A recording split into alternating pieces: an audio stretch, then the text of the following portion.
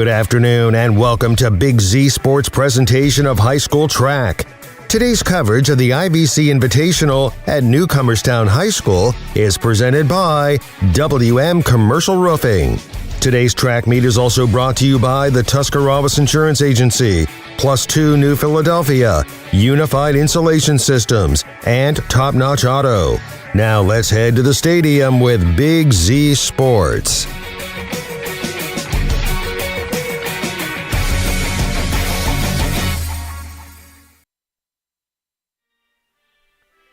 Welcome into today's presentation of track and field action. It's the I.V.C. Track and Field Championships. Big Z Sports and Claxon Communications on hand here from Lee Stadium in Newcomerstown. Good evening, everybody.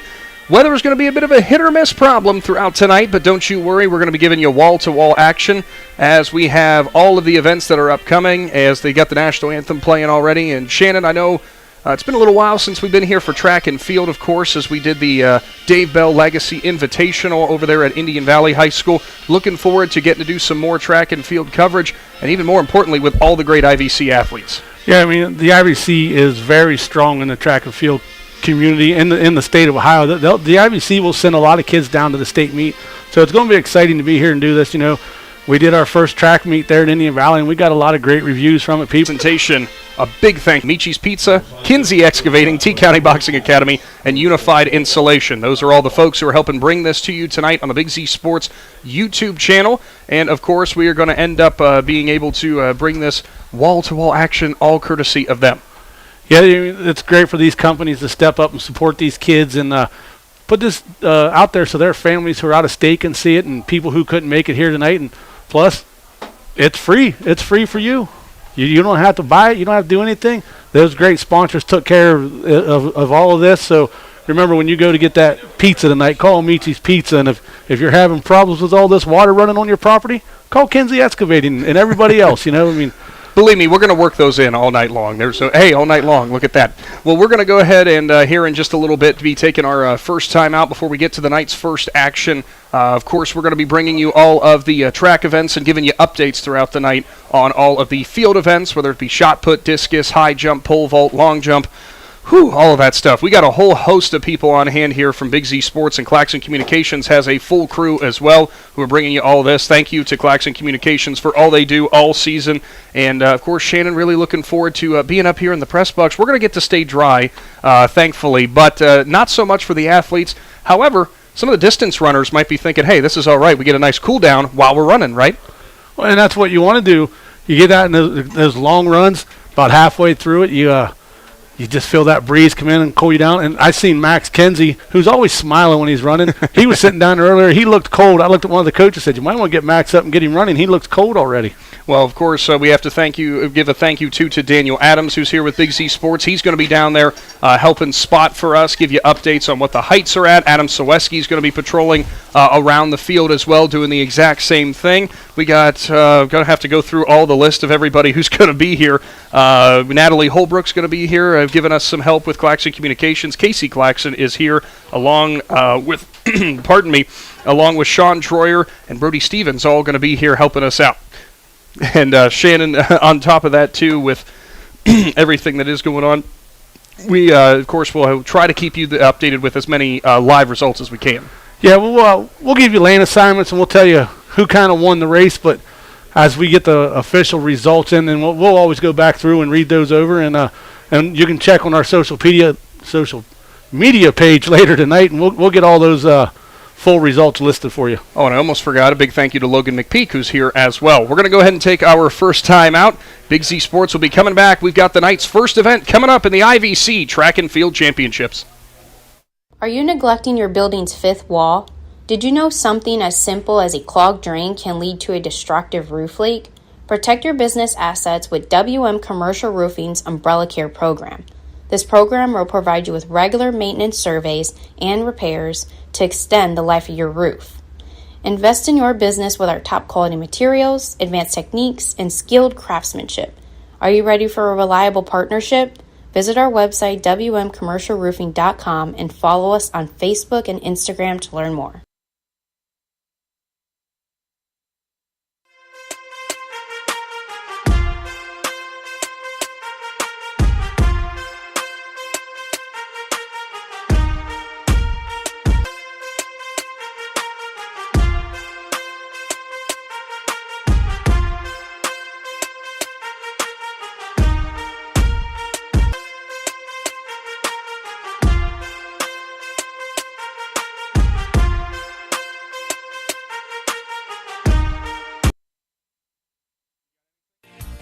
Find your path to success at Buckeye Career Center. Buckeye students earned over 3,000 industry-recognized credentials this past school year, and over 130 students participated in our School to Work program or an internship at a local business. Let us help you get a jump start on your future in a career of landscaping and turf management, pharmacy technician, HVACR, CAD development and design, or any of our over 30 programs. Enroll today for next school year by visiting BuckeyeCareerCenter.org.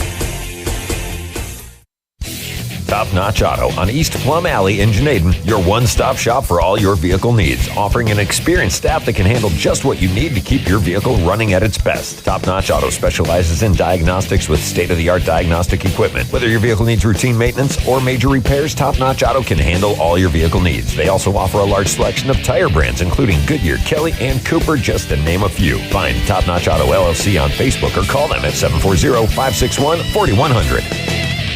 You think pizza? Think Amici's Pizza, with locations in West Lafayette and Janaden Hutton to serve you. Amici's Pizza offers your favorite traditional pizzas, as well as specialty pizzas, subs, wings, and salads. Everything from the dough to the sauce is made fresh daily. Right now at Amici's, with the purchase of a large or an extra large pizza at regular price, receive a free medium cheesy bread. Try one today in West Lafayette or Janaden Hutton. Big city taste for a small city price. Learn more. Find Amici's on Facebook.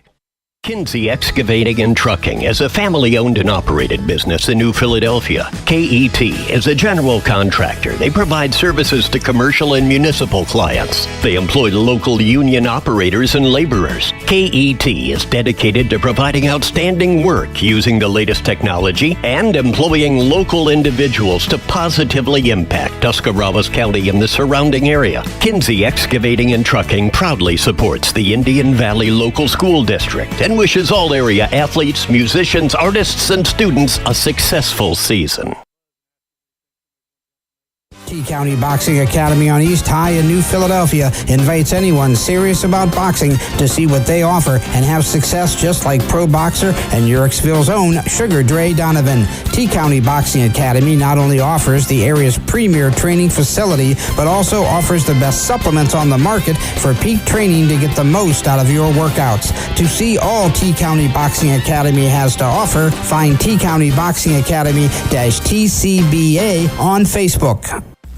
Live more comfortably this winter with the help of Unified Insulation Systems. Unified Insulation Systems is a full-service insulation and weatherization provider that can show you how to properly insulate your home or business. With good insulation from Unified Systems, you can prevent your gutters from freezing and get rid of your high-energy bills. Call Jeremiah Thomas today for your free quote at 330-773-7377 or visit unifiedinsulation.com. Call Unified Insulation Systems today, your most trusted name in insulation. Welcome back into the beautiful Lee Stadium here in Newcomerstown as Big Z Sports is bringing you the track and field championships for the I.V.C. As it'll be myself and Shannon Thomas bringing you tonight's presentation, presented by a whole host of our wonderful sponsors. And Shannon, just waiting to get our first race underway here. Do you think there's any nerves setting in out there for any of the athletes right now? Well, for the guys doing all the running events, they got a little while yet, so the nerves might set in or they might go take a nap somewhere. The field events are getting ready to start. We got a little bit of time between the field events and the running events here as the I.V.C. does things a little bit different because there's a lot of kids that will be doing multiple events from field to running. So they want to give those guys in the long jump pit a little bit of time, and which they will do flights over at the long jump and stuff, and then they'll go back, and then they'll do a finals to where all the running events are finals only. So we're in for a long night of track field. I'm thankful that you're here because you're going to have to guide me through that because I'm guaranteed I'm going to screw it up at some point. As you can see on your screen right now, pole vaulters getting warmed up, shot and disc. We're going to be bringing you updates from over there as Adam Sawecki is going to be patrolling down there. And now with audio, we have Adam Sawecki and Daniel Adams standing alongside with him. Adam, apologies for the technical difficulties. Solely my fault. Sorry. That's all right, though. I mean, we got everything connected just in time for, Coach Buzz Bell to tell me that the max tonight will be 27 feet on the pole vault. Will it really? Because they won't be doing the 28 feet like they did at the Indian Valley meet. Are they going to be taking down the right upright right in front of you on the football field to be able to do that? I think that's what they were talking about, disconnecting the one upright to use that as the pole vault stick. Oh, my goodness gracious. Of course, as you can see on your screen as well, we got the high jump that will be going on, or pardon me, long jump that will be going on. We're really expecting some really great numbers. There's a lot of great long jumpers in the I.V.C. Yeah, I'm interested to see a couple kids are close to some certain records going into tonight to see if some of those kids can break the I.V.C. records, but it'll be tough with the weather coming in. And like you said, there's some really good long jumpers. Newcomerstown always has a couple, Sandy Valley, Indian Valley. And then Sandy Valley's got the Tucci girl. She's great at long jump. She's great at high jump. She's even in a couple running events. So going to be some outstanding performances tonight by some outstanding athletes. Yeah, that's the best thing whenever it comes to these team championships like this, because one, you want the bragging rights, and two, right around the corner, these guys and girls are trying to get ready for that. Yeah, and that's what you do. You come to these conferences, you want to see better competition, and that helps you get going for next week when you head into your districts. And, going back to that team thing, on the girls' side, Tuskegee Valley's the heavy favorite coming into this. I mean, they've been phenomenal the last few years, and they got a great group of girls coming through. So if you can get in there and take some of those wins away from them, maybe close that gap a little bit, it'll be a big win for those girls' programs. On the boys' side, it's wide open. Give credit. I was talking to some people the other day, and I kind of give a credit to that win. A lot of Indian Valley kids stepped up in that, and I kind of gave the win from that meet to Josiah Klassner. This is his first year doing track, and he went out in the pole vault. And when he first started pole vault this year, he couldn't even clear the bar, and he goes up there, and he got second. And Tuskegee Valley only gained 2 points in that win, and I think that was the big difference in them getting that. But then you got Claymont. Claymont's got a lot of studs on that boys track team, and they're looking to come in here and get that I.V.C. championship. And Garrettway's lurking there in the back. So that boys I.V.C. championship, I believe, is going to come down to the last couple events. And talking to some of the athletes underneath the bleachers, and they're wondering if it'll come down to the 4x400 relay at the end. And, of course, with this being the I.V.C. championship, the schools that we're going to be featuring throughout the night, Tuskegee Valley, Newcomerstown, Indian Valley, Garraway, Sandy Valley, East Canton, Claymont, Buckeye Trail, Ridgewood, Malvern, East Canton, I think I might have said that already, and I'm blanking. Am I forgetting any?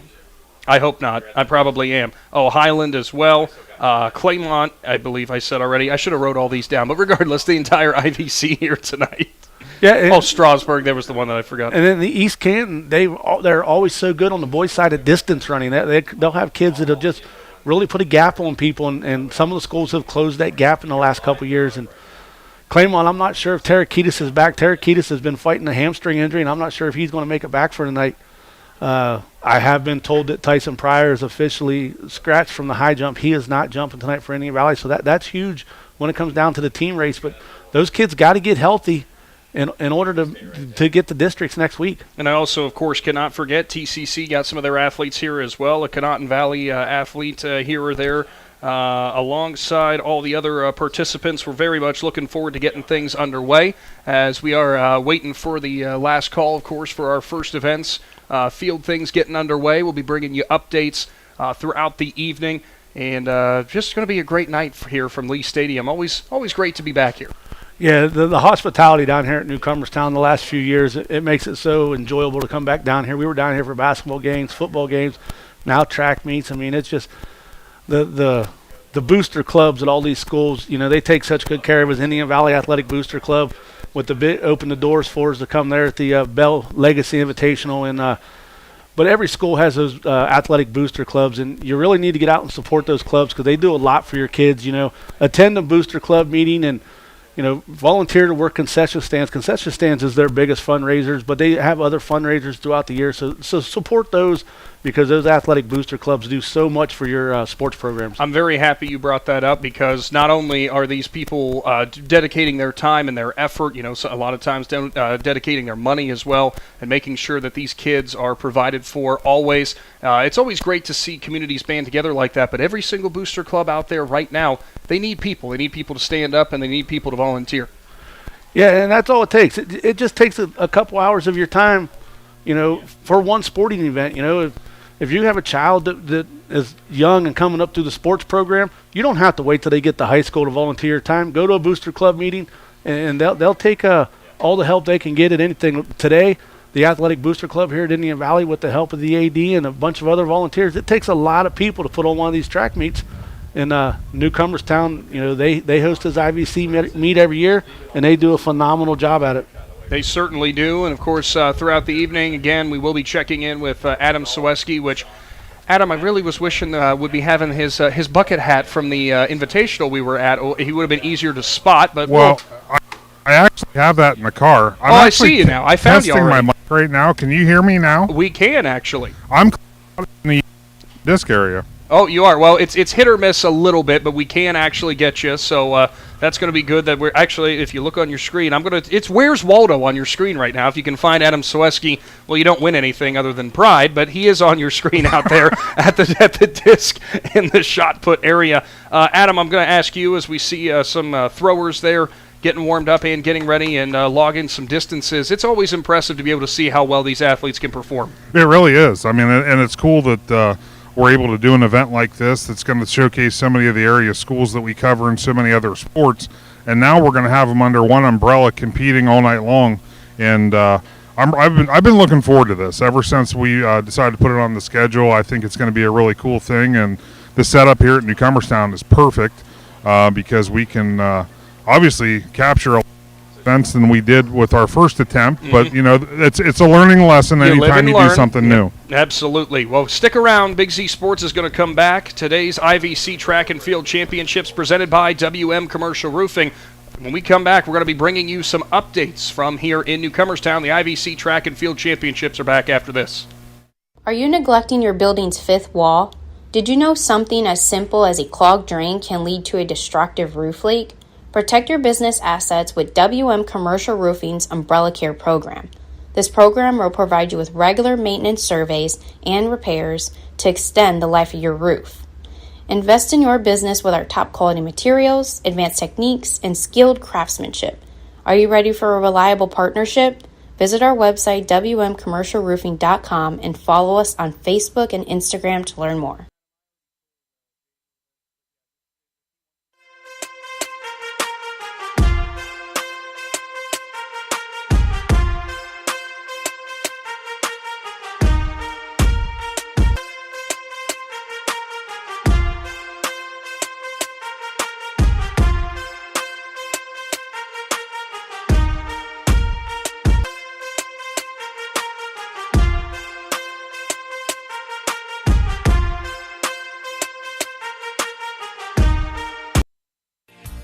Find your path to success at Buckeye Career Center. Buckeye students earned over 3,000 industry-recognized credentials this past school year, and over 130 students participated in our School to Work program or an internship at a local business. Let us help you get a jump start on your future in a career of landscaping and turf management, pharmacy technician, HVACR, CAD development and design, or any of our over 30 programs. Enroll today for next school year by visiting BuckeyeCareerCenter.org.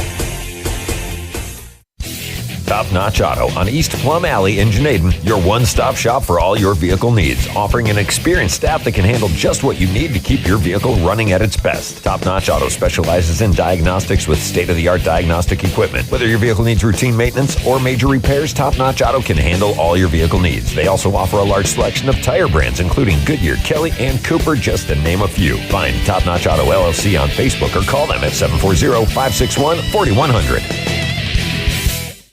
When you think pizza, think Amici's Pizza, with locations in West Lafayette and Janaden Hutton to serve you. Amici's Pizza offers your favorite traditional pizzas, as well as specialty pizzas, subs, wings, and salads. Everything from the dough to the sauce is made fresh daily. Right now at Amici's, with the purchase of a large or an extra large pizza at regular price, receive a free medium cheesy bread. Try one today in West Lafayette or Janaden Hutton. Big city taste for a small city price. Learn more. Find Amici's on Facebook.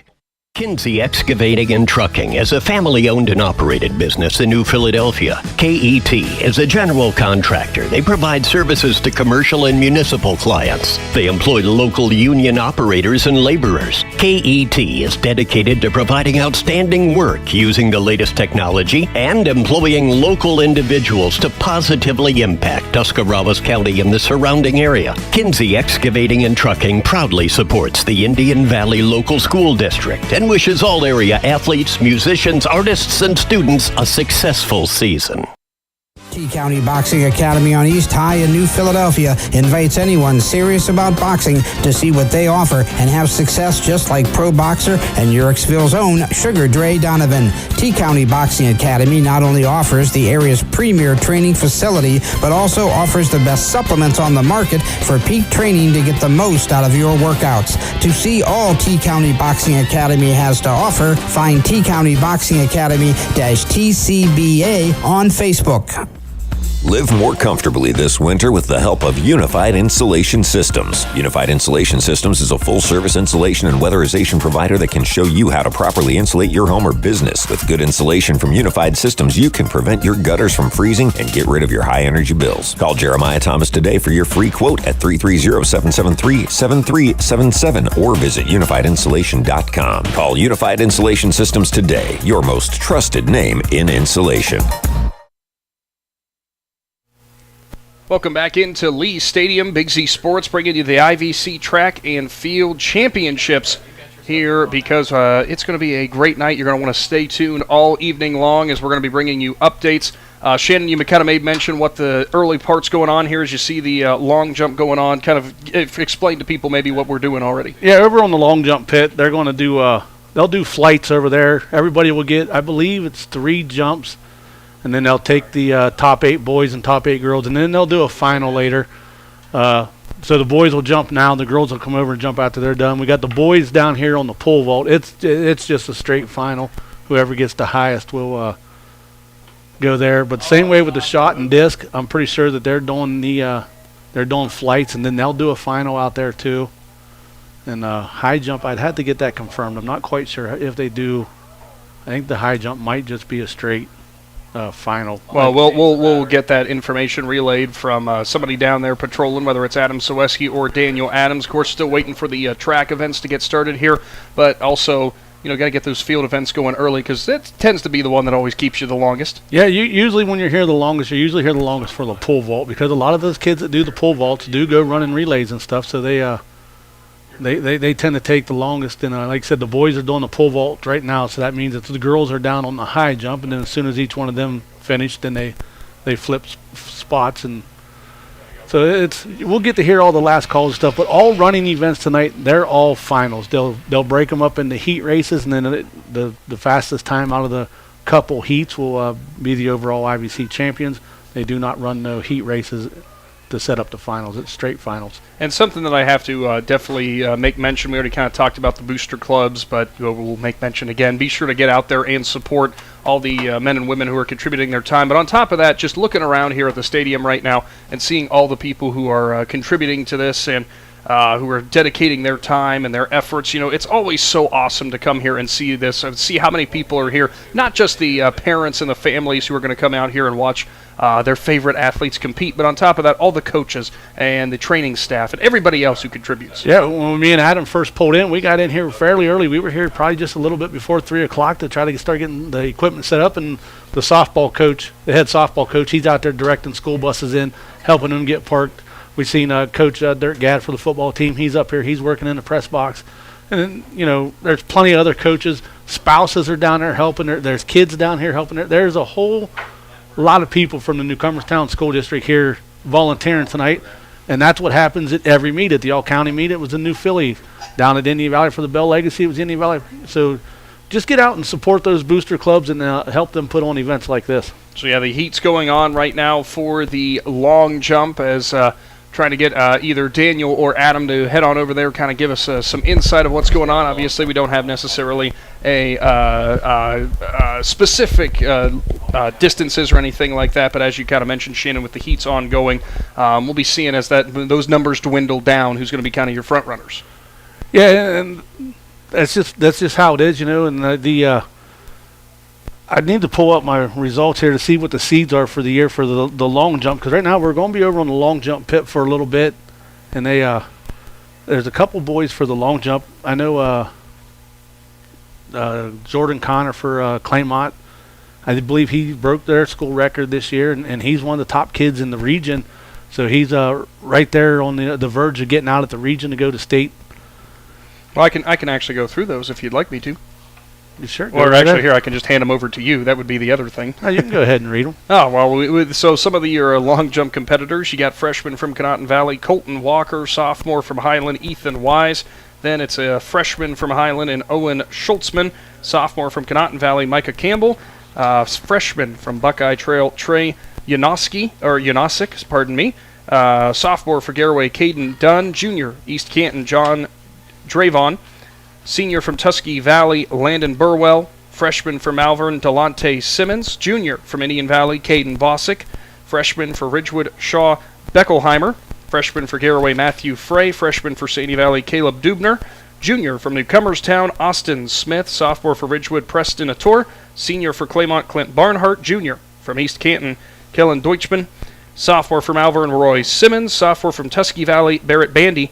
Then you have freshman from Indian Valley, Carson Hostetler, sophomore from Newcomerstown, Dom Singer, senior for Sandy Valley, Jason Morris, junior from Strasburg, Parker Edwards, and as you had mentioned there, Shannon, senior from Claymont, Jordan Connor. Those are the boys competing in your long jump. Yeah, and if you look at it, Jordan Connor comes in seeded number 1. He jumped 22 feet and 1 inch. Mm-hmm.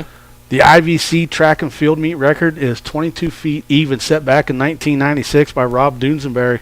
So, I mean, Connor's right there on the verge, and he may be able to break that record later. He may not, but like I said, I mean, he's had a phenomenal year for the Mustangs. And you never know what is going to happen naturally, but the next closest guy in terms of the seeding, 20 feet 5 inches is their long jump right now, and that's coming from Parker Edwards of Strasburg. So, right now it's kind of Connor as your front runner, but of course, whenever it comes to conference championships, you never know what can quite happen. Yeah, and right there you got the four kids behind him, 20 feet 1 inch, 20 feet 3 inches, 20 feet 4 inches, 20 feet 5 inches. Mm-hmm. So those right there, those team points are going to be huge right there to see who comes out. And getting a text now from Daniel Adams. Discus is about to get underway officially over there, and we'll be seeing if we can get some of the top distances that are going to be going on for that, as Daniel will be posted over there all night, bringing us the discus and shot put updates. And it's going to be a great night of action here from Newcomerstown, as still waiting to get our first distances and such. But we have to give another major thank you, of course, to WM Commercial Roofing, who are your presenting sponsors for these track and field championships. But there's a whole host of others that we're going to be talking about all night who are making this possible as well, including Plus 2 New Philadelphia. And let me tell you, there's more than a few Plus 2 athletes who are out here tonight. Yeah, Plus 2, that's a great thing up there at Newtown Mall. And your kid don't have to be a track athlete to go there. Football players, volleyball players, softball players, they have batting cages in there. They do a lot of things to help you with your speed and your agility and your strength. So go up there and check them out. It don't cost anything to go up there and talk to the folks at Plus 2 and see what's going on up there. I know quite a few of the Indian Valley athletes, Owen Faulkner, Grady Kinsey, Colton Thomas. Those athletes go up there and work out, and they're having a pretty phenomenal track season. They certainly are. As you can also see there on your screen, it is the high jump that is getting ready to go and getting warmed up and such. And looking forward to seeing what some of the numbers that are going to be posted out of that. A lot of great area athletes going to be participating in that high jump. You, again, get a lot of some of the competitors as well who are going to be on these sprints and these distance runs as well. Yeah, and with the all the field events, it's hard for us to give you the live results, the specifics of what's going on. This is only our second track meet, so we're still working out all the bugs on how to do all those different things. The races, that'll be a little bit easier for us to tell you who won those. We'll just watch to see who goes across the finish line first, but and then we'll get the official distances and the official times and everything, like I said, and we'll run down those when they come in. But we're still learning as we go, but we're thankful for our sponsors that help us bring this I.V.C. track and field meet to you. And with the discus event that is ongoing, as you can see, I do believe who is in the circle right now, it's Jake McDermott, the freshman from Tusky Valley, as he logs a distance there. And we'll run through some of your competitors who are going to be in the boys' discus that is currently ongoing, as it looks like it's going to be junior from Newcomerstown, Spencer Ebersbach, junior for Indian Valley, Vendel Zanassi. Did I say that right, Shannon? It sounds good to me. All right, sophomore from Garaway, Braxton Speed, junior from Highland, Logan Miller, senior for Claymont, Braylon Vermillion, sophomore from Strasburg, Gage Moore, as I mentioned already from Tusky Valley, Jake McDermott, then the sophomore from Ridgewood, Mike Miller, Isaac Smith, a junior from Sandy Valley, Carter Neff, Indian Valley, sophomore, junior from Ridgewood, Logan Sesser, freshman from Malvern, Parker Bow, and senior from Claymont, Curtis Haney, alongside Max Metz, the junior from Strasburg, sophomore from Garaway, Brady Miller, and senior from Sandy Valley, Austin Easterday. Those are your you also have Robert Levengood, the freshman from Conotton Valley, and Aiden Moreland, the freshman from Conotton Valley. Philip Isom, the freshman from East Canton, senior for Tusky Valley. Preston Cave, who actually I think that might have been Preston who we saw throwing earlier there. Freshman from East Canton, Franklin Gallagher. Logan Metz, the sophomore from Newcomerstown. And sophomore from Malvern, Jacob McClellan. Junior from Buckeye Trail, Wyatt Connor. And freshman from Buckeye Trail, Ethan Reeser. As looking at some of those distances, if you're talking about the seeds coming into this, your top mark right now coming from the senior from Claymont and Haney. Yeah, Curtis Haney, he was just recently crowned the all-county champion for Tuscarawas County in the shot put and in the disc, and I believe the disc. I think he broke the Claymont school record in the disc, and I can't remember if he broke the all-county meet record. Well, it's 171-6, so that's it's very possible. Yeah, and you look, J.J. Durr set the I.V.C. championship meet record at 164 feet and 8 inches back in 2021.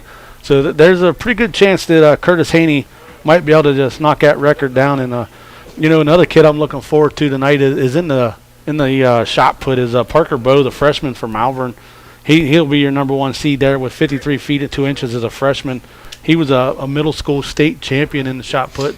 And he's a phenomenal thrower just for a freshman. And as you saw just a second ago, they were working on the high jump over there for the girls. And I'm going to make note of something for this high jump for the girls. What they're trying to beat tonight was a record that was set back in 1985 by Karen Lark with 5 feet 7 inches. And that's going to be no easy task. But Lexi Tucci, the senior from Sandy Valley, her best mark of 5 feet 5 inches, she could push that tonight. Yeah, Lexi, she's had a couple really good meets this year. She, I think it was a few weeks ago, she broke the Sandy Valley school record in the high jump. She placed at state last year, I'm pretty sure.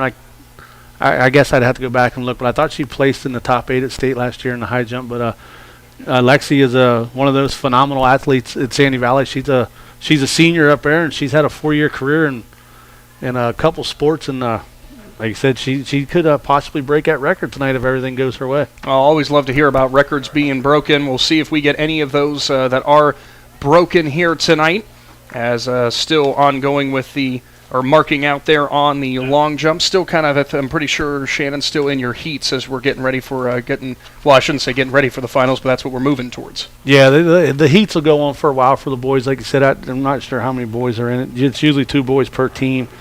So they'll have each kid will probably get 3 jumps in the heats, and then they'll move on to the top 8 for the finals. As we are ongoing here from the I.V.C. Track and Field Championships. Of course, if you have not done so to this point, get subscribed to the Big Z Sports YouTube channel.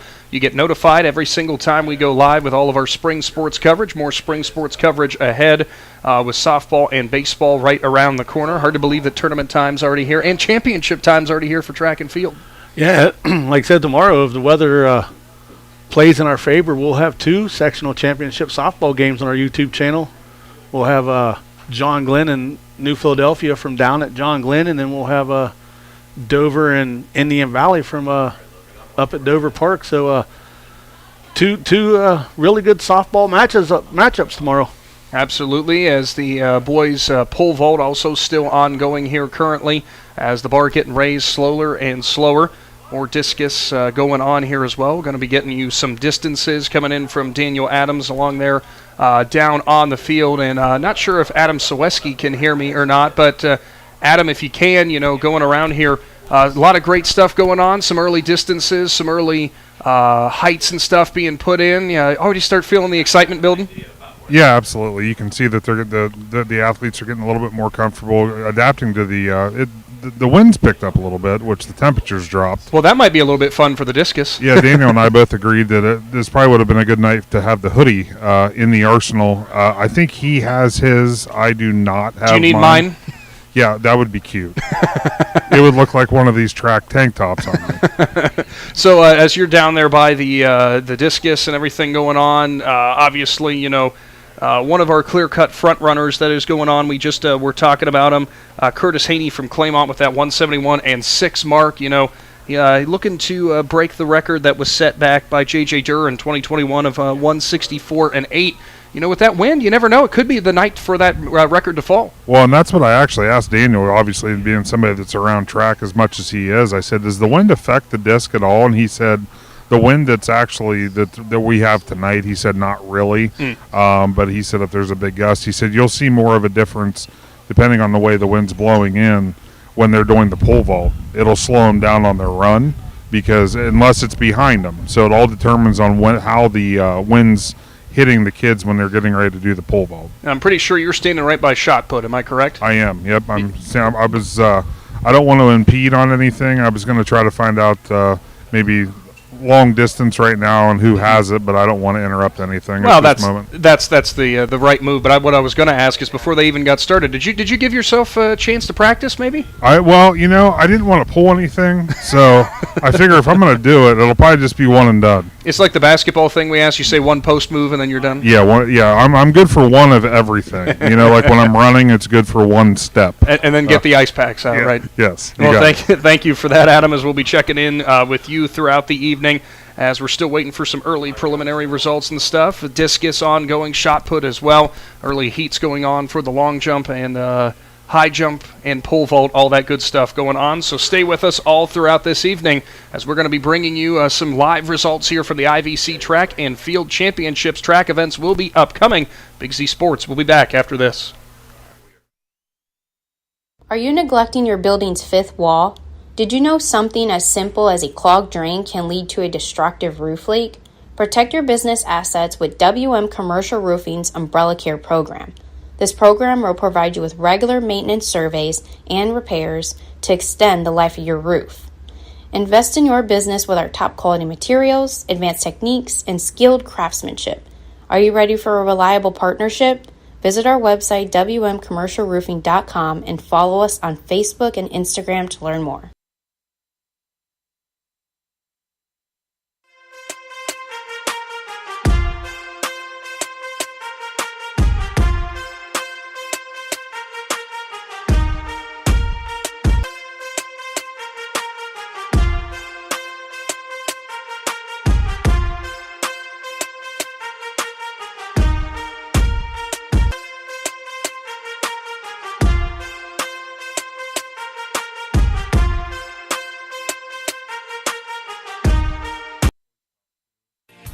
Find your path to success at Buckeye Career Center. Buckeye students earned over 3,000 industry-recognized credentials this past school year, and over 130 students participated in our school-to-work program or an internship at a local business. Let us help you get a jump start on your future in a career of landscaping and turf management, pharmacy technician, HVACR, CAD development and design, or any of our over 30 programs. Enroll today for next school year by visiting BuckeyeCareerCenter.org.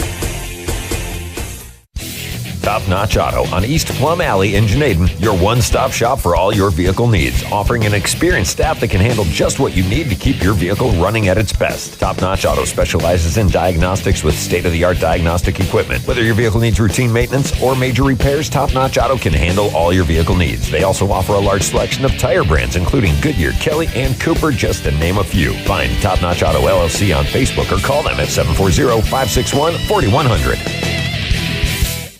When you think pizza, think I.V.C Pizza, with locations in West Lafayette and Janaden Hutton to serve you. I.V.C Pizza offers your favorite traditional pizzas, as well as specialty pizzas, subs, wings, and salads. Everything from the dough to the sauce is made fresh daily. Right now at I.V.C's, with the purchase of a large or an extra large pizza at regular price, receive a free medium cheesy bread. Try one today in West Lafayette or Janaden Hutton. Big city taste for a small city price. Learn more. Find I.V.C's on Facebook. Kinsey Excavating and Trucking is a family-owned and operated business in New Philadelphia. KET is a general contractor. They provide services to commercial and municipal clients. They employ local union operators and laborers. KET is dedicated to providing outstanding work using the latest technology and employing local individuals to positively impact Tuscarawas County and the surrounding area. Kinsey Excavating and Trucking proudly supports the Indian Valley Local School District and wishes all area athletes, musicians, artists, and students a successful season. TK T-County Boxing Academy on East High in New Philadelphia invites anyone serious about boxing to see what they offer and have success just like pro boxer and Yorksville's own Sugar Dre Donovan. T-County Boxing Academy not only offers the area's premier training facility, but also offers the best supplements on the market for peak training to get the most out of your workouts. To see all T-County Boxing Academy has to offer, find T-County Boxing Academy-TCBA on Facebook. Live more comfortably this winter with the help of Unified Insulation Systems. Unified Insulation Systems is a full-service insulation and weatherization provider that can show you how to properly insulate your home or business. With good insulation from Unified Systems, you can prevent your gutters from freezing and get rid of your high-energy bills. Call Jeremiah Thomas today for your free quote at 330-773-7377 or visit unifiedinsulation.com. Call Unified Insulation Systems today, your most trusted name in insulation. Welcome back into Lee Stadium here in Newcomerstown. It's the I.V.C. Track and Field Championships. So we've got our first updates of the evening after the first flight for the girls' shot put. We have some updated distances. And out of that first flight, they kind of went in order with your seeds there. Almost no surprise. Currently leading out of that at 28 feet 5 inches, you've got the freshman from Sandy Valley in Brianna Wheeler. Then it is the junior from Tusky Valley with a distance of 27 feet 4 inches in Allison Ernst. And then you have Carrie Sells, the senior from Ridgewood, at 25 feet and 6.5 inches there, Shannon. Yeah, and to give you an idea, there's 12 girls in that first flight, and now they'll come back with the girls, 13 girls in this second flight, and it'll have Macy Anderson, who is the top seed at 36 feet. She'll be in that flight along with Sally Ray from Tusky Valley, East Canton's Chelsea Barnett, East Canton's Shannon Ray Kager. We're going to hit Cager, maybe. Cager. We apologize. Strasburg's Lizzie Hill, Newcomerstown's Magdalene Collins. So those are some of the girls that will be in that second flight along with a bunch of other ones. So the second flight will grow, and then they'll narrow it down to the top 8 girls in distances, I believe, and they'll be the ones who will throw for the finals. Yeah, and that's what they're doing right now is warming up over there on the shot put area. As you see on your screen, the long jump still ongoing for the boys with their heats as they are setting some marks before we move on towards the finals with that. High jump still ongoing for the girls as well. And I was going to go through some of the top seeds that are going to be in that girls' high jump that we'll be seeing competing throughout this evening as you have your top seed in that is going to be, as we mentioned, Lexi Tucci, the senior from Sandy Valley. And I believe that's Sally Ray jumping for Tusky Valley right there. And I think you were right. That is Sally Ray, as she is your second seed coming into this at a 5 feet 2 inch mark. Julia Scheretti from TCC, she is it's a 4-way tie when it comes to your next third seed because all of these next few that I'm going to mention were at 4 feet 10 inches coming in the seeding. Julia has that mark. Audrey Sikorsky, the junior from Malvern, the sophomore from Indian Valley, Lily Cecil, and the sophomore from Highland in Mila Troyer at 4 foot 10 inches as well. So who knows where that one's going to end up. That's a close battle there. Yeah, and that high jump, man. And mind you, these are just seeds. These are not, you never know what can happen. Yeah, that's just the jump, their best jump for the year so far. And Sally Ray was the Tuscarawas County all-county champion, and which Lexi Tucci jumps in Stark County, so she wasn't at the meet. But those two have battled a lot throughout the years, and those two girls are going to put on a performance tonight to see who's the I.V.C. champion. What doesn't Sally do? I mean, she plays on the basketball court. She does high jump. She does shot put. Always great stuff. Adam Sweski's getting his steps in, as we could see through the track. I want to see you. You want to do your best, 100-meter dash right now? Adam rolled his eyes at me. I don't think he's going to do that. This shows you how much I know about track and field. I'm going the wrong way. Yeah, well, yeah. Instead of go fast, turn left. Right now, Adam's going fast, turn right. As soon as he gets loosened up, we'll see if Colton Thomas wants to go down and warm up on the 110 hurdles with him and see if Adam can give him a run for his money. I would run through the hurdle. Perfect. There's no time. There's no time penalty for that. Nope. Okay. Well, we'll see what goes faster: him jumping over him or me just plowing through him. I have a feeling with everybody who's competing today, who those times are going to look like compared to yours. But no offense there, Adam. Yeah, Adam might want to go get the Z-Mobile out there in the parking lot if he wants a chance to compete with him. I think so. Also, with the girls' high jump, I'm pretty sure, as you can see on your screen, that is Audrey Sikorsky for Malvern, who is coming up there, as she'll failed to clear the bar that time around.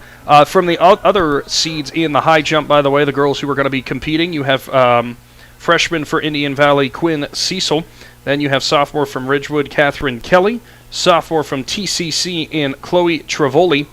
Riley Thomas, the junior from Strasburg. Sophomore from Ridgewood, J.C. Hess. Sophomore from Tusky Valley, Tori Stallman. Then you have Kay Matigli Taylor, the freshman from Sandy Valley. Natalie Andrews is a junior from East Canton. Freshman for Buckeye Trail, Jersey Eddy. And senior for Claymont, Brianna Burdett. And freshman from Buckeye Trail, Kaylin Neiswanger. Neiswanger, I hope I said that right. Yeah, and there's a lot of girls right there that are really close together. And like we said, this I.V.C., you want to win the individual championship, but today's about team points too. And all those girls that are sitting right there at 4'10" and 4'8", like that could be the difference between an I.V.C. championship or placing second as a team. As with the high jump still ongoing, I believe it is from Malvern once again. And can't quite get over the bar as I lost the names list already there, Shannon. There, it might be easier. There it is, as it is Sikorsky. Easy for me to say. As there's a whole, trying to go through all these names is always going to be a battle. Yeah, and if we mess up somebody's name, we do apologize. Don't hold that against us. We try our best. As Daniel Adams, as we mentioned, patrolling around down there throughout tonight. He'll be bringing some updates. Daniel had the biggest smile on his face when we asked, hey, could you come down here and help? You knew he was going to be happy about this. Yeah, Daniel's been a track kid his whole life, and now he's the middle school boys track coach in Indian Valley, and congratulations to Daniel because his Indian Valley middle school boys are back-to-back I.V.C. champions, and I know Daniel was pretty happy about that, and well, how could you not be? Daniel's brother, David Adams, was a state champion pole vaulter at Indian Valley, and now he's over at the Dartmouth. Yes, Dartmouth. So Daniel's been around track a long time.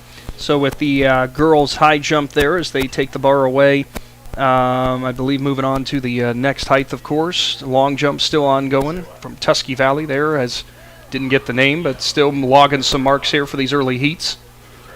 Hey, guys. Yes, sir. The high jump's going to go to 4'10" now. 4'10". All right. Well, this is where things get interesting there, Shannon, because as we mentioned, you got that four-way tie for third, and the best marks of 4'10" for Troyer, Cecil, Sikorsky, and Sharetti. And on top of that, Ray and Tucci there above 5 feet. So have to wait and see how that one shakes out. Yeah, I haven't really even seen if Tucci has come in yet. I have not seen her yet.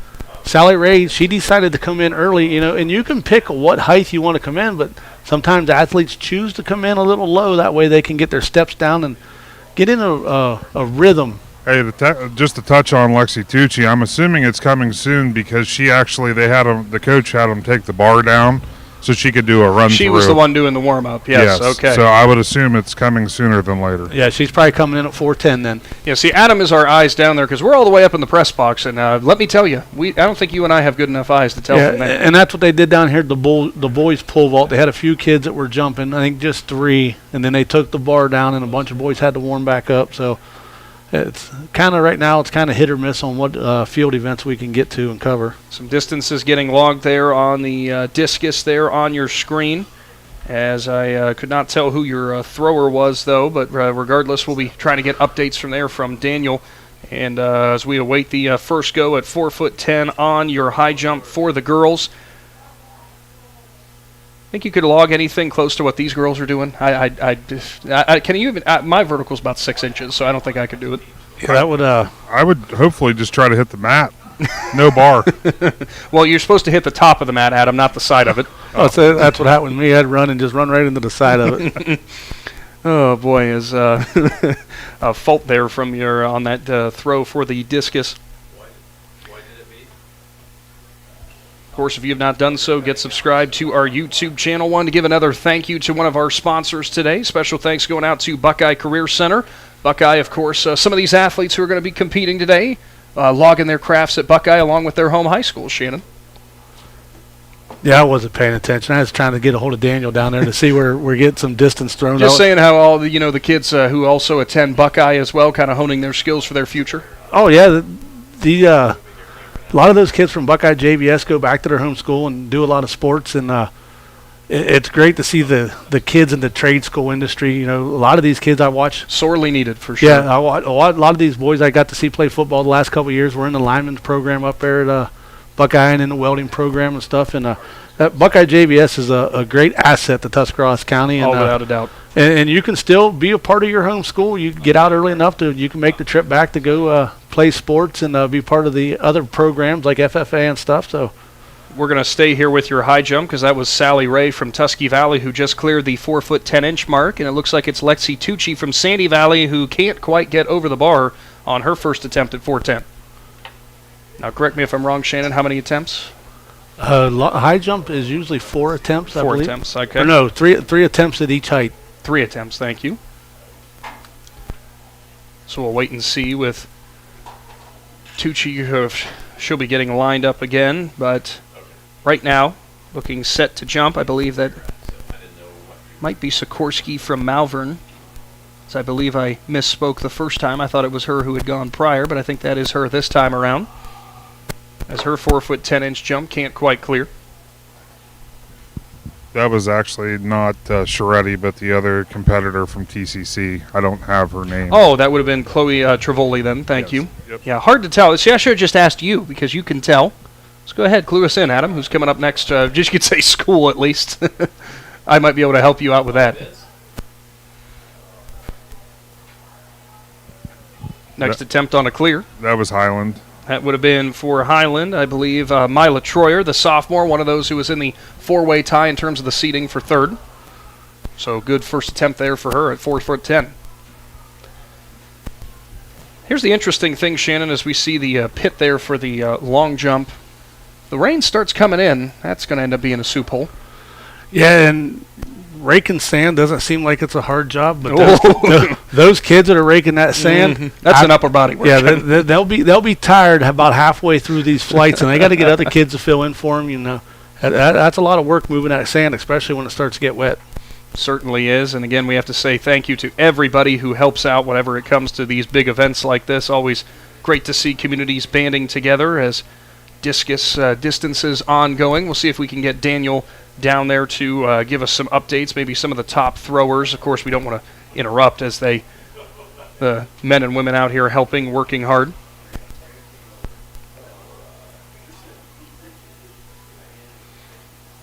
Looking ahead as well with Big Z Sports, here on our YouTube channel, we got some coverage upcoming over the next few days with softball and baseball as well, weather permitting, as it always is. That's what all these track and field kids are saying, weather permitting, you get rainouts for baseball and softball. They're saying, hey, it's raining, we're still competing. Yeah, was that so funny I choked you? Yeah. Well, actually, this was the first year that I had seen a couple of track meets that actually got canceled because the weather just got so bad and so violent coming in that they had to take into consideration the student athletes, and they had to postpone those meets. Now, obviously, athlete safety always at the forefront whenever it comes to any competition. I would assume here, Shannon, with the long jump, as they are really smoothing out the sand and everything, I think we are going to be starting to get out of our heats more towards the actual, I don't want to say actual competition, but more towards the finals. Yeah, I wasn't really paying attention to how many kids got to jump. Like you said, it was a lot. We know that. Yeah, they line all the boys up, and then they'll bring back the top 8, but I don't think they bring them back until maybe after the girls. Well, we'll have to wait and see. I'll meander over that way once, because this seems to be kind of closing down over here. So I'll hang around the high jump, and then I'll make my way to the long jump to give you guys updates from over there. Appreciate that, as always, Adam, as we do appreciate Claxon Communications, too, for all their hard work today. The discus ongoing here, and the pole vault, things spreading out a little bit more there as well, as the height or the bar moving up.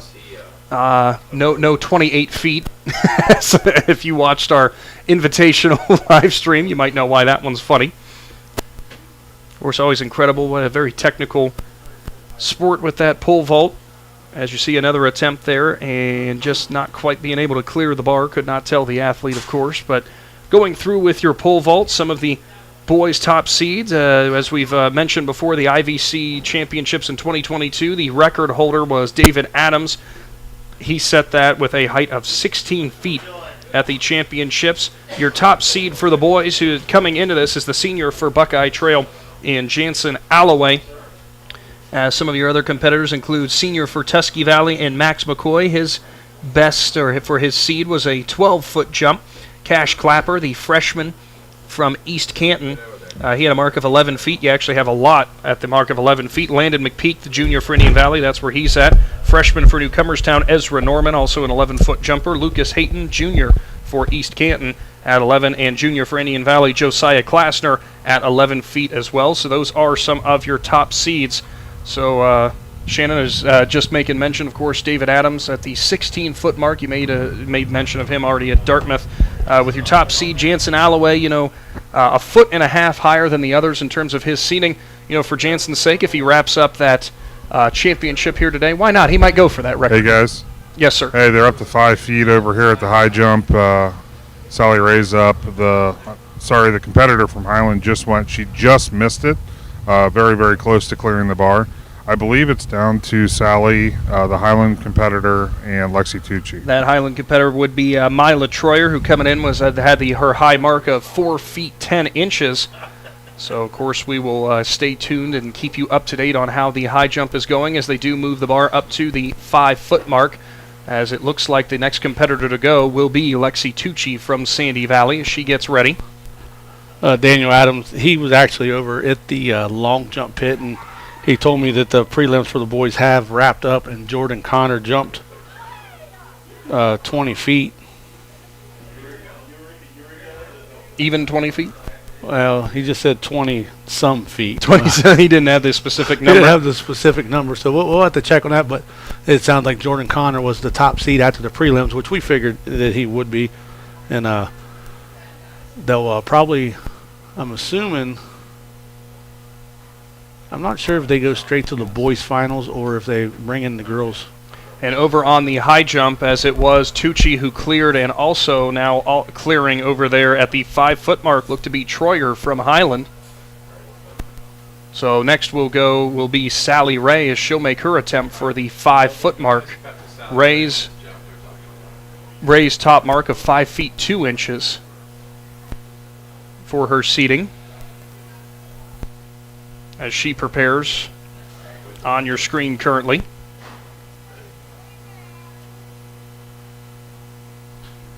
Ray's attempt at 5, and she will clear. So we got a 3-way battle still. It remains. Yeah, Sally bumped the bar just a little bit, but not enough to make it fall down. Now here's my question. How many shot put throwers do you know also do the high jump? Yeah, that's something I don't know that I've ever seen. I mean, I'm a fast learner. It goes up 2, so it's 5-2 now. Yes, sir. See, it only took 3 bar movements for me to pick up on that. Still not 28 feet, though, right?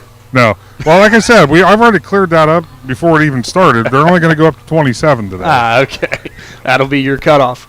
So Troyer from Highland, she'll get set here. Bar will be up to 5 feet 2 inches. She came in at 4'10". So 5'2" would be a great accomplishment for her. As she lines up in her first attempt, can't quite clear as she will bump the bar and knock it down, but as you mentioned, Shannon gets the 3 attempts. Yeah, and she'll get a couple more attempts in there, and I was watching her run right there, and it looked like she did a little stutter step right before she got to the bar, so I don't know if she just messed up one of her steps and kind of caught it with the back of her leg right there to knock it down. Of course, once we get some more results confirmed from discus and shot and long jump and other things going on, we will let you know. Sally Ray from Tusky Valley is now ready for her attempt at 5 feet 2 inches. That was her high mark for her seating coming in, and she couldn't quite elevate over the top.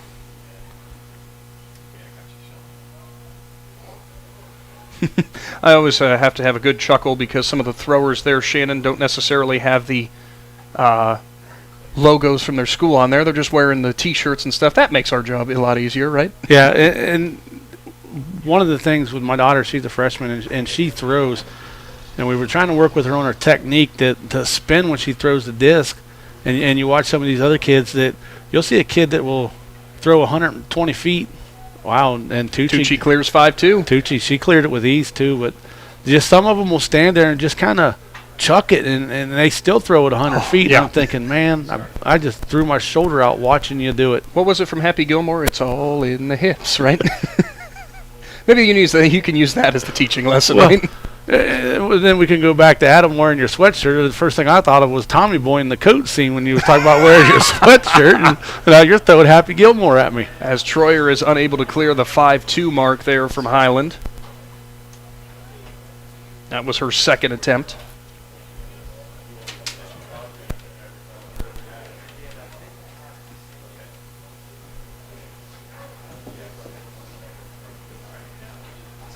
Of course, we will be getting you to your track events upcoming here.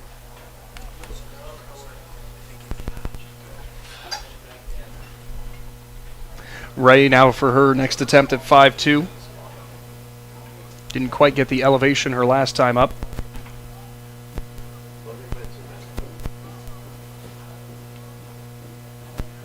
And can't quite get over again on her second. And you can tell right there the way she rolled over. She was frustrated with herself right there. Looks like she committed too early to the bar and actually caught it on her way up instead of as she was going over it. I was watching her at the All-County, and she ended up, like I said, winning the All-County. Troyer can't quite clear again at 5-2, and I do believe that was her third attempt. So it looks like, at this point, unless Ray can clear for Tusky Valley, the mark of 5-2 would be enough for Tucci from Sandy Valley. But, of course, she can choose to continue to on-go and try to set a higher mark. As we've already mentioned, when it comes to the high jump for the girls, the record mark of 5 feet 7 inches by Karen Lark set back in 1985.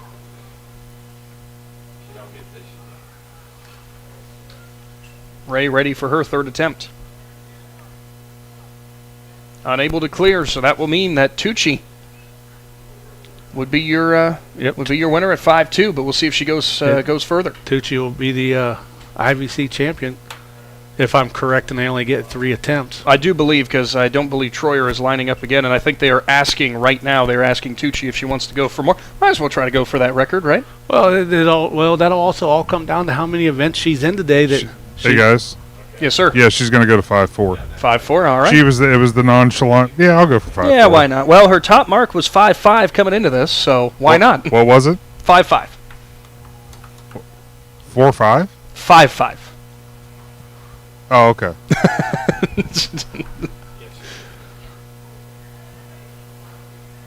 Adam's thinking, 4.5 inches? That might be what he could clear, right?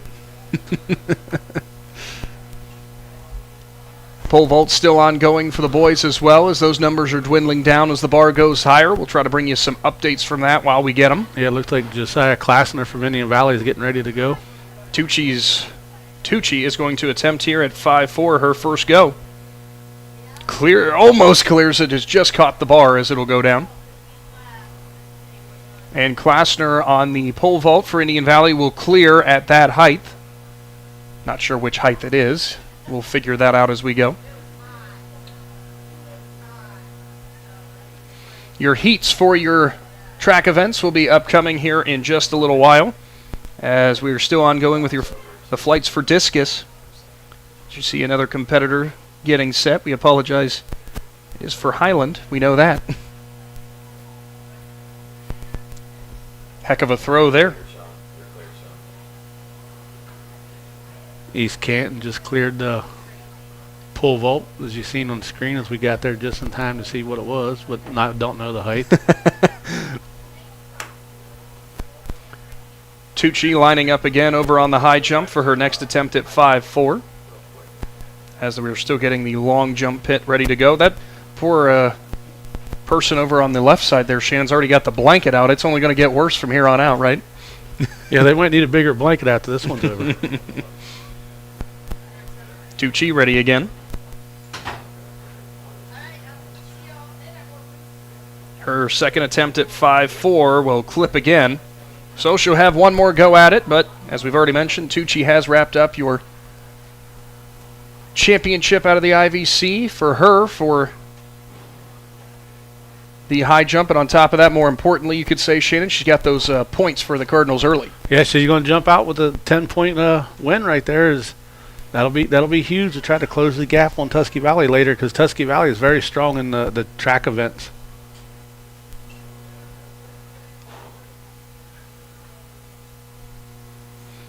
Coach going over some of the pointers there. I would like to say the last time we had when we were at the Invitational, Adam was down there getting some video and stuff, or maybe it was Daniel or something, I think one of the times before, and we had a coach actually ask us, hey, can we take a look at that? we want to go over that. Another discus throw. We need markers like the football field, right? That would help us out to give you somewhat of an idea. Yeah, Landon McPeek for Indian Valley just cleared the pole vault. So Tucci's third attempt as she goes for a 5'4" mark.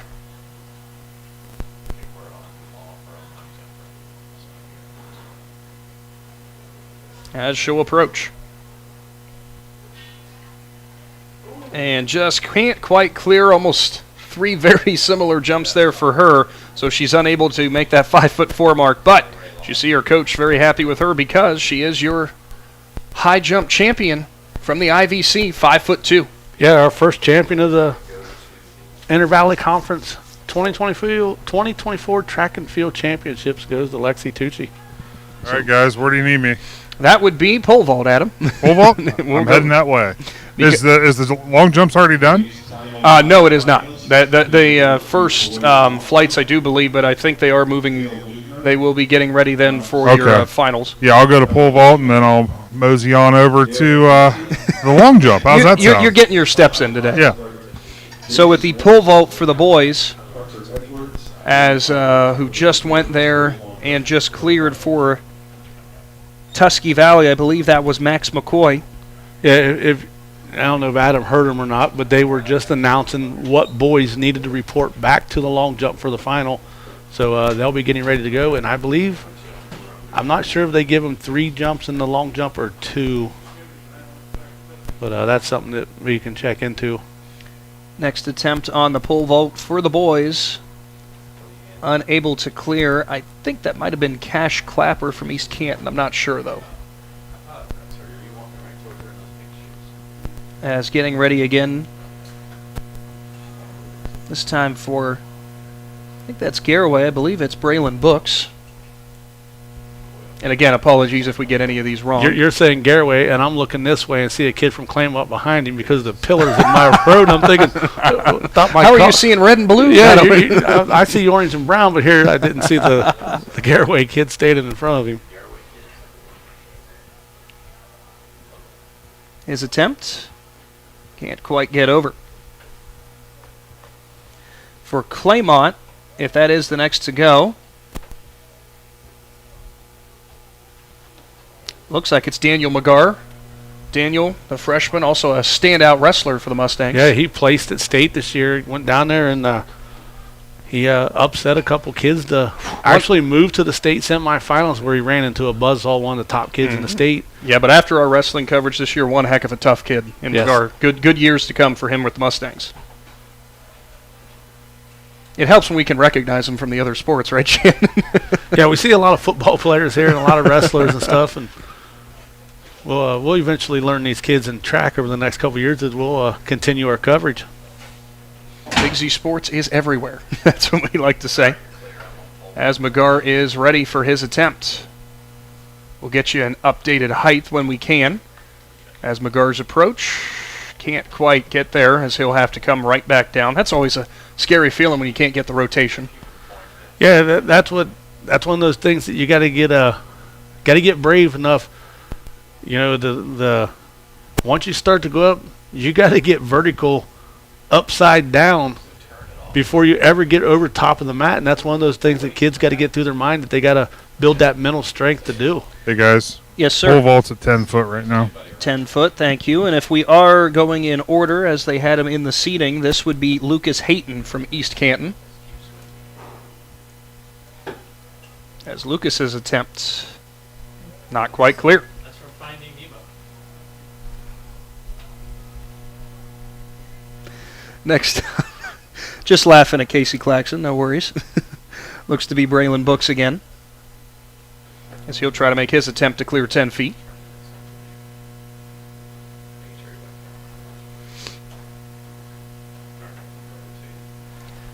We'll say in this pole vault, a lot of freshmen who are competing here in this final section of this flight.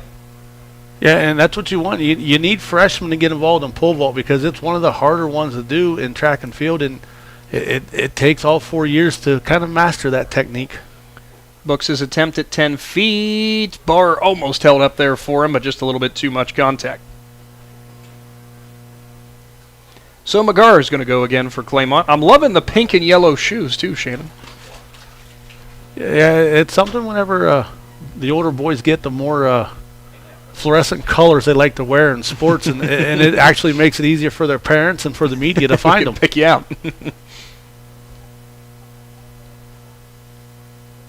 I am just amazed the amount of blankets we're already seeing out here in Newcomerstown. Hard to believe it's actually a May day. Yesterday, quite hot, 84 degrees or something. Today, a little bit more breezy. You could switch the 8 and the 4. Almost. 8 if it was 85 yesterday, maybe.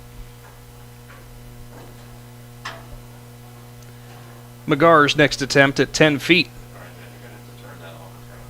And again, can't quite get the elevation.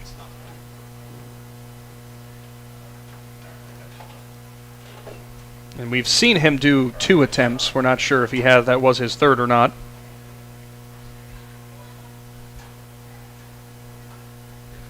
Discus ongoing as well. We'll try to get you some distances there. I'm sure Daniel Adams will get us something.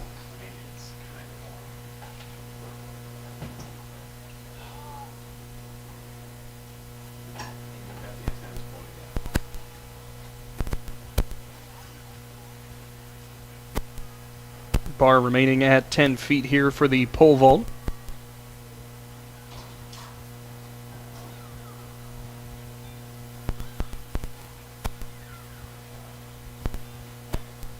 Looks like the long jump is now underway, with some of your top seeds competing in this flight. So up next, looks like for Newcomerstown, I believe it's Ezra Norman, as Ezra will clear with ease. The freshman for the Trojans. So I think they did move the bar up, Shannon. Not sure what we went up to from 10 feet. Yeah, I wasn't watching to see what they was doing. I was looking over towards the long jump pit. I thought it stayed, but I think they did move it, actually. Good stuff from the freshman there for Newcomerstown.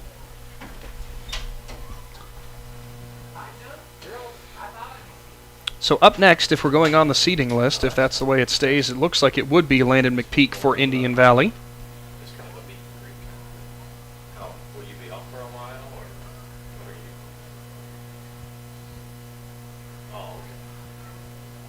Actually, it'll be Josiah Klassner taking his sweatshirt off.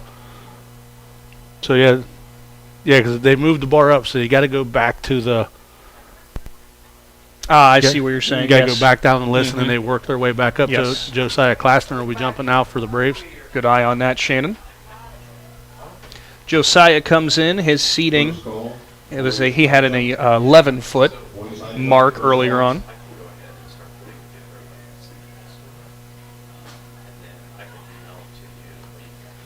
And it looks like Josiah will clear.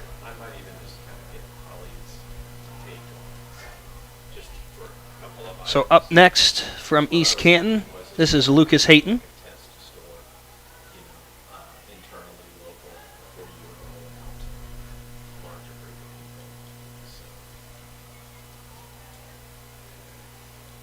The East Canton yellow kind of makes it easier to pick them out, Shannon. Yeah, the blue and yellow is like really bright. We can catch that one.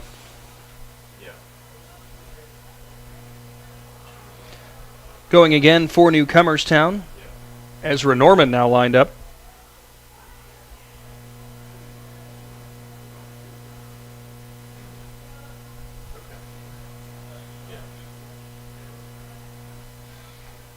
Ezra's next attempt.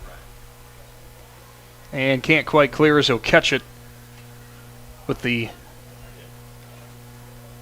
upper part of his leg, as you see live there on your long jump for the boys from Sandy Valley. Good attempt. Yeah, we really can't go off our seeds now because we don't know who. Let me see if they updated on the live scoring who's in the finals. You might be able to get that. Klassner again from Indian Valley.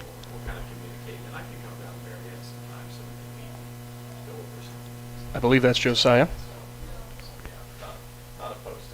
Yeah, that's McPeek. Sorry, Landon McPeek. Yeah, that's Landon McPeek. And McPeek will clear. See, I went out of the order off the seeds.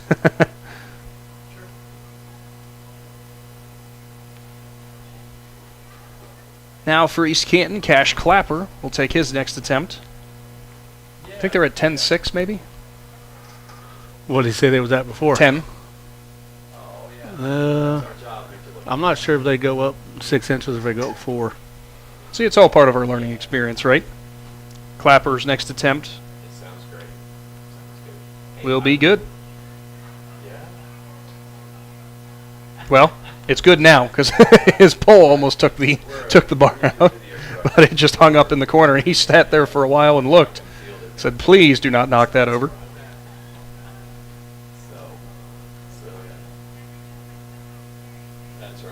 Up next for Tuskegee Valley, it's Max McCoy.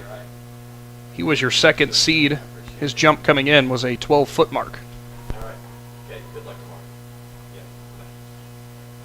McCoy, a senior for the Trojans. Daniel Adams just texted me and said that the second flight of the disc, where all the higher seeds are at, are getting ready to throw. He said so there should be some big throws coming up. Good stuff. Thank you there, Shannon, and thank you to Daniel. And McCoy does a great job. Boy, he cleared that with ease.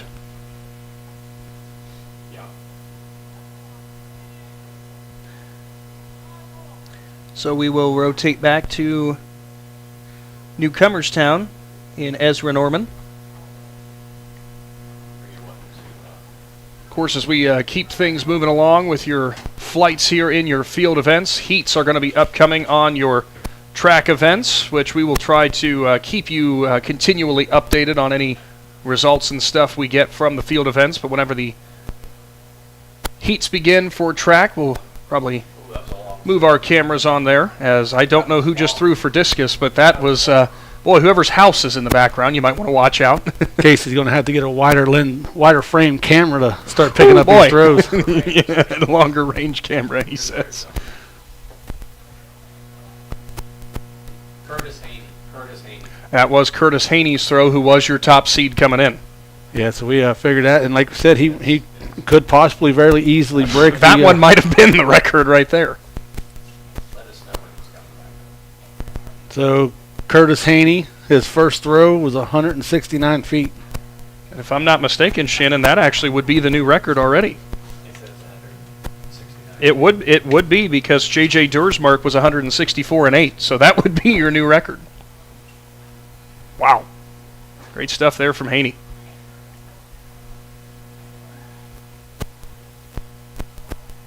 Of course, a big thank you to another one of our sponsors who jumped on for today's presentation. As if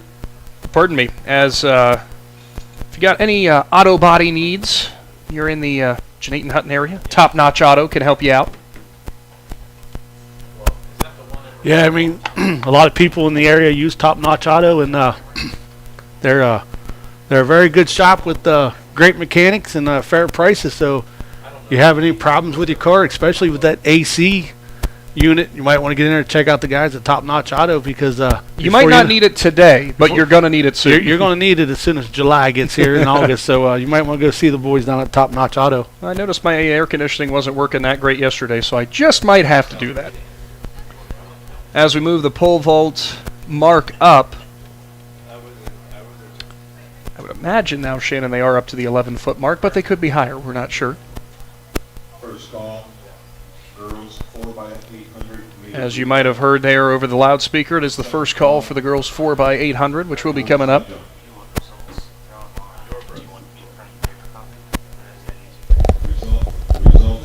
So first up here for the next mark, I'll get it right this time, Josiah Klassner for Indian Valley.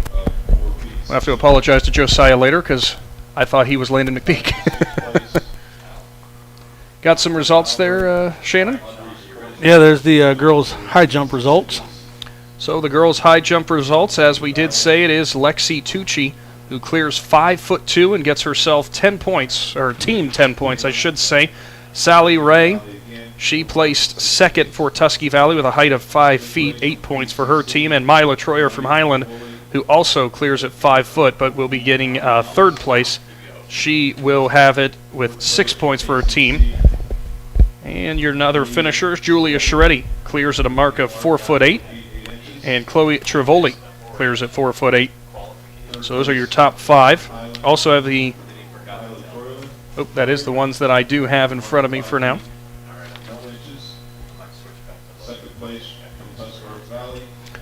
I will say though, Shannon, the 1985 record from Malvern, Karen Lark will stand. Landon McPeek ready to jump for Indian Valley, or take his attempt, I should say, at pole vault. Okay, go for it. Go for it. Oh, you just missed Landon. As McPeek will clear.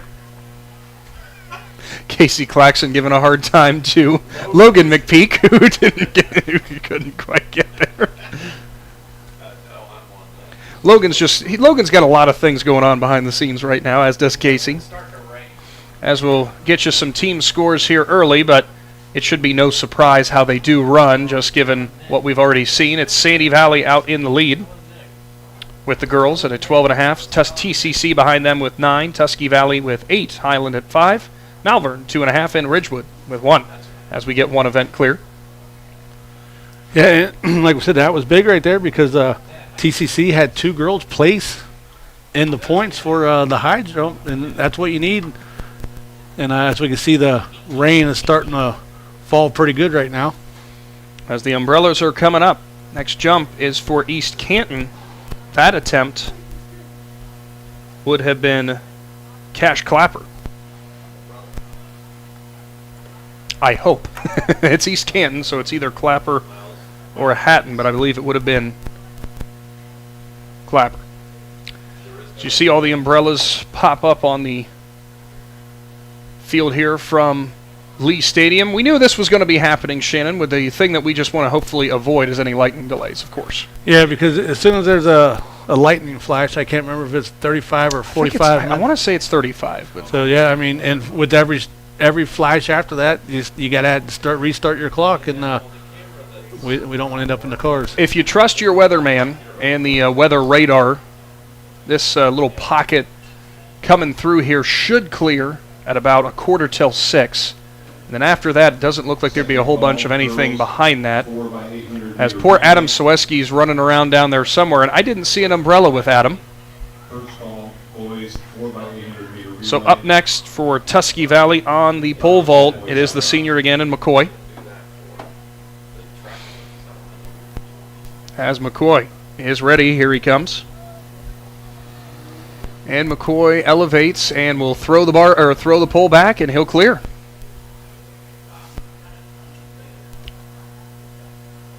I just kind of wonder how tough it becomes in the rain for these pole vaulters.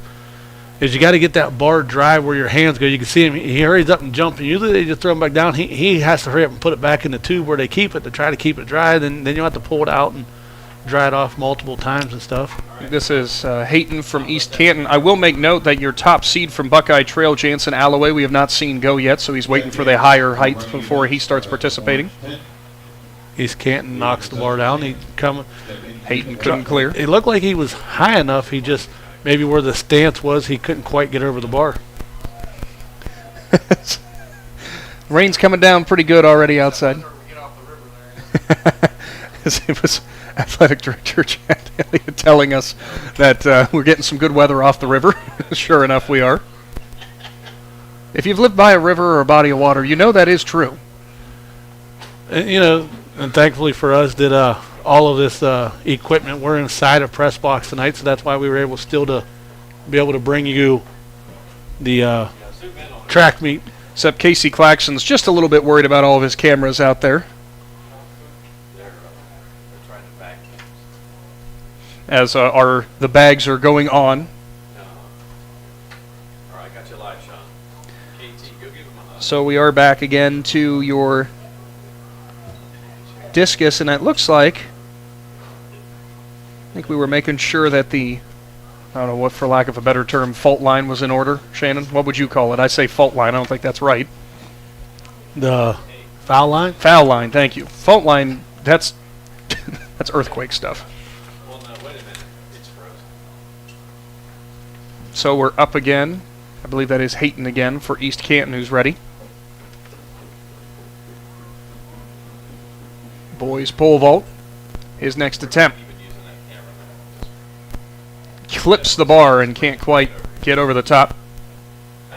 Well, that would be terrifying for me, Shannon, just because you got that bar coming right at your face when you're coming back down.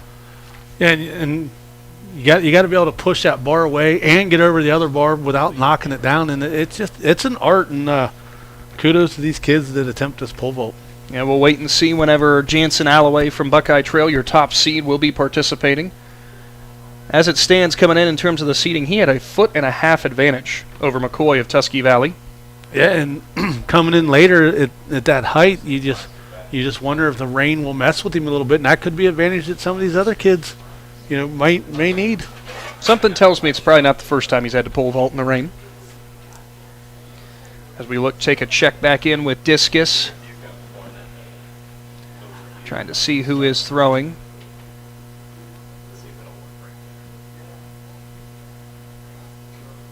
Could not tell, but logging another great distance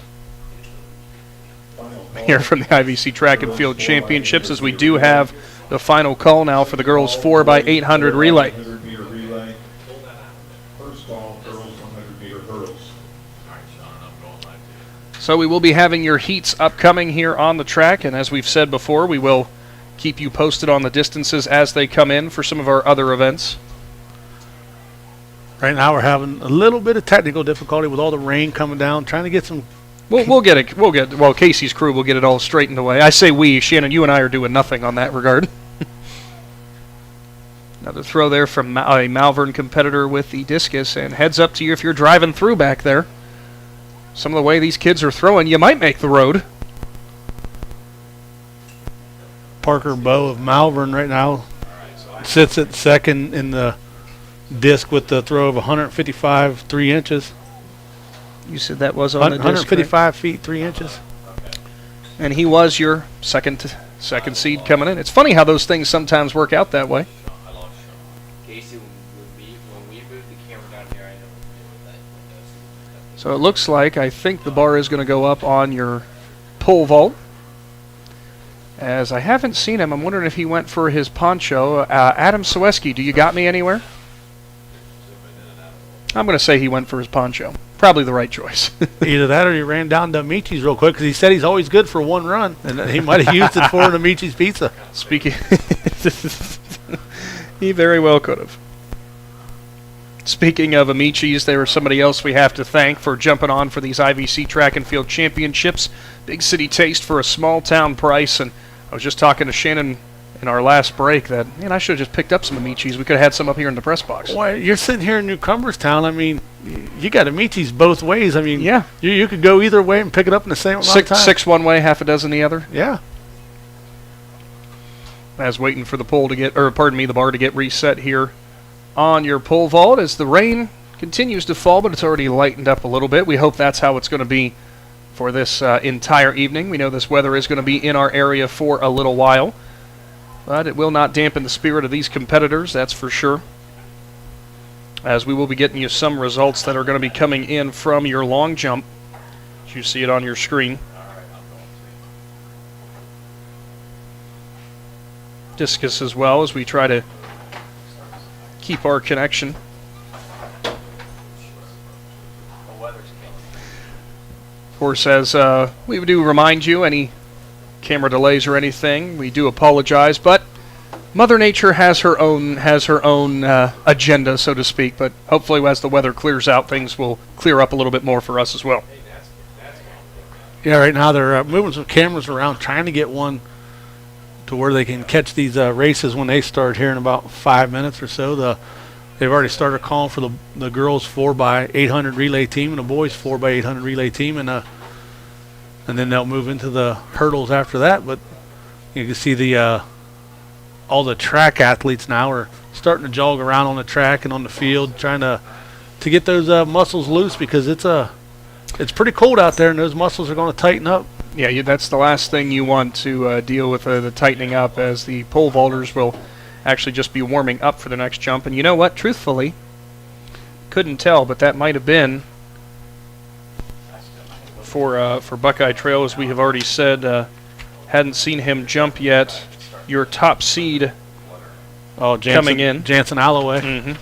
Yeah, he's well, I'm not sure if did Max McCoy come in for Tusky Valley yet? He did. He has been. So Jansen will be there. Jansen gets his run-throughs now, so this will be his height that he's wanting to come in at, and then they'll start at the beginning again. And I'm assuming they're probably going to start with Josiah Claxon for Indian Valley. I believe he cleared 11 feet, didn't he? I'm fairly certain, yes. I said that with such great confidence, didn't I? Yeah, well, we'll see. I know what Josiah looks like. I could see him from a football field away. The lights have come on here at Lee Stadium. Always something cool to see. I'm sure these kids love running under the lights. Yeah, but with this weather, they got to come on a little early. Typically, you probably wouldn't have seen them probably till about 6:30, but yeah, got to burn a little bit of electricity early. You know, we've been thanking all the sponsors and Claxon Communications and everybody out here doing all their hard work, but we also want to send a thank you to anybody who is watching right now as well for their continued support of high school athletics. You know, if you couldn't make it out here to Lee Stadium tonight, or you're far away and you just wanted to tune in, regardless, thank you so much for your continued support as well. Yeah, you know, like I said, we got to thank the sponsors, because they're able to bring it to you guys. You know, our fans that join in for everything that we bring you during football season, basketball season, and our spring sports season. And I keep joking around with Adam that we're going to go volleyball now, since his daughter Sarah Sawetsky's finished up her high school career, and when Sarah gets a break from college, I'm going to bring her in and she can do the she can do volleyball. She can do the live play-by-play, and we'll just sit there and be the caller. Exactly, perfect. As up next on your pole vault, it was Klassner who could not clear, but we're going to go ahead and take a brief time out here because our heats are about to begin for your track competition. Big Z Sports is going to return after this. Are you neglecting your building's fifth wall? Did you know something as simple as a clogged drain can lead to a destructive roof leak? Protect your business assets with WM Commercial Roofing's Umbrella Care program. This program will provide you with regular maintenance surveys and repairs to extend the life of your roof. Invest in your business with our top quality materials, advanced techniques, and skilled craftsmanship. Are you ready for a reliable partnership? Visit our website, wmcommercialroofing.com, and follow us on Facebook and Instagram to learn more.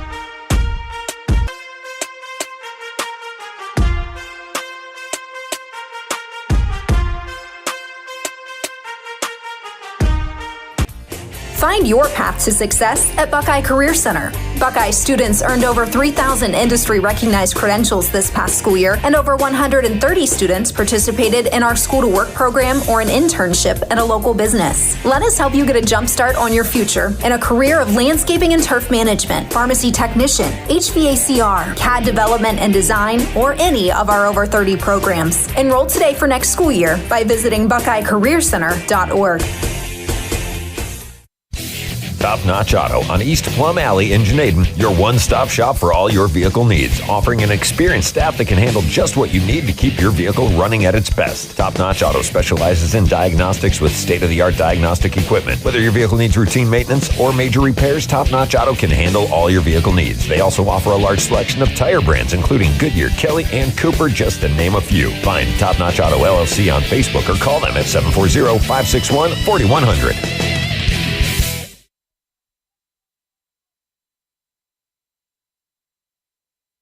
When you think pizza, think Amici's Pizza, with locations in West Lafayette and Janaden-Hutton to serve you. Amici's Pizza offers your favorite traditional pizzas, as well as specialty pizzas, subs, wings, and salads. Everything from the dough to the sauce is made fresh daily. Right now at Amici's, with the purchase of a large or an extra large pizza at regular price, receive a free medium cheesy bread. Try one today in West Lafayette or Janaden-Hutton. Big city taste for a small city price. Learn more. Find Amici's on Facebook. Kinsey Excavating and Trucking is a family-owned and operated business in New Philadelphia. KET is a general contractor. They provide services to commercial and municipal clients. They employ local union operators and laborers. KET is dedicated to providing outstanding work using the latest technology and employing local individuals to positively impact Tuscarawas County and the surrounding area. Kinsey Excavating and Trucking proudly supports the Indian Valley Local School District and wishes all area athletes, musicians, artists, and students a successful season. T-County Boxing Academy on East High in New Philadelphia invites anyone serious about boxing to see what they offer and have success just like pro boxer and Uricksville's own Sugar Dre Donovan. T-County Boxing Academy not only offers the area's premier training facility, but also offers the best supplements on the market for peak training to get the most out of your workouts. To see all T-County Boxing Academy has to offer, find T-County Boxing Academy-TCBA on Facebook. Live more comfortably this winter with the help of Unified Insulation Systems. Unified Insulation Systems is a full-service insulation and weatherization provider that can show you how to properly insulate your home or business. With good insulation from Unified Systems, you can prevent your gutters from freezing and get rid of your high-energy bills. Call Jeremiah Thomas today for your free quote at 330-773-7377 or visit unifiedinsulation.com. Call Unified Insulation Systems today, your most trusted name in insulation.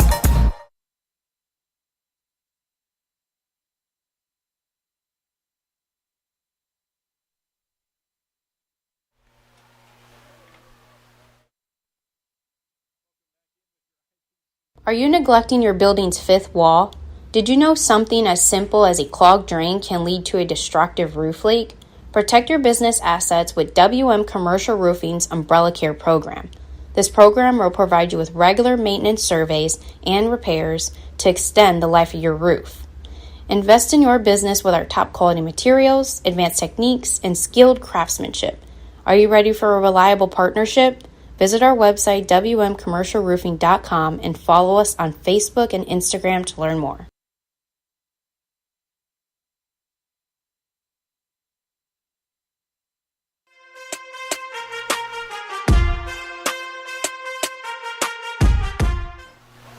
Big Z Sports is back with the I.V.C. Track and Field Championships. Apologies as the rain has increased quite a bit, so Claxon Communications working hard to make sure all their equipment and everything is staying dry and such.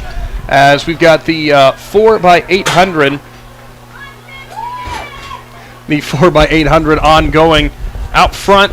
Last time we saw on the last turn, it was Sandy Valley. Looks like they still have the lead. In second place, just completing the handoff, is Tusky Valley, and East Canton coming up in third. As Adam Soweski has braved the rain, and we found him. Not braving anymore.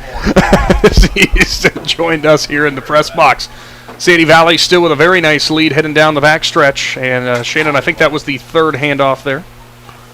Yeah, I'm not quite sure. We might have lost track. With all this rain coming in, and they're trying to move the cameras around because we're losing cameras, and Mother Nature's putting the damper on things right at the moment, but we're trying to get the camera set up so we can get these running events. And well, and of course, making sure we don't ruin any equipment in the process. Yeah, Casey and his the Claxon Communication crew is moving as quick as they can, and but right now we're just kind of watching the girls do their run-throughs over on the long jump pit, and that's got to be miserable running through that long jump pit with the water and the sand gets in your feet, and it's like sandpaper just grinding on your heels. And speaking of long jump, we do actually have a final result that came in courtesy of Adam for the boys for the long jump.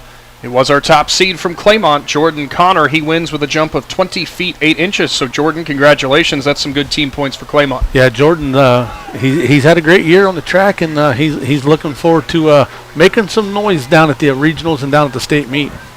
So Sandy Valley has had quite the lead here throughout this event, but looks like Tusky Valley is definitely closing the gap here as we roll on with your track and field coverage. And we're going to welcome in a special guest there, Shannon. Yeah, we're going to bring in the I.V.C. commish, Mr. Don Spinell.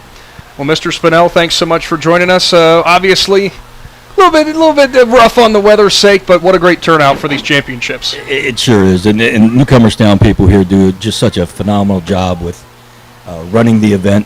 There's nothing we could do about the weather, but look, there isn't anybody hesitating right now. They're still running the event, and gosh, God bless the high school kids. I don't think as old as we are, we would do something like that. And the fans haven't moved. They all came prepared. They knew it was going to rain. They brought their umbrellas, and they're going to support these kids until the end. Well, that's what spring sport parents do. They know that they got to battle the elements, whether it's too cold, snowing, whatever. They battle through it in the spring sport. And that's what I said, Adam, he's a spring sport parent. So, you open up the trunks of these cars, and they got sleeping bags, they got winter coats, they got heaters, they got sunscreen. I mean, they bring it all with them. You have to be prepared when you have a student athlete as a spring sport athlete.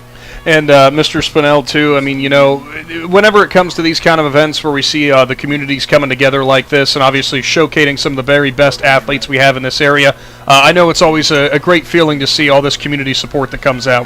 We're very lucky. I'm very lucky to be a part in the position where I am with this league because, we have 14 schools that are just support the daylights out of their sporting teams, and it's just fun to watch great competition. These are the leaders of the East District, in whether it's track, whether it's baseball, whether it's softball. It's all really good stuff. And you look at these I.V.C. schools, I always refer to the working man's league. All these schools across the board in the I.V.C. have done phenomenal jobs upgrading their facilities. I mean, just down here at Newcomerstown a few years ago, they built the big field house beside us, and then all the other schools that just keep building on it, and that's a plus to the I.V.C. in itself. Well, it sure is, and it's a plus that for kids that go to these schools, in their field house that they built. We don't know. We may move pole vault inside tonight. Who would have thought of moving pole vault inside? 5 or 10 years ago. To be able to compete in a meet or an invitation. What a great luxury to have. And I'm telling you right now, Adam Sawecki's standing beside you, and he says, if you move it inside, he will go in and cover it. What? See, that's a guy taking one for the team right there. Well, he'd have to do it over phone. I don't think the wireless mic will pick up in there.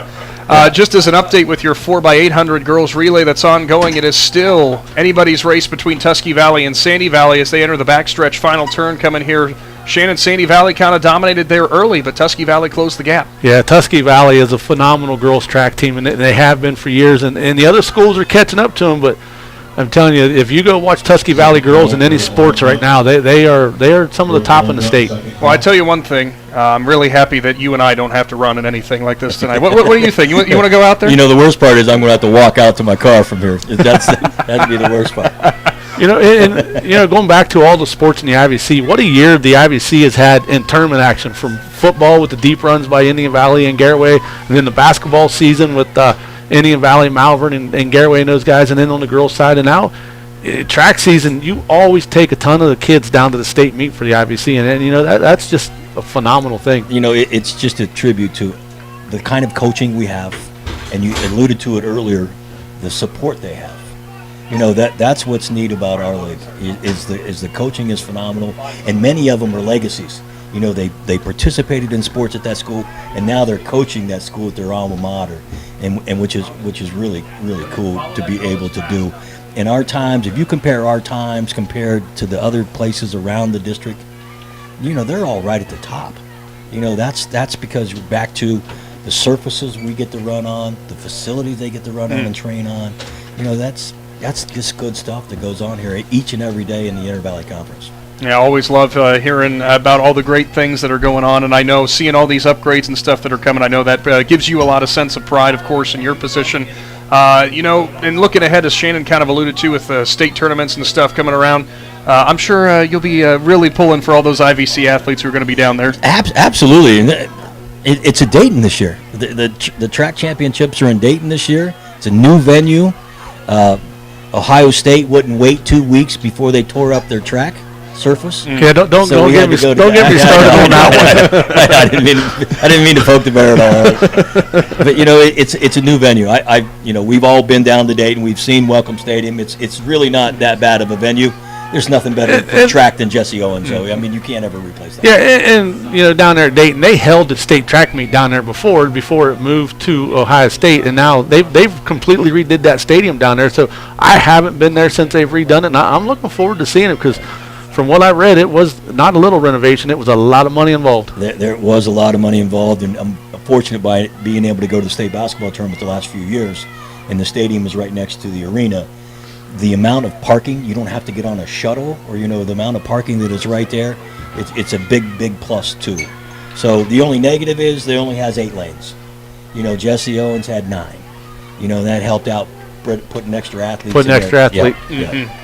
Well, I.V.C. Commissioner Don Spinell, thank you so much for your time, Don. It's always great having you on here as we are wrapping up the girls 4x800, as it will be the Sandy Valley Cardinals picking up the win over the Tusky Valley Trojans there, Shannon. Big win for Sandy Valley. Yeah, big win for them. And got to give a shout out to the I.V.C. If you get a chance, go follow them over on X or on Twitter. Mm-hmm. They post a lot of stuff, and yesterday they announced that I can't remember the exact number, but it was a lot of scholarship that they gave out to the athletes this year, and I think I read where they gave a $250 scholarship to at least one kid from every school, and then they had their bigger scholarship. So nice job by the I.V.C. right there. Certainly is. As we're wrapping up the girls 4x800. Thank you again to Commissioner Spinell, and also thank you to the Claxon Communications crew working through getting everything operational here as we deal with the elements. As you see on the backstretch there, some competitors still ongoing, but regardless, for Sandy Valley and Tusky Valley getting first and second, missed who came across in third. But still a great showing there for both the Cardinals and the Trojans. And that's got to be a big morale boost for the Cardinals, too, because like you said, Shannon, the Trojans, when it comes into most of the track events for the girls, you almost have to feel like they're pretty big favorites just with how great of a season they've had. Yeah, they're and like I said, they've been dominant for a few years now in track and in cross country. I mean, those girls put in a lot of miles up at Tusky Valley, and what a big day for the Cardinals. So upcoming next, I think you had it'll be the boys 4x800 that will be upcoming as well. So of course, as with our long jump, as we mentioned, that boys update, the winner, Jordan Connor from Claymont, 20 feet 8 inches. See if we get the other finishing list from that, as those have gone officially final. Yeah, I got a couple of finals now that since I've been slacking, but oh, you're all right. Coming in first place in the boys' long jump was Jordan Connor from Claymont, 20 feet 8 inches. Parker Edwards from Strasburg was second with 19 feet 7.5 inches. Jason Morris from Sandy Valley was third, 19 feet 4.5 inches. Barrett Bandy from Tusky Valley was fourth with 19 feet. Carson Hostetler from Indian Valley was fifth with 18 feet 10.75 of an inch. Dom Singer from Newcomerstown comes in sixth. Clint Barnhart from Claymont comes in seventh. Caleb Dubner from Sandy Valley comes in eighth to pick up the final team point. So once again, Jordan Connor from Claymont wins the long jump. Perfect. And we got any other results that have come in from some of our field events? Yeah, we got the not quite yet. It says they got the results. So they're working on it right now. It. They certainly are. So the boys 4x800 will be upcoming, and we'll go through your lane assignments as in terms of the start and everything, of course. Lane 1 looks like it will be Garraway. Lane 2, Tusky Valley. Lane 3, Claymont. Lane 4, Indian Valley. Lane 5, East Canton. Lane 6, Malvern. Lane 7, Buckeye Trail. And Lane 8, Sandy Valley.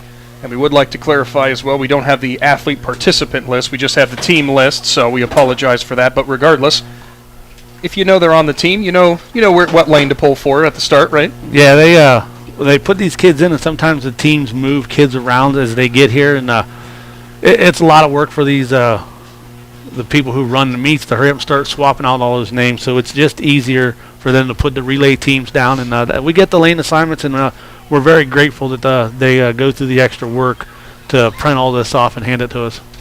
As the 4x800 for the girls just about set to get wrapped up. As coming across and finishing strong will be Malvern. Final call. As that will do it. So, boys now about set to get underway. 110-meter hurdles. First call, girls 100 meters. So again, Garraway, Tusky Valley, Claymont, Indian Valley, East Canton, Malvern, Buckeye Trail, Sandy Valley. That is your lane assignments from the infield to the outer parts of the track. I think that makes enough sense.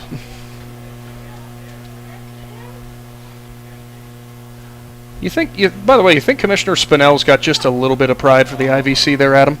I would say he does. I would say that, and how could you not? I mean, you guys touched on all the stuff the success these I.V.C. teams have had. Obviously, there's always going to be league champions, but the success they've had at the state level and the state tournaments, like he said, it goes to show the success of these coaches and where the quality level is of all the coaches for this whole conference. It's weird. You sound different, Adam. Why's that? Well, it's there's probably an echo in my voice now. Can't imagine why. But I'm dry. Walking through and chasing all these events around, I did run into Tusky Valley girls head coach Matt Ward. Mm-hmm. He obviously here. His daughter, I believe, participates. Sally Ray, of course. Yeah, Dave and Denny Tucci were over watching, and Jalen Barino's mother was there. So it's a community event. It's almost like Garraway football coach Jason Wallach. He was over there in the shot and disc area. Have you seen Coach Sluster yet? He's down here walking around. He's a track coach. I'm shocked he didn't grab my mic. I haven't seen him yet. Well, you'll know when I find him. If you find him, we're just going to have that mic get queued up and go, "We're not very good," and that's it. He's going to move on from that. Yeah. It's kind of track and field's almost it's a sport that pulls all the football and all the basketball players and their families all together into one place. Well, I want to make mention again, as we've already talked about during today's broadcast, get out and support all those booster clubs as well. And if you're coming out here to Lee Stadium for these I.V.C. championships, you can support the Newcomerstown Booster Club with their concessions. And the reason I'm bringing that up, I see a thing of nachos and a coney dog walking through the stands right now, and oh boy, does that look delicious. Yeah, well, we're talking, so I don't know if I can talk with food in my mouth. Well, I was actually, when I was down there at the high jump pit, I was having a hard time focusing because they're grilling burgers or something down there, and my nose was taking me away from that pit. As it is the boys 4x800 that has gotten underway, so we'll bring you sporadic updates as we remain on the long jump pit, because that is the girls now getting ready for their go at it. And speaking of the girls in the long jump, in terms of some of your top seeds coming in, and again, these are all your top seeds based off of their good marks from throughout the season. Your leader for that is a name that sounds familiar, who's already wrapped up the high jump. It's senior Lexi Tucci for Sandy Valley. Then her teammate, senior from Sandy Valley, Elena Heller. She has a distance of 17 feet 4 inches. At 16 feet 6 inches, junior from Strasburg, Riley Thomas. It is Zion Watson, a sophomore from Malvern, behind her. Junior for Ridgewood, Caitlin Scott as well. And it will be Jalen McQueen, the freshman for Ridgewood. Becca Fouts, the freshman from Tusky Valley, and junior from Malvern, Rain Thies, and freshman from Buckeye Trail, Crystalyn Watson. Those are some of your top competitors in terms of their seeding, Shannon, who will be competing here in the long jump momentarily. As you see in the 4x800 out in the early lead is Garraway, but there are Indian Valley, East Canton, and Tusky Valley right alongside them. Yeah, and this is going to be a pretty good race between the boys. Like you said, Garraway, I believe, was the all-county champion in this event at New Philadelphia. So they'll be the favorite coming into this. So now on the coming into this with the 4x800, some of your top seeds, as you were saying about the all-county champion there, Shannon, if I can find it. Well, unfortunately, I don't think I can. You could go back on the Big Z's post somewhere. I'm sure it's there somewhere. But it's probably a week behind in a lot of I material. found it. Garraway coming in did have the top time with 8 minutes, 31.46 seconds. Yeah, this is a pretty good event for the Pirate boys. And on top of that, the record for the I.V.C. championship set back in 2014 by the TCC boys team at that point, 8 minutes, 25.6 seconds. Heck of a time there for the Saints back in 2014. As going into turn 3, Malvern and Claymont, as you can see on your screen.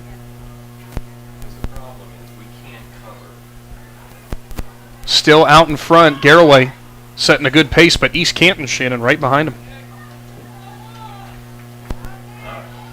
Indian Valley and Max Kinsey comes by with Indian Valley, and guess what, Shannon? Guess what he's doing? He's smiling. Of course he is.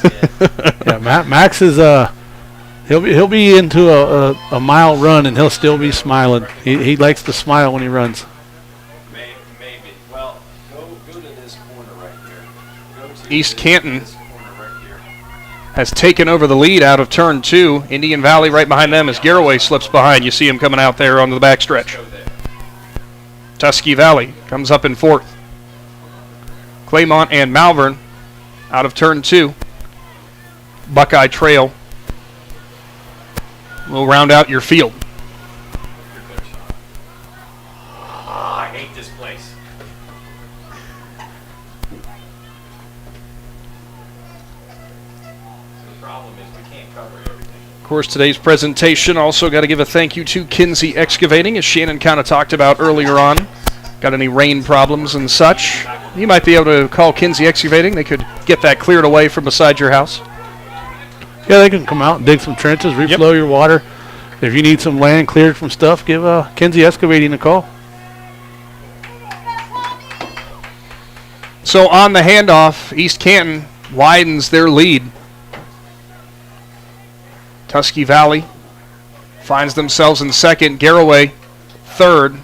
Indian Valley 4th at the next handoff. There's Claymont and Malvern, and Buckeye Trail coming up as well. And now you see, Shannon, the afterburners will come on. East Canton has that nice lead, but Tusky Valley and Garraway not going away lightly. Yeah, and that's what you got to do. You got to kind of hang there and keep putting pressure. And I hate to say it, but sometimes it takes a little bit of a side stitch or a cramp, and you're right back in this thing. Well, and that could be the interesting dynamic that comes in here solely for the fact of the temperatures changing as they have with that rain. You see Buckeye Trail coming out around turn 4.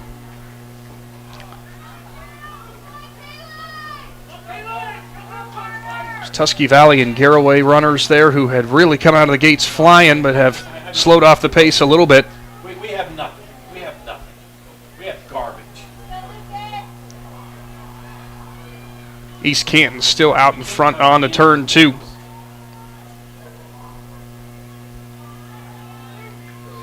It is interesting, too, with your top seeds there, Shannon, as we talked about with Garraway.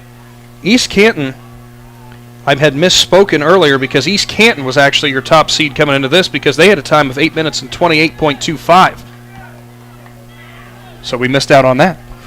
Yeah, and East Canton's one of those distant teams. They're really good. Daniel Adams just sent me a text and told me that Macy Anderson from Indian Valley has won the shot put. She's a back-to-back I.V.C. champion. Good on Macy there. Another great performance from her. We'll get your official distance coming up here in just a little while. East Canton has widened their lead in this boys 4 by 800 over Tusky Valley and Garraway. Indian Valley and Claymont now duking it out for 4th. Daniel said Macy's official distance was 34 feet 4 inches, and we'll get the rest of the girls once they get them uploaded. 34 feet 4 inches in the girls' shot put, which for the girls' shot put coming in there, as we had already mentioned, that Macy was the top seed with that 36.3. The record for that was set back in 2019 from Ashton Warner, 43 feet 3.5 inches. So that record, as we can tell, will still stand. Afterburners getting turned on now. East Canton coming down the front stretch. Garraway, Tusky Valley duking it out for who's going to get second, because right now it is all East Canton out front.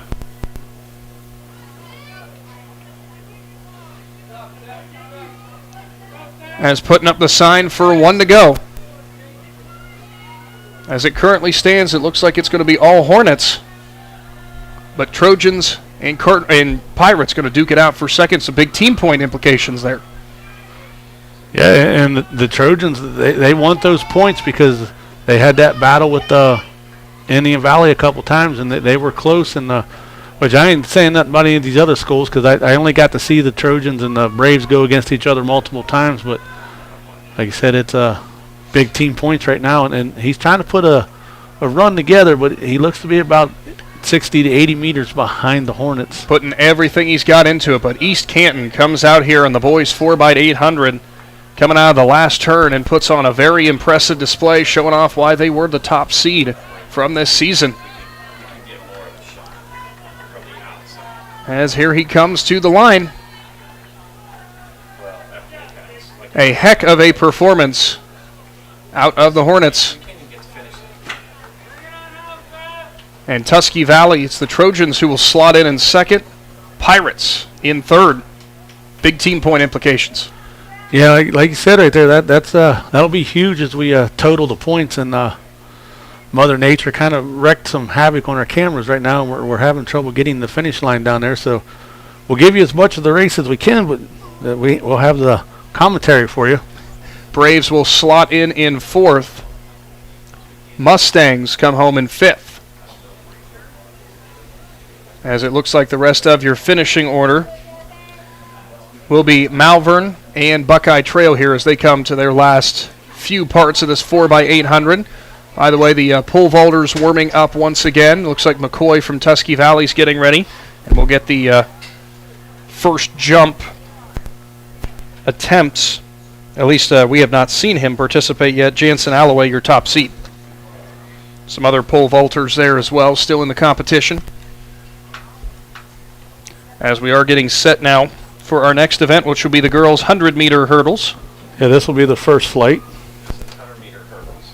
We're not going to get it. Shawn, you got to be at the finish line. So it will be in your first heat. Abriana Giordano in lane 2 for Sandy Valley. Olivia Wysand for East Canton. Lane 4, Kaylee Abrams from Buckeye Trail. Lane 5 from East Canton, Haley Holstein. And in lane 6, Courtney Kinsey from Strasburg. Those will be your lane assignments upcoming. First call, boys 100 meter. As of course, if you have not done so to this point, get subscribed to the Big Z Sports YouTube channel because we will notify you every single time we go live. And I just want to cue them up for this one more time. Shannon, how much does that cost, folks? Well, if you see me out and about, bring me a Michi's large pizza. That's what it costs you. But really, it's free. If you see anybody comment on our link saying go here and they ask for credit card information, do not do that. Just delete it because everything that Big Z Sports brings you on YouTube is absolutely free. All the staff and such here, volunteers from Newcomerstown working hard to get the hurdles up. Kind of a part of what Mr. Spinell was talking about, always having the great contributions from the volunteers and everybody. As thankfully enough, Shannon, looks like the rain subsided a little bit here, and I said, what did I tell you? About 5:45 it was going to move away. We move into 6 o'clock and things are looking good. Yeah, there's going to be just a little bit of a break in the faster these athletes run, the quicker they get out of the chance of getting wet. I was going to say, or get dry, depending on how much they've already been out. As we'll wait to see if we got any other results that have come in, like for the so for the girls, there we go. The girls 4x800 meter relay, the official Sandy Valley was a winner with 9 minutes 58 seconds. Tusky Valley was second with 10 minutes and 4 seconds. East Canton was third with 10 minutes and 39 seconds. Indian Valley fourth, 11 minutes and 20 seconds. Ridgewood was fifth with 11 minutes 43 seconds. Buckeye Trail was sixth with 12 minutes and 4 seconds. Claymont seventh with 12 minutes and 33 seconds. And Malvern picks up the last team point at 13 minutes and 55 seconds. So that was your girls 4x800 meter relay, Sandy Valley Cardinals are the I.V.C. champions. Which coming down the stretch, that even that last team point could be all the difference depending on where you're going to place. Once again, we'll go through your lane assignments here for this first race as you see on your screen. On the inside in the lane number 2, it will be Abriana Giordano from Sandy Valley. Lane 3, Olivia Wyson from East Canton. Lane 4, Kaylee Abrams from Buckeye Trail. Lane 5, Haley Holstein from East Canton. And lane 6 will be Courtney Kinsey from Strasburg. That is how they are lined up on your screen. It will be from the inner part of the field where we are with our camera out. That's how the order that they've gone. It's always a interesting dynamic there, Shannon, going from a 4x800 relay to one of the fastest events that there is. Yeah, this is always exciting to watch these athletes do these hurdles, and while we're waiting for the gun to fire, the boys 4x800 meter relay official results. East Canton gets the win with 8 minutes and 23 seconds. Tusky Valley comes in second, 8 minutes and 31 seconds. Garraway comes in third, 8 minutes and 41 seconds. Indian Valley comes in fourth, 8 minutes and 57 seconds. Claymont comes in fifth with 9 minutes and 12 seconds. Malvern sixth with 9 minutes and 26 seconds. And Buckeye Trail comes in seventh with 9 minutes and 53 seconds. But your 2024 boys 4x800 meter relay I.V.C. champion goes to the East Canton Hornets. Good stuff there. Guys? Yes, sir. Just a quick update. Sorry to intrude. Whenever the pole vault gets going, the bar is at 11.6. Look at you, Adam. They're starting. Yeah, see, it's almost. It's getting to 27, but it's at 11.6 right now. Oh, you're killing me, man. But thank you for that update. And some of your your competitors, are going to be the top seeds as we get underway for the girls' 110-meter hurdles. It's Buckeye Trail out in front. It's Abrams who has the lead as she's coming to the last few. Abrams out front coming to the last set. And she will cross the line in first, and it's an East Canton 2 and 3 finish as Wyson and Holstein finish 2 and 3. Good run for them. So now this will be the lane assignments for your second heat, and this will be your faster heat. This will be your in the inner lane closest to the infield in lane 1. Emma Maher from Malvern.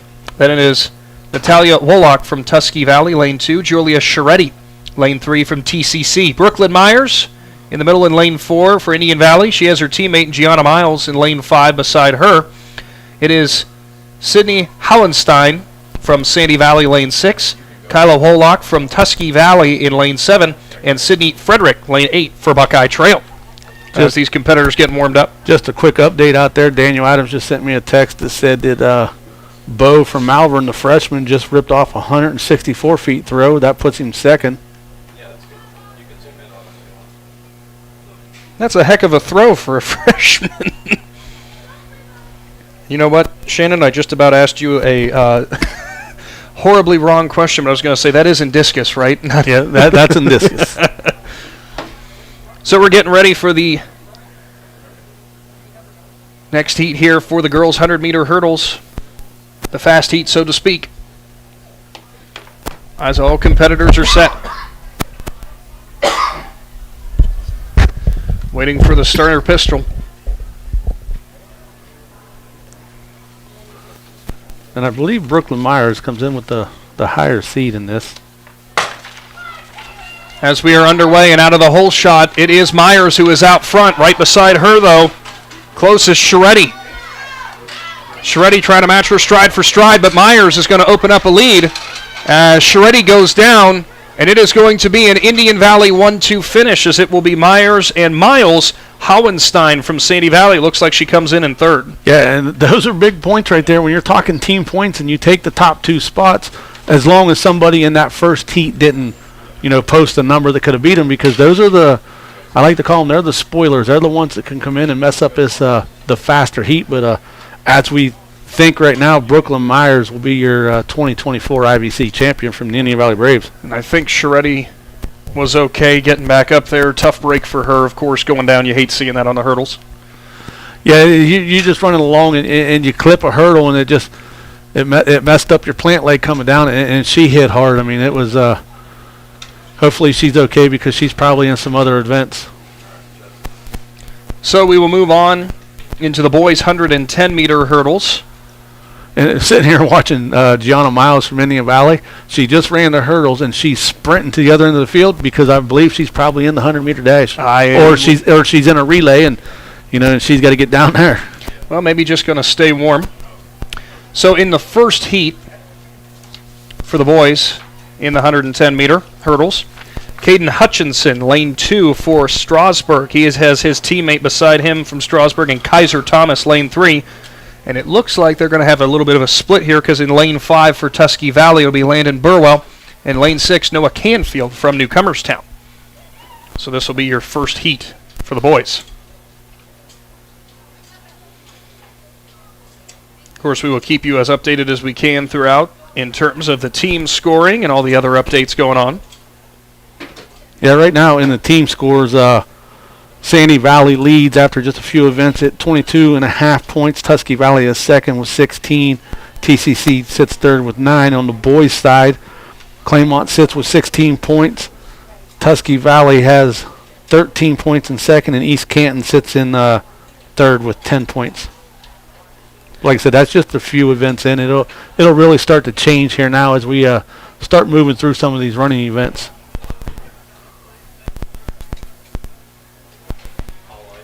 With the rain kind of moving out of the area, Shannon, you think Adam Sawecki's out there braving it again? Actually, I see him. He's down by the finish line. I know he is because he's sending me some text messages with some updates. Yeah, I'm down here. I found a nice little home. It's right by our banner. Oh, look at that. And I'm doing some work from here now. Good call.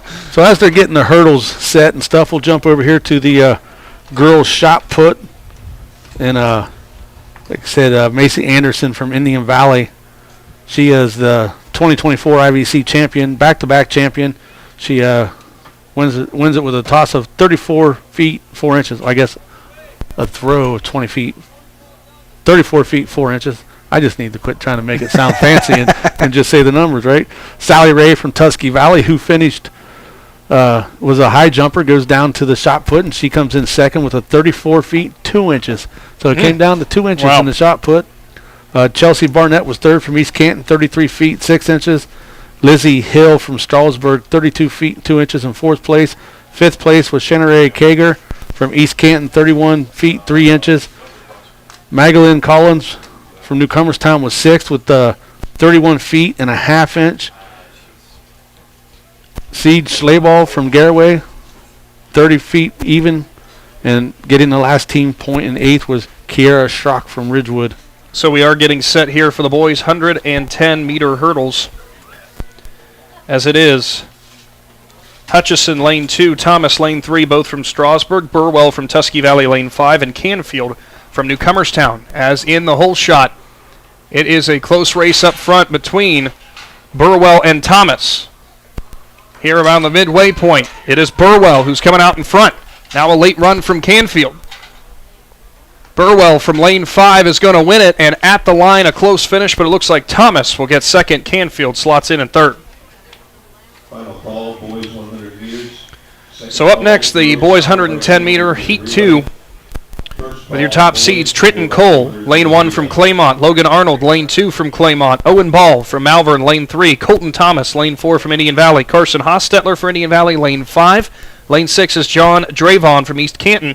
Carter Fenn from Ridgewood, lane 7, and Wyatt Lockhart, lane 8 from Ridgewood. As in your fast heat here, Shannon, we'll see who is going to pick up some big team points for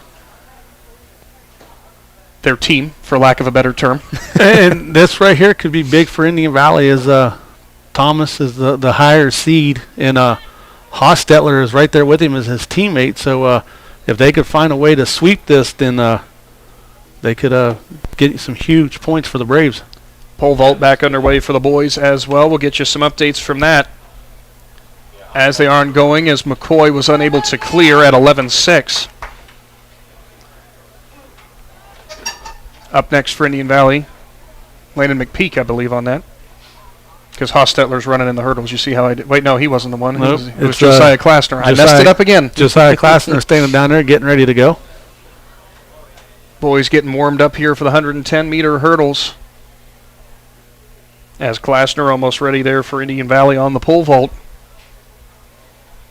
as his attempt at 11.6 will not clear. Very interested to see how this pole vault will shape up. Yeah, and it's something with those pole vault kids because it takes so much confidence to get going and get to where you need to be. And then they had a rain break to where they had to cover the pit and everything, and now they're all out there trying to get loose again, this and that. So it's never easy, never fun. Well, they'll say it's fun. They'll say it's all fun. So 110-meter boys hurdles about ready as all competitors get in the starting blocks. Your lineups from inside to outside: Cole, Arnold, Ball, Thomas, Hostetler, Dravon, Fenn, and Lockard.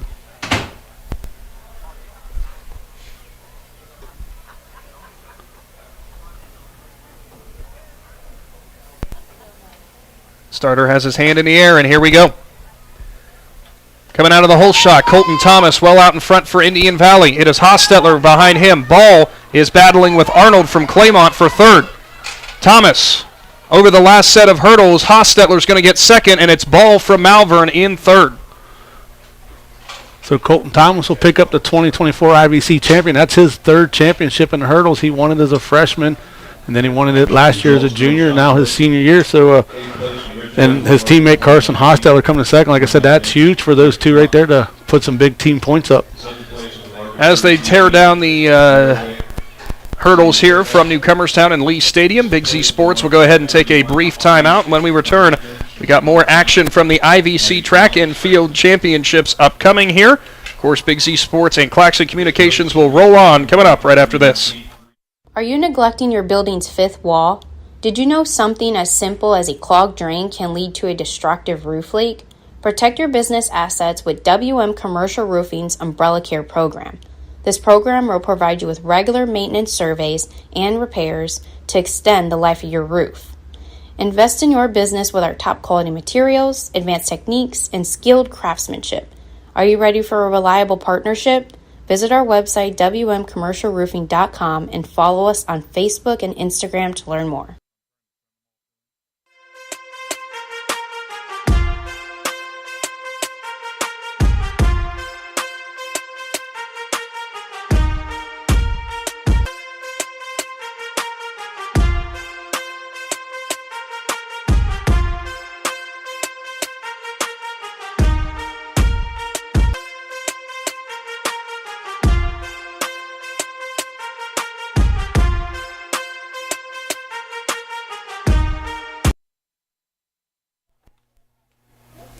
It is the girls' 100-meter dash that is upcoming now. Three heats out of this one. Jalen McQueen, lane 1 from Ridgewood. Kayla Miller, lane 2 from Highland. Lane 3, Haley Myers from Conotton Valley. 4, Paige Wallach from Claymont. 5, Addison Citro from Conotton Valley. And Lily Klink, lane 7 for Highland. As coming out of the blocks and well out in front for Ridgewood is McQueen. And it will be Wallach in second for Claymont. McQueen's going to win this one going away. Placing third there for Conotton Valley will be Myers. Yeah, that's just in the first heat. We got 3 heats for the 100 meters dashes, and then they'll take all the times and sort out who the champion is. So that'll take us a little bit to get the champion for you. Kennedy Searcy from Claymont is in lane 1 for your second heat. Jersey Eddy from Buckeye Trail, lane 3. Avery Sprague, lane 4 for Malvern. Zoe Matthews, lane 5 from Newcomerstown. Indian Valley, lane 7, Lainey McDaniel, and in lane 8, McKenna Freeman, also from Indian Valley.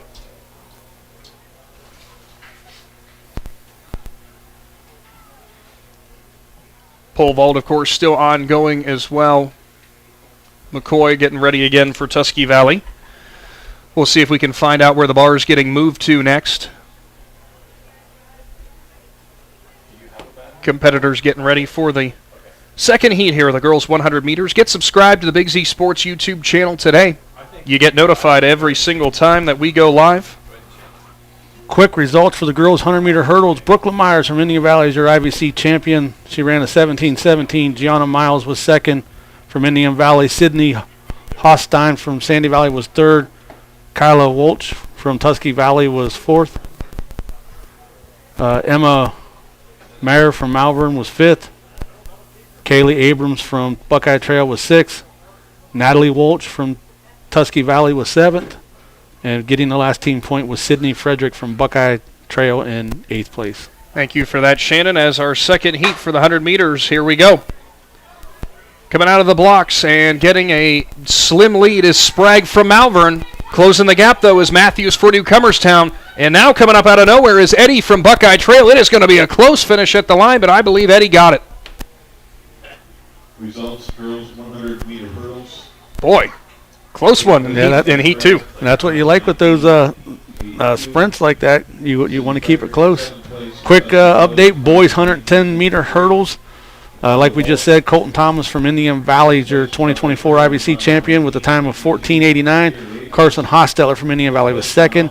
Owen Ball from Malvern was 3rd. Logan Arnold from Claymont was 4th. John Dravon from East Canton was 5th. Trenton Cole from Claymont was 6th. Carter Finn from Ridgewood was 7th. And Wyatt Lockhart from Ridgewood was 8th. So your fast heat here for the girls 100 meters, inside lane, closest to the infield. Lane 1, Zion Watson from Malvern. Lane 2, Mariah Schuler from Newcomerstown. Lane 3, Savannah Ashton of Tusky Valley. Ridgewood's lane 4, Kenzie Bice, who she broke multiple records in some more distance running. Lexi Tucci, lane 5 for Sandy Valley.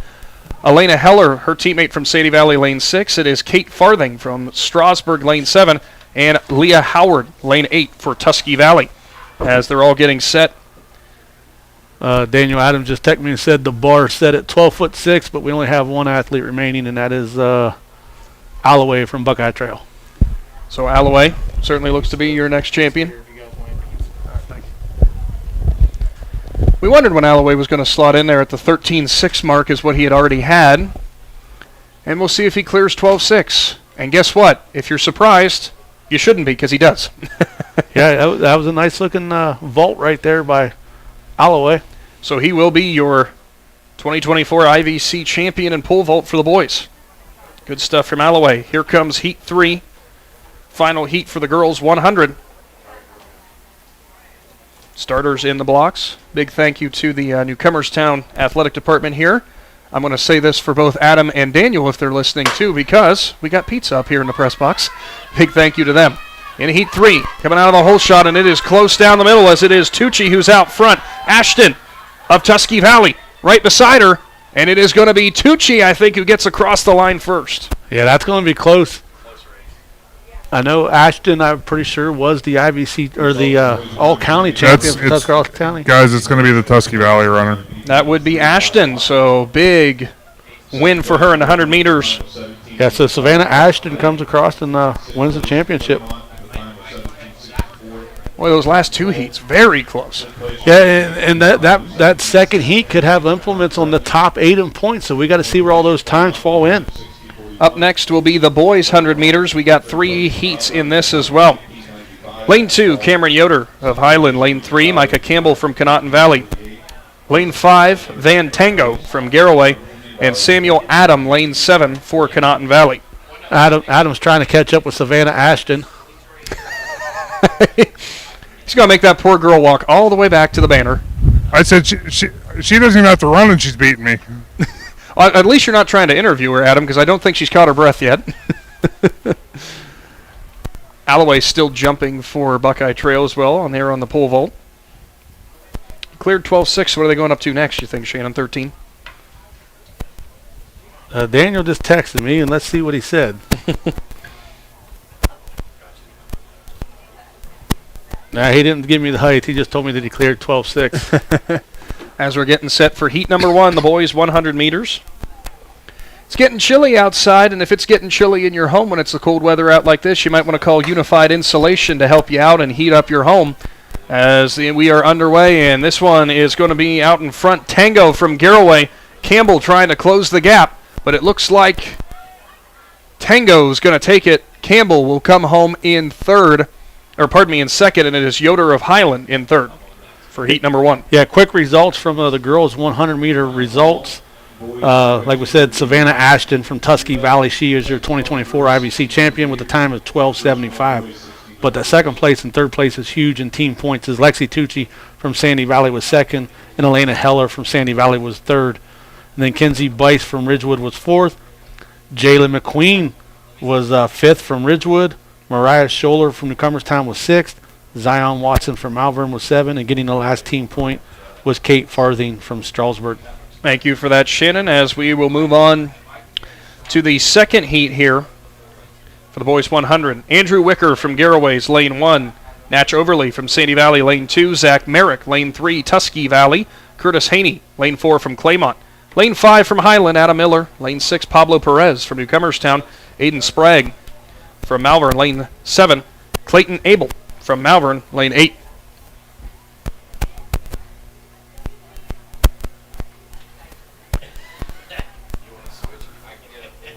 As I know Adam's getting cold down there because the arms have been crossed. So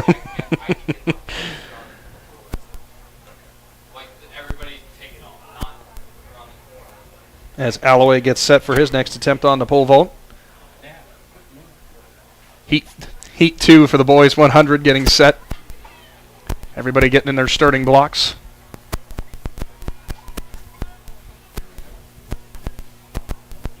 Starter's hand in the air. And here we go. About midway through and out in front in the lead is Overly, but here comes Haney from Claymont. Haney at the line is going to be the winner for heat number 2. Good run for him. Yeah, and with these boys, a lot of these times are so close. Like you said, you could be in that third flight and you could end up cracking into the top 8. So it'll be interesting to see how this goes. Once again, Shannon, we talk about multi-sport athletes or multi-disciplines. Curtis Haney dominating in discus and doing a great job in the 100 meters as well. Yeah, that's insane because when I was in school, shot put and disc guys didn't do long jumps and didn't do running events. So, in your fast heat, the boys 100, Grady Kinsey, lane 1 for Indian Valley. Owen Faulkner, lane 2 for Indian Valley. Lucas Gillen, lane 3, Sandy Valley. Alec Tarakitis, lane 4 for Claymont. Lane 5, Donovan Geiger for Buckeye Trail. Lane 6, Marcus McNichols for Tusky Valley. Mason Todd, lane 7 for Buckeye Trail. And Matt Humphrey for Ridgewood, lane 8.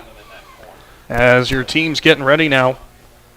This should be a fun one, as you kind of talked about. Tarakitis with Claymont coming back. Shannon, this could be big for them. Yeah, he had a great indoor season come out. His outdoor season started off, and then he had a little hamstring problem. He tried to come back a little too soon, and he kind of hurt it a little bit again. And now I'm glad to see him back. This is the type of time of the year where you got to get back in rhythm with the districts coming up next week. Daniel Adams was giving him some updates on pole vault. We'll see if he gets any updates coming from the long jump as well. This will be a good race between Tarakitis and Gillen.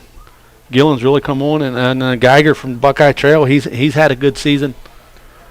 And then Faulkner and McNichols and Kinsey, they're all right there. It's going to be a great race regardless. Starter's hand in the air, and here we go. Boys fast 100, and up the middle it's Tarakitis who has a nice lead to start things off. Gillen pushing him. Now from the inside it's Geiger. Going to be close at the line, and I think Geiger might have got him.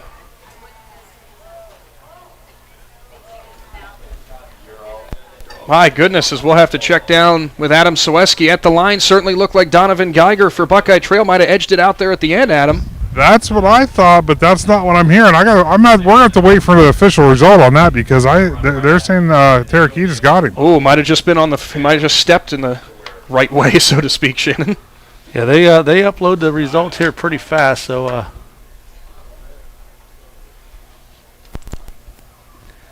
Up next, we're going to have the girls 4x200 relay as we wait to find out who your I.V.C. champion for 2024 is in the boys 100 meters, who will capture those 10 team points. As we'll move the starting blocks, of course. What 3 great heats for the boys 100. Yeah, I'm telling you, the boys 100-meter dash in this area, it's got a lot of good athletes in it for the last couple of years. Last year I got to watch a phenomenal race between Tarakitis and Gavin Henry.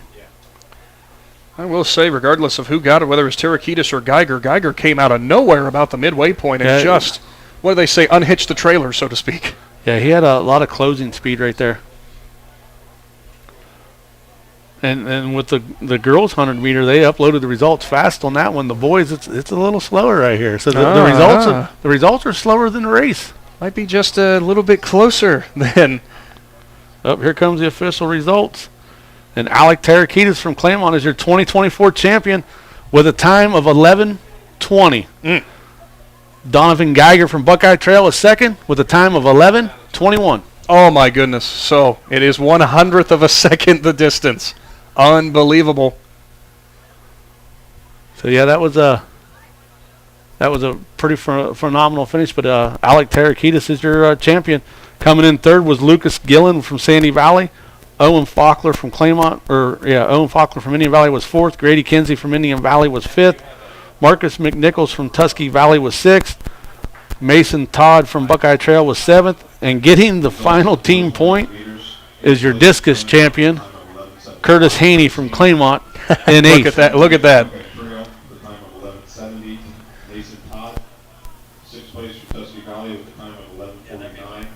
Of course, Adam Soweski working hard to get all of our champions down there in front of the Big Z Sports banner. Of course, as he'll be running down Alec Tarakitis here from the Claymont Mustangs as the official winner. 1/100th of a second, the difference. Donovan Geiger. And from Claymont, first place is a time of 11:20. Alec Tarakitis.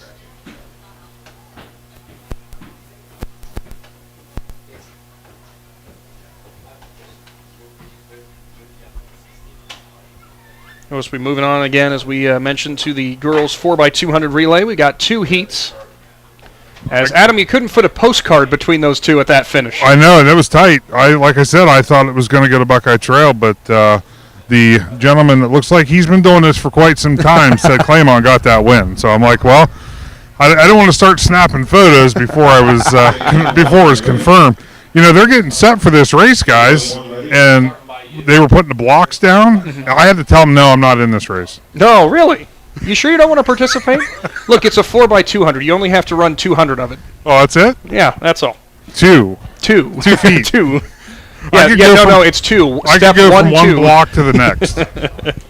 So in the 4x200, first relay here, or heat 1, it is Strasburg lane 3, Buckeye Trail lane 4, East Canton lane 5. We're going to have two heats.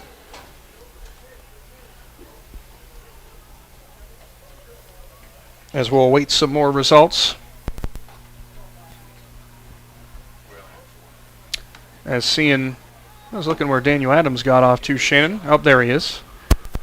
Yeah, walk over there. Walk over there. We'll see with the long jump with the girls. I'm not sure if they're actually... I can stroll over there. He was chasing Alec down for me. Oh, well, judging by how fast Alec just ran, I don't think that's an easy task for Daniel. No, I think he got him at the other end of the field. Yeah, there you go.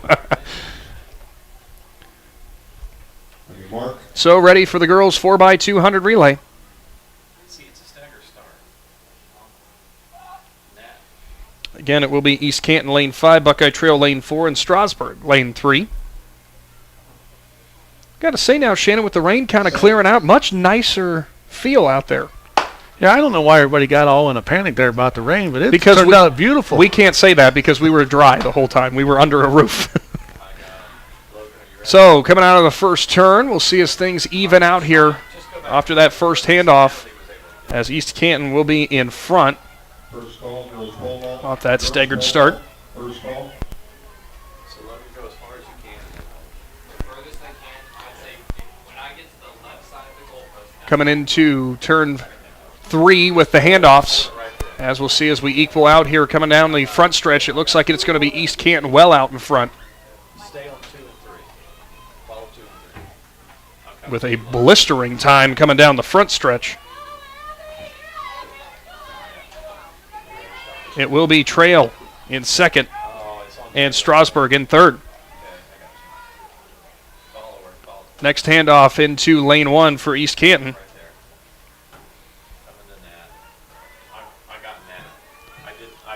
Well, I tell you what, there, Shannon, the Hornets way out in front early. Yeah, this is the first flight of the championship. There'll be another flight with the heat flight, however you want to do it. I think we interchanged those around here. But I mean, this 4x200, man, it's one of the funner relays I like to watch, along with the 4x100. I mean, your handoffs have to be so precise. I mean, if you're running a distance relay, you can bobble a handoff a little bit, and then you got time to make it up. But in these the 100 and the 200 relays, man, it's just like those handoffs better be there, or it will cost your team. Coming down the front stretch and coming to the line, it is going to be East Canton, who looks like they're going to wrap this one up in Heat 1. Trail will come home in second, Strasburg in third on this first heat. Good performance by all runners there. As also an update over on the high jump, the boys look like they're logging some scores, or some heights, I should say. So we'll bring you updates with those as we can get them. Yeah, and coming in, the number 1 seed in the high jump is a scratch for today, is Tyson Pryor from Indian Valley. So that's big for the other schools as far as team points.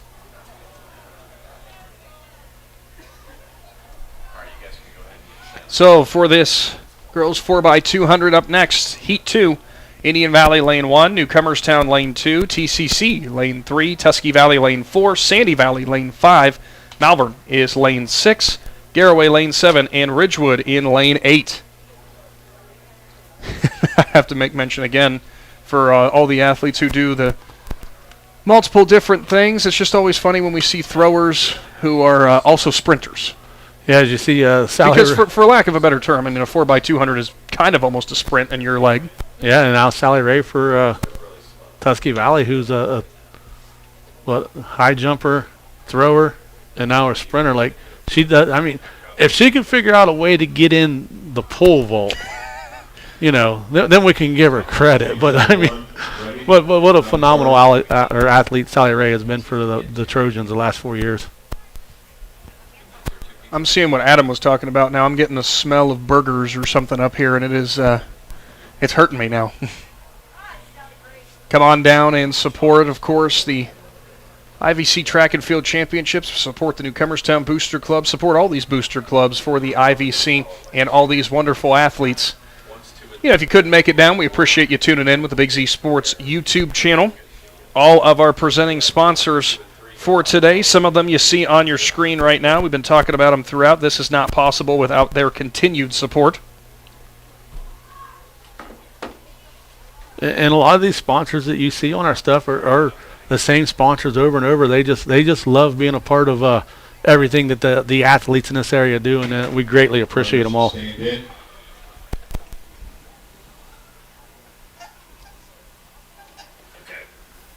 Girls 4x200, the fast heat upcoming here from Lee Stadium. On your mark.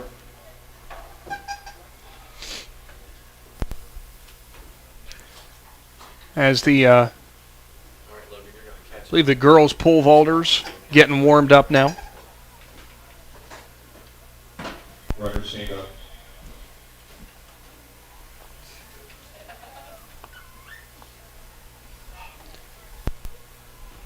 Throws on going out there for discus, or pardon me, shot put as well. We'll continue getting some scoring updates as we get them.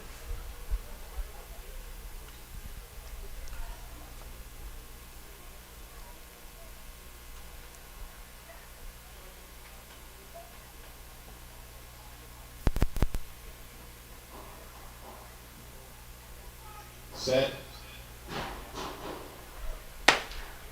As we are underway once again. It was Ridgewood who was in lane 8. And we'll see as we equal out here to the next handoff where we are.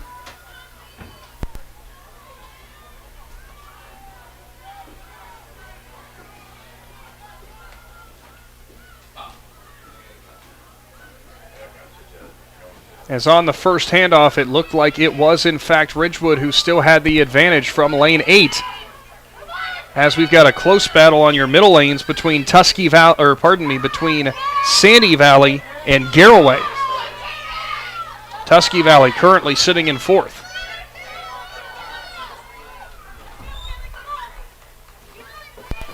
On your next handoff, looks like it is going to be... Ooh, it's close between Ridgewood and the Tusky Valley on getting that handoff there. Because here come the Trojans out of nowhere. Yeah, and right here's where you see the difference in lanes make up. Everybody's like, I thought it was the second handoff. So or first handoff. Everybody's like, why are you so far out and this and that? And you'll see them start to make a difference right here as the math works itself out. Well, speaking of that math, it's working well for the Tusky Valley Trojans because they now all of a sudden have a commanding lead coming around turn 4.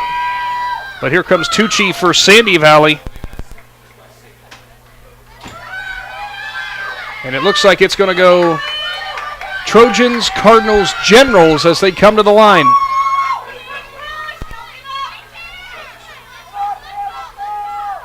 That is how the finish will go. Tusky Valley, Sandy Valley, and Ridgewood, Newcomerstown, Garraway, Indian Valley, as that'll be your finish for the girls 4x200. Well, what have you been saying about that Tusky Valley girls track team there, Shannon? They are very impressive when they get on a roll. They got a lot of good relay teams and then some distance runners. But I'm telling you, I've been coming to the I.V.C. track meet now for probably pushing on 7 or 8 years straight, and all the other girls' team has closed the gap on Indian Valley or on Tusky Valley as far as the running events. But it takes a lot of work in the off season, and Tusky Valley does it. 4-way tie for second place. Tusky Valley with a height of 11 feet. Max McCoy, East Canton with a height of 11 feet. Ash Clapper. As we're getting the final results for the boys pole vault here.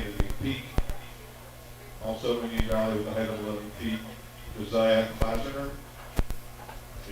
So the boys pole vault results. Jansen Alloway from Buckeye Trail wins it with 12 feet 6 inches. 4-way tie for second. And Indian Valley's Josiah Klassner, Landon McPeek from Indian Valley, Cash Clapper from East Canton, and Max McCoy from Tusky Valley all vaulted 11 feet. That's one heck of a name for a pole vaulter, by the way, Cash Clapper. Cash Clapper. So Klassner and McPeek from and McPeek from Indian Valley, Clapper from East Canton, McCoy from Tusky Valley. They all tied at second place with 11 feet. Sixth place was Lucas Payton from East Canton, 10 feet 6 inches. Seventh was Ezra Norman from Newcomerstown, 10 feet. And eighth was Colton Gingrich from Buckeye Trail, 9 feet 6 inches. But Jansen Alloway was your Buckeye Trail was your 2024 pole vault champion for the boys. Thank you for that, Shannon. As we've got the first heat of the boys 4x200 upcoming, it will be Sandy Valley, Malvern, and Strasburg.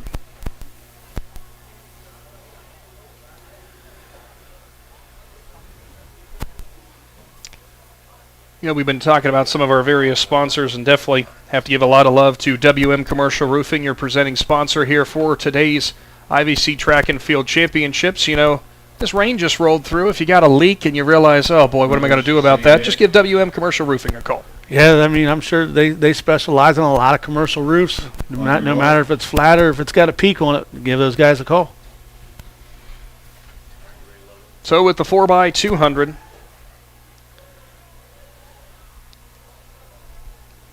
as we'll take a look at the seating for how this one will go in this first heat. In this first section, it would be advantage Malvern, who is running in lane 4 with a time of 1 minute 41.17 seconds.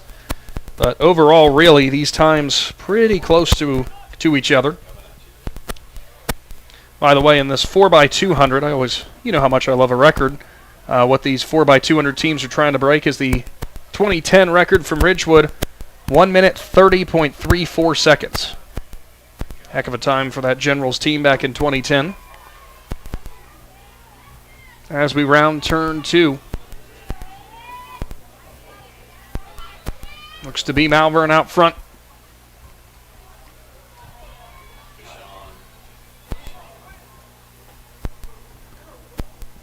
Although with the next handoff, as you said there, Shannon, about how things even out, Sandy Valley looked like they were quicker on that handoff. Daniel Adams just sent me a quick update from over in the flights from the prelims for the girls, and right now Lexi Tucci leads it with a jump of 15 feet 8 inches. So they'll do the 2 flights over there, then they'll have a finals later. On your final leg, here are the 4x200, and there was a little bobble for Malvern, and Sandy Valley's going to take advantage.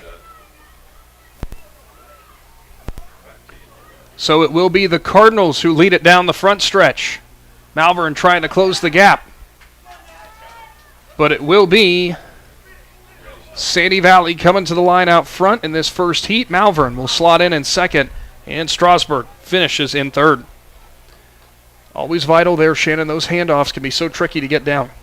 Yeah, and I watch a lot of the relays at Indian Valley because I go to quite a few of their meets with my daughter running, and the boys' relays are really fast, but they've kind of moved some runners around, and they've had some problems with a couple handoffs lately, but they're still winning meets when they're bobbling handoffs, but that's something that you got to get cleaned up, and so for girls and boys, those handoffs are very crucial this time of the year with conference championships, then districts and regionals and state coming up. Heat 2, Lane 1 will be Newcomerstown. Lane 2 is Garroway. Lane 3, Indian Valley. Buckeye Trail will slot in Lane 4. Tusky Valley, Lane 5. Lane 6 is the team of Ridgewood. Lane 7 is Claymont. And rounding out your 4x200 boys relay in Lane 8 is East Canton. Hey, guys, the wind's really picking up down here. They're going to get a nice tailwind coming for the victory. All of a sudden, somebody knocks about 3 seconds off their time, is what you're saying? Yeah.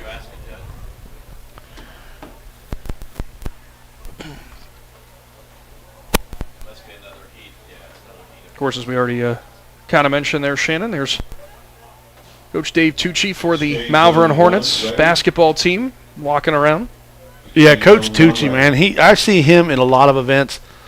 I was at the I.V.C. showcase for the girls for basketball. I was there for a few games, and Coach Tucci come there, and he was there pretty much all day watching girls basketball, and just all these coaches get out and support these other athletes. It means the world to them. It means the world to any kid for people to show up. So we are on to the fast heat of the boys 4x200. Still getting warmed up here for the pole vault for the girls.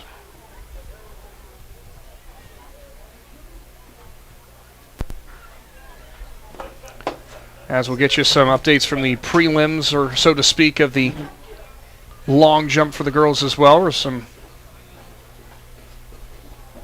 I don't think, Shannon, we have not had the final events from over there. For which one? For the long jump, that was just the early flights, right? Those are just the early flights for the girls, and they probably still have some girls that have to jump early because of they're getting pulled off to go do running events. Well, we've got the girls 1600 upcoming. Might have some of them there.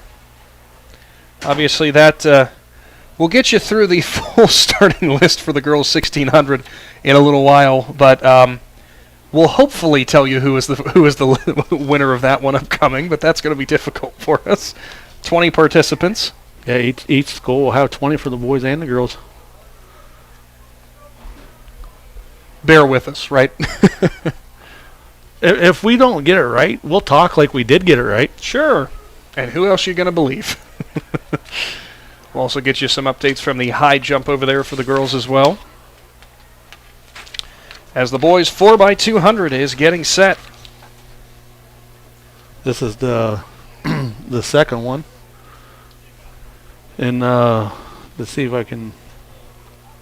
So coming into the faster of the heats,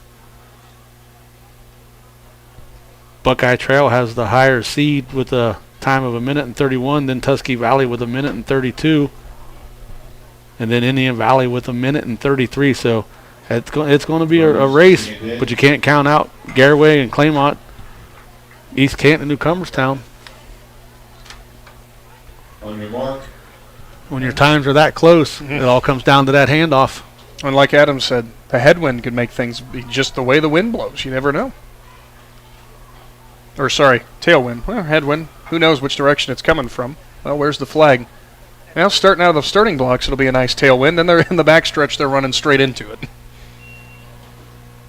Set. As we are underway. I know it. I don't know all these kids, but I do know that it's Colton Thomas come out of the blocks for Indian Valley. As again, we do not have the actual team. I wonder why you know it's Colton coming out of the blocks. As we do not have the actual participant list, we do have the teams that are participating. So if you know who's running in that you're rooting for, we apologize. But at least you know, right? Yeah, trying to see who he handed off to. Not sure if it was maybe Carson Hostetler. I'm not sure. So coming around in turn 2, out front, it would appear to be Ridgewood, but we'll wait till things even out here on this next handoff. Oh, it would be Reese St. Clair for Indian Valley. So on the first handoff, I would say you got to give the advantage there. I think it is Ridgewood, but coming up quickly from Buckeye Trail out of lane 4. Coming in from lane 2 on the backstretch. Looks like Trail's going to take the lead. In third, it would be Tusky Valley as it stands. We'll see with this all-important last handoff. Trail does it beautifully. Ridgewood's going to try to close the gap. Indian Valley bobbled the handoff there.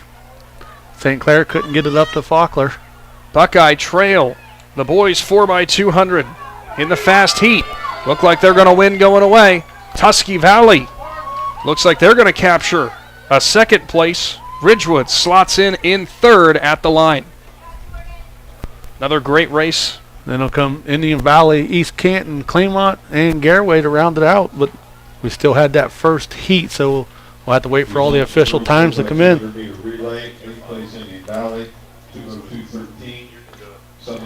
So up next is the girls 1600. And we'll be getting underway. And I'm going to go ahead and start running through your participant list because I don't know if we're going to get through it in time if we don't. These are how the lanes say that they're assigned. But you know what? We're just going to go in order. For East Canton, it's Audrey Wade, Callie Wallace from Claymont, Casey Russell from Sandy Valley, Kylie McKenzie from Strasburg, Trista Leisher from Tusky Valley, Grace McPherson from Claymont, pair of Garraway runners in Maya Wengard and Natalia Flores. Jillian Welch will run from Indian Valley, Buckeye Trail's Kylie Cochran, Kaylin Kinsey from Newcomerstown, Ava Raw-Hill, I hope I said that right, from Ridgewood, Ashley Piat from Malvern, Jenna Ramser from Tusky Valley, Victoria Miller from Highland, Leah Irvine from Malvern, Maddie Larison from Ridgewood, Nicole Swift from Indian Valley, Megan Bellamy from East Canton, and Maggie Smith from Newcomerstown. Those are your 20 runners for the girls' 1600 meter. Quick results from the girls' 4x200 meter relay. Tusky Valley is your 2024 I.V.C. champion in the 4x200 meter relay with a time of 1 minute and 48 seconds. Sandy Valley was second, 1 minute and 50 seconds. Ridgewood third, 1 minute and 54 seconds. Newcomerstown fourth, 1 minute 56 seconds. East Canton fifth, minute and 57 seconds. Minute 57.36. Garraway was sixth with a minute 57.72. Seventh was Buckeye Trail, 2 minutes even. And getting the last team point was Indian Valley with 2 minutes and 2 seconds. Thank you for that, Shannon. As we heard the call to report for the girls' discus, so we'll try to get you some updates from that. But just as an FYI in terms of the seeding coming into this when it was the girls' discus, your top seed from East Canton was the junior Shannon Cager, 123.9 was her leading throw coming into this. She's trying to beat the record set by Wendy Hines back in 1993 of 133.6.5. Now we got the boys 4x200 results. Your 2024 I.V.C. champion is Buckeye Trail with a time of 1 minute and 31. Tusky Valley second with 1 minute and 34. Ridgewood third with 1 minute and 35. Indian Valley fourth with 1 minute and 37. East Canton fifth with 1 minute and 39. Claymont was sixth with 1 minute and 41. Sandy Valley seventh with a minute. Well, so Claymont was 1 minute and 41.3. Sandy Valley was seventh with 1 minute and 41.8. Garraway gets the last team point with a time of 1 minute and 42. So that was your boys 4x200 meter relay with the Buckeye Trail Warriors as your I.V.C. champions. As we roll on with the girls' 1600 meter here, one of the other sponsors we got to give a thank you to. It's a little bit different than track and field, but it might be the sport for you. Check out the T County Boxing Academy if you've ever thought about trying your hand at some pugilism there, Shannon. You know, I'm too old to go try that. He could give me a workout up there, but I don't. I'm too old to get punched in the face. You could just say, I'm real good at the heavy bag, not so good at the sparring. I'll be the corner guy when they yell, "Cut me, cut me, Mick, cut me, Mick." No, you'll be the guy to throw in the towel, right? So in the girls 1600, we went through that long list of the participants, 20 girls out there on the track. And when it came to your seating, as we will run through what some of your top times were with the girls 1600 meter, your top time, as I try to run through here and sift through, looks like your top time would be 5 minutes and 6 seconds from East Canton senior Audrey Wade. We'll see if she can push the record of the I.V.C. championship record of a 5:02.5. That's one heck of a pace to be setting there, Shannon, as you're pushing almost under 5 minutes in a 1600. That is crazy. Results for boys, 4x200 meter relay from Garraway, 8th place. We'll get you some updated team scores here in just a little while as well. 7th place Sandy Valley with a time of 1:41. Yeah, sitting right now with team scores for the boys. Indian Valley is leading at 55.5 points. Claymont is in second with 50. Buckeye Trail is in third with 33 points. Tuskegee Valley is in fourth at 29 and 3/4 points. East Canton is in fifth with 26 and 3/4 of a point. For the girls teams, Tuskegee Valley sits at first place with 51 points, but Sandy Valley's closed that gap big time, and Sandy Valley is sitting in second at 50.5 points, only a half a point behind. Indian Valley's third at 34 points. Ridgewood is fourth with 21 points, and East Canton rounds out top five at 20 points. And those scores are still really early because we still have a lot of events to go. Coming out of this turn here at the finish line into turn one, the leader is Audrey Wade of East Canton, your top seed.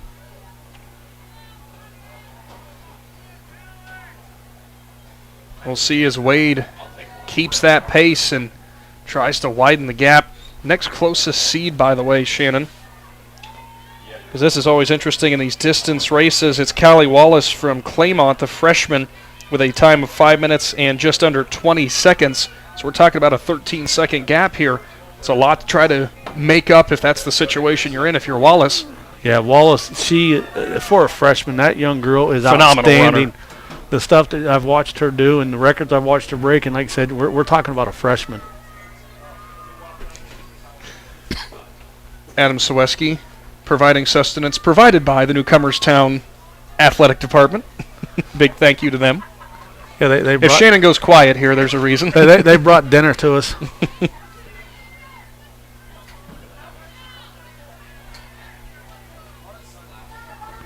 Wade. Big lead for her now as she comes around to complete another lap. And guess who's in second, Shannon? You're talking about kids that just sprint for 1 mile. I mean, it's crazy, the mental toughness that it's got to do that. I think I could get a 1/4 mile in 5 minutes. Maybe. I'll just stick with just sitting here and watch you try. Now I'll pass. I'll say the ankle still hasn't healed up fully. Maybe that's what it is. So Wallace out front, or pardon me, I keep saying that. Wade out front. Wallace is in second. This girl's 1600. Boys 1600 coming up as they're getting ready, heading towards their starting line. Big thank you to everybody who is tuning in today for these I.V.C. Track and Field Championships. As we roll on with our coverage, brought to you by all of our great sponsors. WM Commercial Roofing, your main presenting sponsor today. We also have to thank you, too. All the other ones as well, like Plus 2 New Philadelphia, Top Notch Auto, Amici's Pizza, Buckeye Career Center, Kinsey Excavating, Unified Insulation, T-County Boxing Academy, and, of course, our sponsor for all of our spring sports, the Tuscarawas Insurance Agency. Wade continues to set the torrid pace as she's coming to the bell lap, Shannon. One to go. One to go. Oh, I'm sorry. Never mind. They was signaling to everyone else one to go. Wade just actually finished. My goodness. That's how impressive it was that we were a lap behind. Looks like it is going to be Wallace who will finish second, and I'm pretty sure it was Casey Russell of Sandy Valley who finishes third. And if that is certainly who it was, that means your seeds went in order, 1, 2, 3. Quick update here from the boys' discus. Curtis Haney from Claymont is your 2024 champion with a throw of 169 feet and 3 inches. That is a new I.V.C. meet record for Curtis Haney, as he broke the old record set back in 2021 by J.J. Durr of 164 feet 8 inches. But Parker Bowe from Malvern was second, and he's a freshman, and he also broke the previous record by 1 inch, but he threw 164 feet 9 inches. Logan Sesser from Ridgewood was third. Isaac Smith from Sandy Valley was fourth. Gage Moore from Strasburg was fifth. Vendel Senzesnes, he's an exchange student, and I probably should ask him how to say his name, from Indian Valley was sixth. Braylon Vermillion from Claymont was seventh. Logan Miller from Highland was eighth. But congratulations to Curtis Haney, as he broke the I.V.C.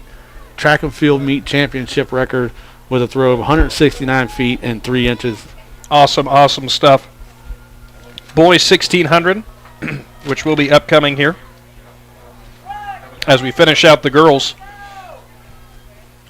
Luke Buxton from East Canton. Jake Capper from Tusky Valley. Max Kinsey for Indian Valley. Nick Palmer for Garaway. Kaylee Whitlack from Tusky Valley.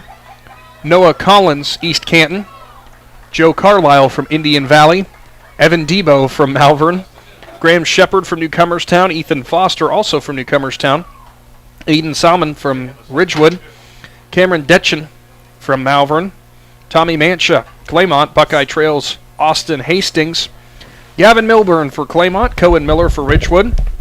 Brennan Rissler for Strasburg. Nathan Young for Highland.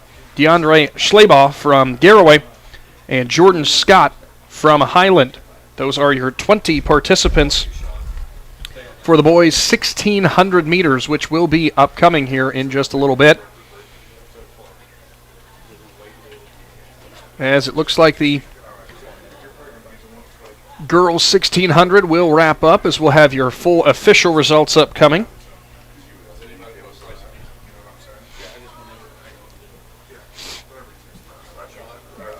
And I noticed, they obviously did not see what the girls pole vault, where they're going to be at here.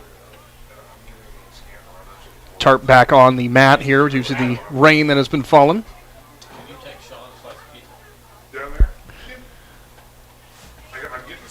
Girls discus ongoing.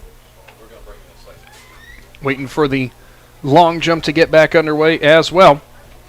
But as we wait to kick off the boys 1,600, a big thank you again. Be sure to check out the Big Z Sports Facebook page for all your latest updates from Z Country on what's going on in high school athletics. Hopefully not too many rainouts, of course, with baseball and softball ongoing with that weather that came through. Lost Shannon there for a second. I can't imagine why. Everybody's standing around eating pizza, and I had to go get a piece for the box went empty. But you know, and like you said, you're still good. Keep an eye on our social media pages, because later tonight I'll get all the individual champions posted, and Adam and some of the other guys are out there trying to take pictures of all the people who won championships. So we'll get all that posted, and it's been a Mother Nature day here, but these athletes have pushed through and really putting on a show for us. Well, they're still having fun, let me tell you. It doesn't matter how cold it is, how rainy it is, they're going to come up, they're going to show up, and they're going to compete. As we'll await the official results for the girls 1,600 to get you some of those times. I don't know, Shannon, it was about 4 seconds she had to make up. Would have weighed for the new I.V.C. championships record. She certainly seemed to be doing it very quickly, so we'll have to wait and see.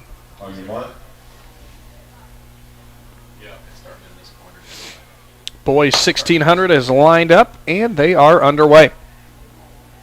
Following girls, please report the long jump for the finals. Lexi Tucci, Elena Heller, Riley Thomas. So it sounds like the long jump for the girls, their finals will be upcoming here, Shannon, Crystal Lynn Watson, as they're calling them over to the pit now. Rain Tice, Yeah, and they've done a phenomenal job over there. And I see did it start raining again? Because I see the pole vault pit is covered back up. Shawn is down there. Judd's over there. I did notice that they had it covered up, and I think that is certainly the case. Well, and like we might need to check with them. They might have moved the girls' pole vault indoors over to the. It's definitely possible over because to the field house and. Because I don't actually see any of the athletes standing around there either.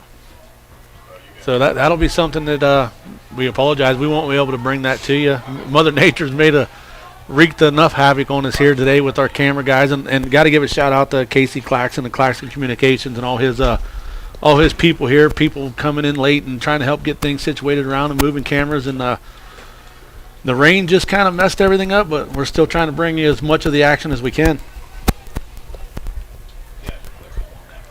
So out front, go ahead. I was going to say, as you can see, East Canton's jumped out front right there, and looks like Indian Valley's Joey Carlisle might be in second. And it would be right now as your runners. It's basically your top seeds out in front. Luke Buxton. I apologize if this is backwards or not. It's listed as Capper Jake, but I'm pretty sure it's Jake Capper from Tusky Valley and Carlisle from Indian Valley. It's actually, pardon me, Max Kinsey would be your third seed, so to speak. But Carlisle is up front for the Braves.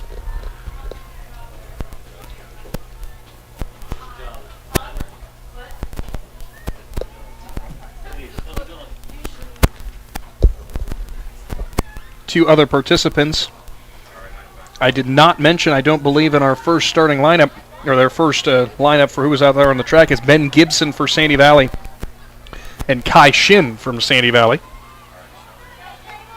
I didn't realize that there was another sheet, Shannon.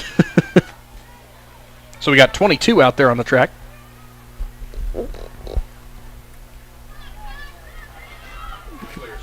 Pull up my official results here, because sometimes when the way they have those listed in the lanes, they put a faster runner with somebody a little bit slower than him. That way you don't get in each other's road on the start. So if I get my pages flipped around here.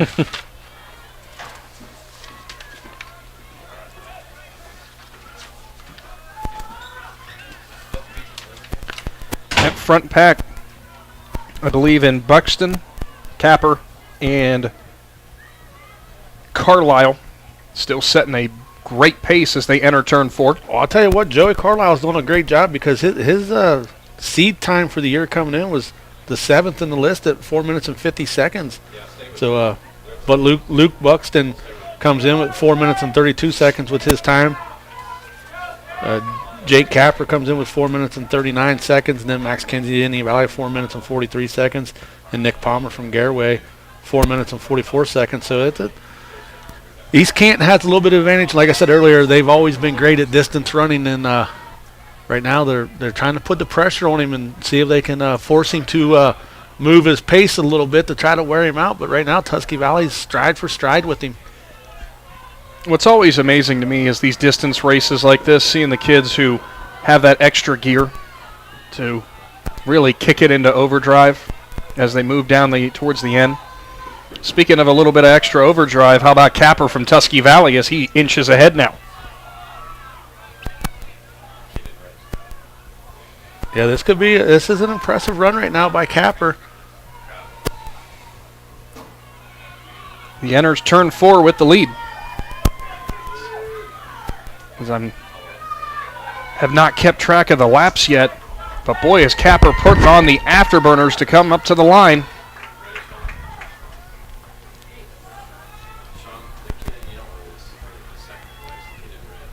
And it looks like it is going to be Capper who's going to pick up the win, with Buxton coming home in second, finishing third, as there's going to be a drag race to the line here.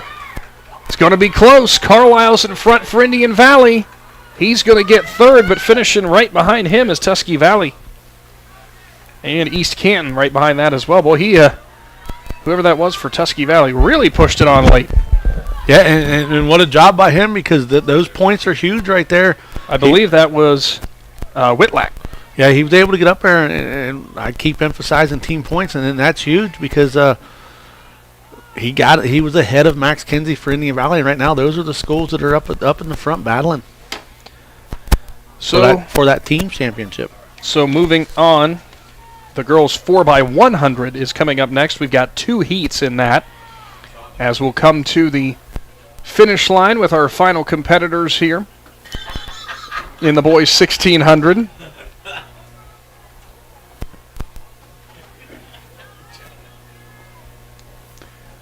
Did we get confirmation from Daniel Adams potentially that they might have moved indoors on the pole vault, on the pole vault there, Shannon?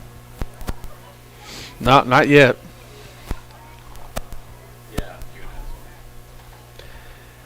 As we round out here, we're going to take a very brief timeout before we get the girls 4x100 relay started. Big Z Sports and Claxon Communications are back with the track and field championships out of the I.V.C. after this. Final call, boys 4x100.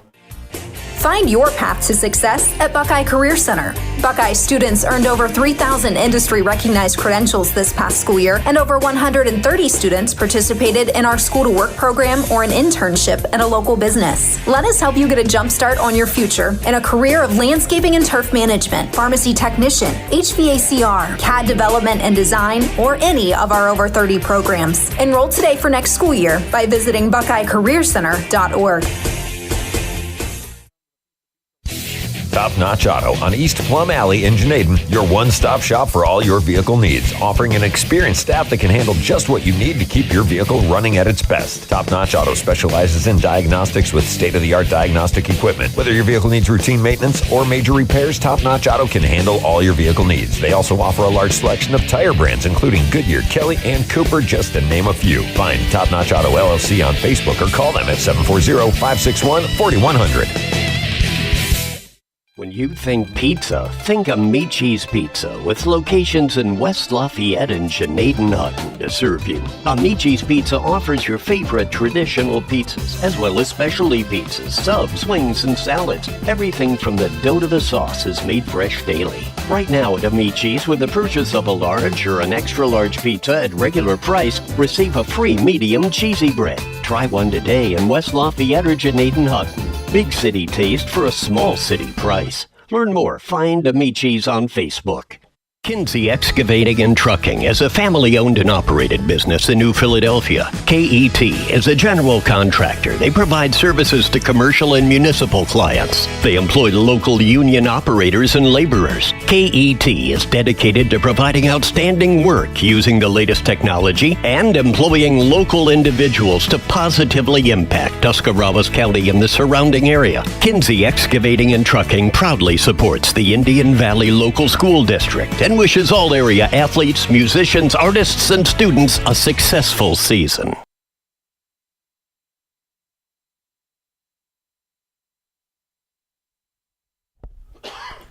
It's the I.V.C. Track and Field Championships from Newcomerstown and Lee Stadium. Big Z Sports and Claxon Communications here as we're getting set for Heat 1 of the girls 4x100 relay.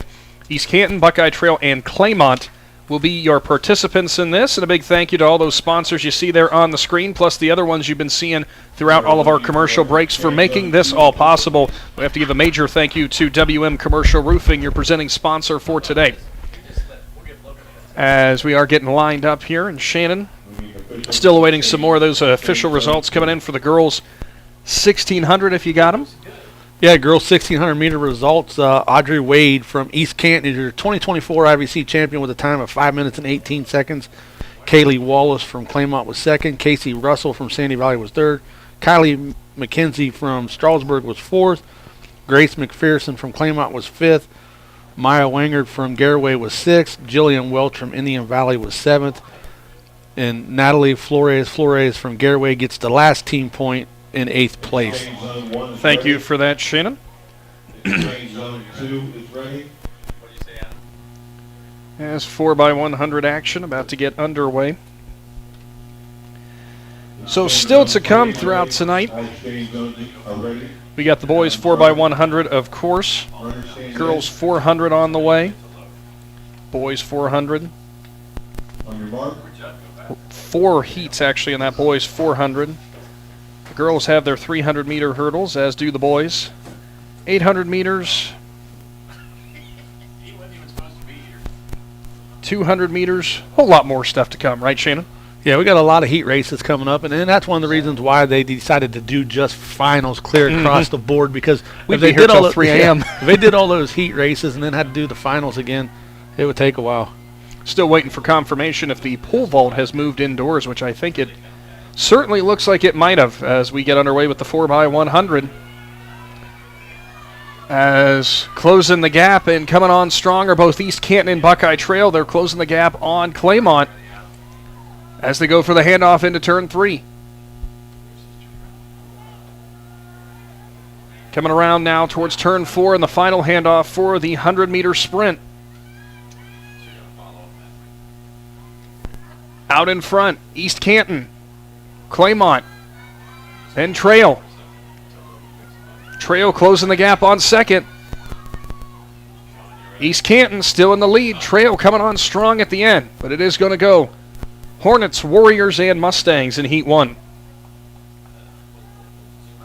Final call, girls 400 meter. Second call, boys 400 meter. First call, girls 300 meter. So in Heat 2, with the girls 4x100, Ridgewood will be in lane 1. Garraway's in lane 2. Sandy Valley lane 3. Lane 4 is Tuskegee Valley. Lane 5, Newcomerstown. Malvern slots in lane 6.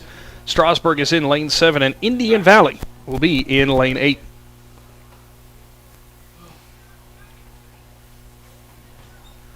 Quick results here from the boys 1,600-meter results. Your 2024 I.V.C. champion is Tuskegee Valley's Jake Capper with a time of 4 minutes and 40 seconds. Placing second was Luke Buxton of East Canton. Third was Joe Carlisle of Indian Valley. Fourth was Kelly Whitlich of Tuskegee Valley. Fifth was Noah Collins of East Canton. Sixth was Graham Shepard of Newcomerstown. Seventh was Evan Debo of Malvern. And rounding out the team points was Max Kinsey from Indian Valley in 8th place. Outset here for the girls 4x100, and we'll get you those team results here upcoming. I'll try to pull those up for you real quick.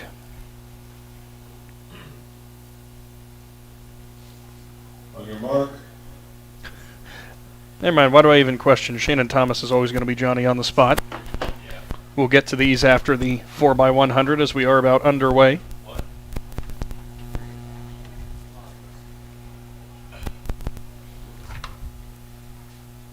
Set.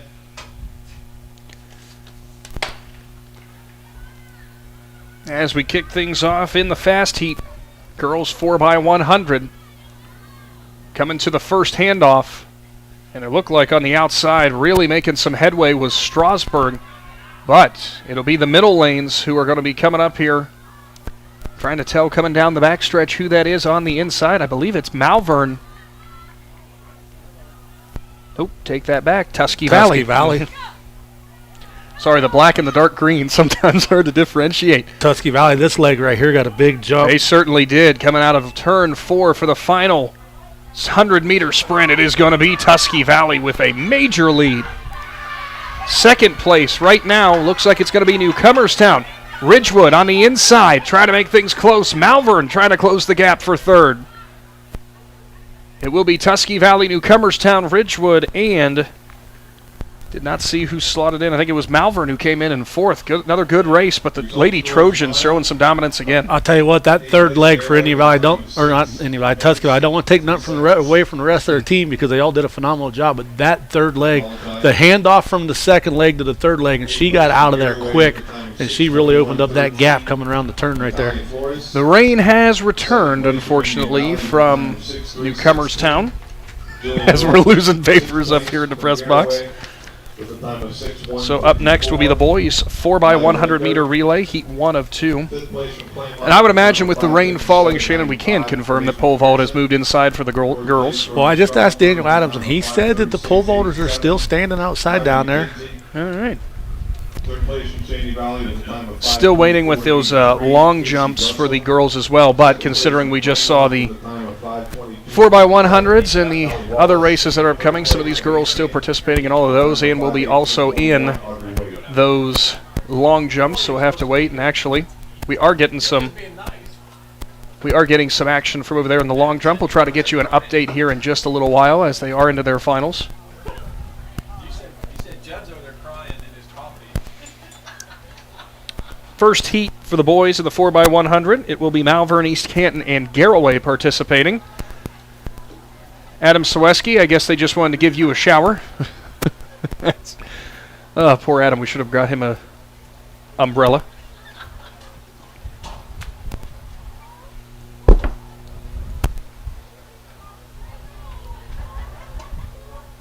Still waiting some of our final results from other events. Yeah, the shout out to the Newcomerstown staff over there working the press box. It's really picking up out here, guys. I can tell.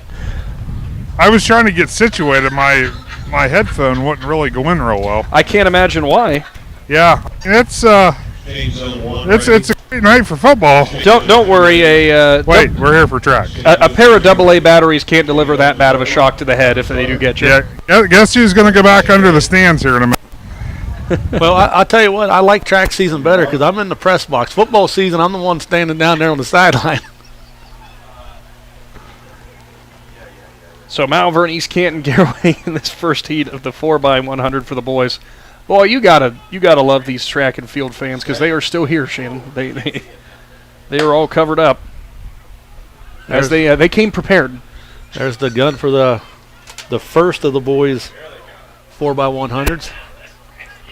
Looks like Garroway gets the handoff first, but it's close. Ooh, East Canton, here they come. Yeah, that second leg for East Canton really made up some distance right there. On the handoff, East Canton in the lead, but it was a good handoff for Garroway, going to try to keep things close. Yeah, Daniel Adams has returned for some cookies. I know Daniel Adams bought cookies here, and I thought he was going to take them home to his mom, but he's going to eat them all. Final handoff here, East Canton for the 100-meter sprint to the finish. They're out in front. Garroway in second in heat number 1. Malvern in third. And as we come to the line, that is exactly how the finish will go. Those boys are really moving as we move on to heat number 2. Ah, well, there you go. Go ahead, Shannon. Girls pole vault is canceled. The weather just got too bad for them right there, and they decided that it was better for the athletes to just go ahead and cancel it. So it will be Claymont, Tusky Valley, pardon me, lane assignments here for this rate. Lane 1 is Claymont, lane 2 Tusky Valley, lane 3 Sandy Valley, lane 4 Indian Valley, lane 5 Buckeye Trail, 6 will be Ridgewood, lane 7 Newcomerstown, and lane 8 is Strasburg. I was going to say, I smell peanut butter, Daniel. Where's that coming from? If you go off the seeds of this second heat, it's going to be a good one, but this weather could play big into the second heat for the boys 4x100. We'll put it this way. If you're running down the back stretch right now, you got one heck of a tailwind. If you're coming down the front stretch, it's right at your face. Well, Indian Valley comes in as the number 1 seed with a 43.44, and then Buckeye Trail with a 44.23, and then Sandy Valley with a 44.53. So that's how close those first 3 teams are. But everybody else is still all within 1 second of each other. Oh, my goodness, is the rain now really coming down from Lee Stadium. You probably see it on your screen. You know who and there's Adam Sawieski on your screen. Hi, Adam. How you doing? We're going to get underway. And let me tell you, some of the people who definitely deserve it. One, Adam deserves all the praise, but so do Shawn Troyer and Judd Bone and Natalie Holbrook, who are all out there right now braving this. Well, also, I'll say Logan McPeek, but Logan got the better draw as he's running our main camera here in the press box. Well, Logan was on the roof. And he was. For his safety, we had a point inside. So here we come on the 4x100 boys relay. No, it is not a monsoon. Well, it kind of is. But Colton Thomas for Indian Valley made some big gains right there. He hands off to Carson Hostetler. It looks like everybody else might have bobbled the There's hand a couple off. of bobbles there, but coming on strong from the outside as well as Buckeye Trail. Last handoff for the 100-meter sprint. Indian Valley out front. Here comes Trail. It's going to be a close one at the line. Trail closing the gap. Oh, it's going to be really close at the line, but I think Trail might have got it. And I think coming home in third looked like it was Sandy Valley. What a finish.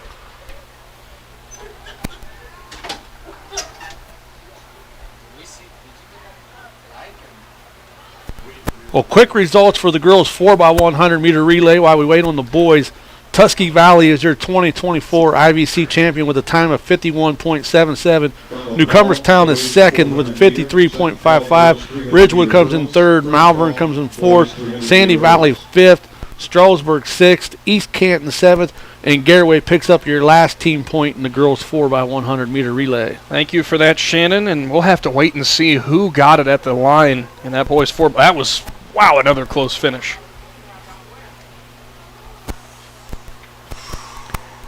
We got 3 heats upcoming for the girls 400. As we've already mentioned, but if you missed, the girls pole vault canceled due to the unfortunate weather.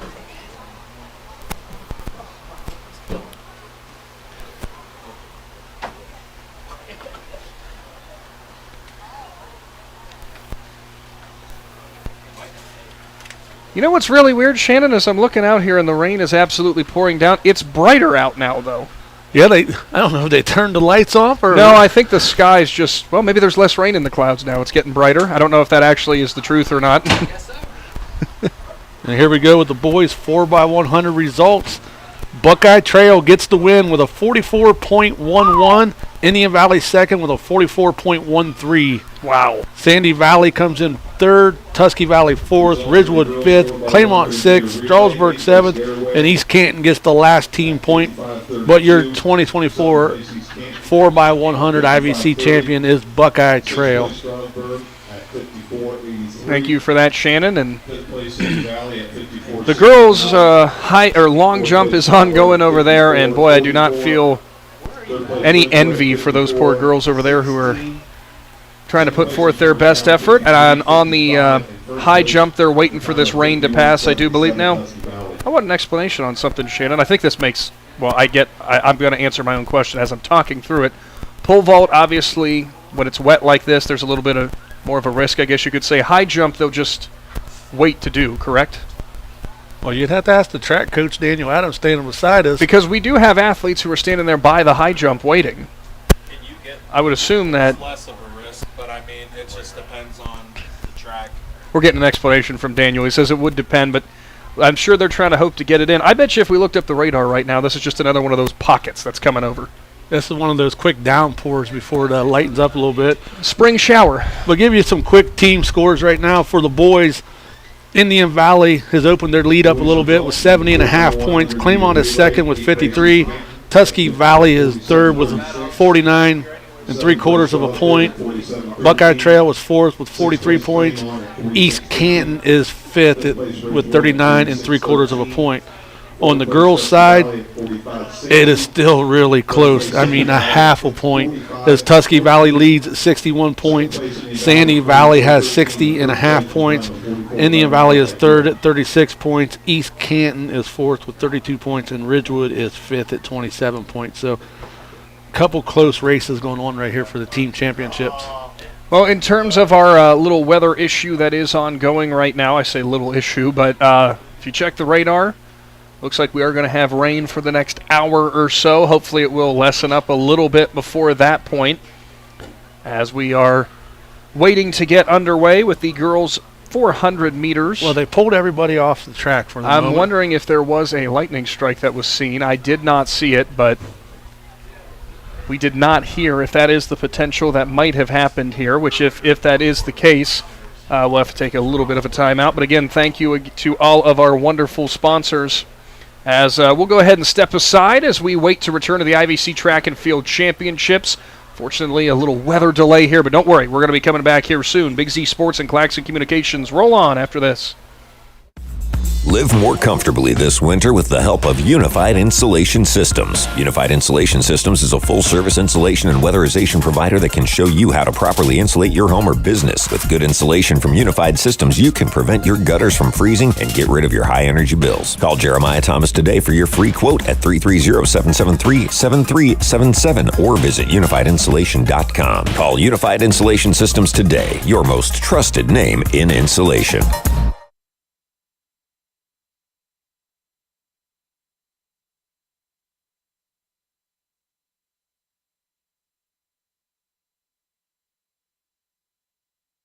County Boxing Academy on East High in New Philadelphia invites anyone serious about boxing to see what they offer and have success just like pro boxer and Uricksville's own Sugar Dre Donovan. T-County Boxing Academy not only offers the area's premier training facility, but also offers the best supplements on the market for peak training to get the most out of your workouts. To see all T-County Boxing Academy has to offer, find T-County Boxing Academy-TCBA on Facebook. Kinsey Excavating and Trucking is a family-owned and operated business in New Philadelphia. KET is a general contractor. They provide services to commercial and municipal clients. They employ local union operators and laborers. KET is dedicated to providing outstanding work using the latest technology and employing local individuals to positively impact Tuscarawas County and the surrounding area. Kinsey Excavating and Trucking proudly supports the Indian Valley Local School District and wishes all area athletes, musicians, artists, and students a successful season. When you think pizza, think Amici's Pizza, with locations in West Lafayette and Janaden-Hutton to serve you. Amici's Pizza offers your favorite traditional pizzas, as well as specialty pizzas, subs, wings, and salads. Everything from the dough to the sauce is made fresh daily. Right now at Amici's, with the purchase of a large or an extra large pizza at regular price, receive a free medium cheesy bread. Try one today in West Lafayette or Janaden-Hutton. Big city taste for a small city price. Learn more. Find Amici's on Facebook. Top Notch Auto on East Plum Alley in Janaden, your one-stop shop for all your vehicle needs, offering an experienced staff that can handle just what you need to keep your vehicle running at its best. Top Notch Auto specializes in diagnostics with state-of-the-art diagnostic equipment. Whether your vehicle needs routine maintenance or major repairs, Top Notch Auto can handle all your vehicle needs. They also offer a large selection of tire brands, including Goodyear, Kelly, and Cooper, just to name a few. Find Top Notch Auto LLC on Facebook or call them at 740-561-4100. Find your path to success at Buckeye Career Center. Buckeye students earned over 3,000 industry-recognized credentials this past school year, and over 130 students participated in our school-to-work program or an internship at a local business. Let us help you get a jump start on your future in a career of landscaping and turf management, pharmacy technician, HVACR, CAD development and design, or any of our over 30 programs. Enroll today for next school year by visiting BuckeyeCareerCenter.org.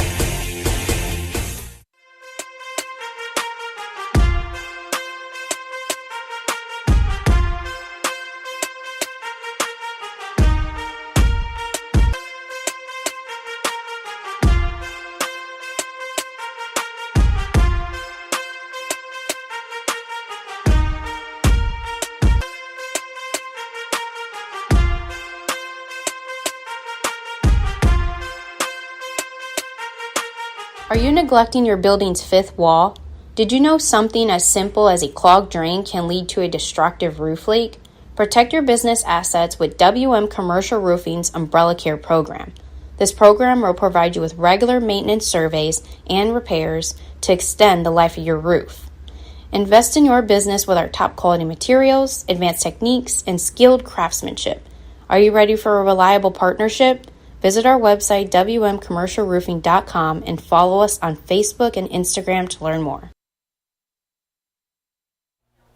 Welcome back into the I.V.C. Track and Field Championships as the rain has lessened a little bit. Still pouring, though, here from Newcomerstown and Lee Stadium. And just as an update of what is going on, due to that weather that is ongoing right now, they are delaying the field events to our understanding. Shannon Thomas, we're going to keep going on with the running events as long as this rain doesn't, get back to where it was bad again. Yeah, I was in there as the officials for the meet was meeting with the OHSA official, and he said that you can continue the running events if you want, but you need to delay the field events as Well, So I might change my mind on that because it looks like we're still going on with the high jump, though. well, So now I'm confused. they didn't get the word down there fast enough. Apparently. Because I was standing in there, and when he said, stop the long jump, stop the high jump, Okay. you can continue your running events, but hey, maybe those girls just want to jump, or it would be the boys jumping. They want to jump and get home. Well, in the 400 for the girls in this first heat, it looks like it is Victoria Palmer who will be coming across here first. Up next, it will be Jadian Perry from Buckeye Trail. Brianna Powers from Malvern will place third. As those are your three runners from this first heat. Final call, girls 300-meter hurdles. Second call, boys. Up next, the girls 400 meters heat 2. Aubrey Fry is in lane 1 from Strasburg. Indian Valley's Laura Shaw is in lane 2. Emily Randulik from Buckeye Trails lane 3. Cece Shamp, lane 4 from Indian Valley. Lila Wiggs from Strasburg is in lane 5. Kinsey Perro from East Canton, lane 6. Madeline Dean, lane 7 from Claymont. And Margaret Wall, lane 8 from Garraway.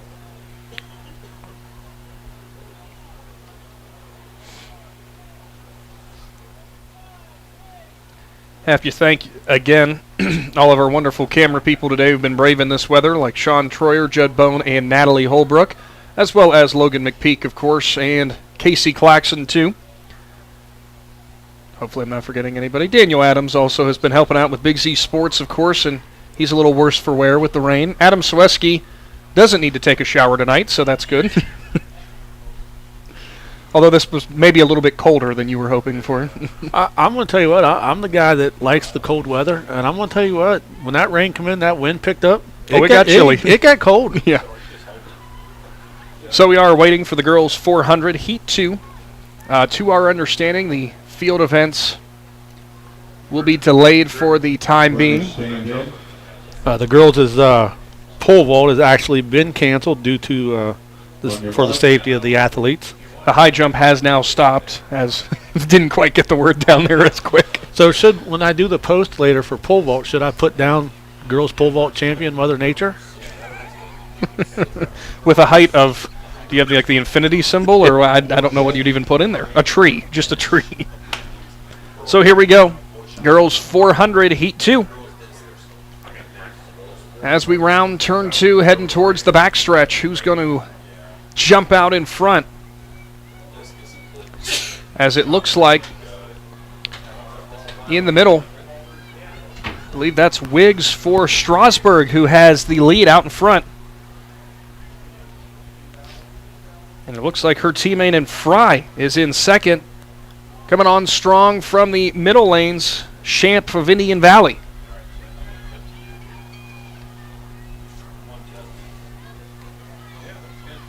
As they round turn 4, heading to the front stretch.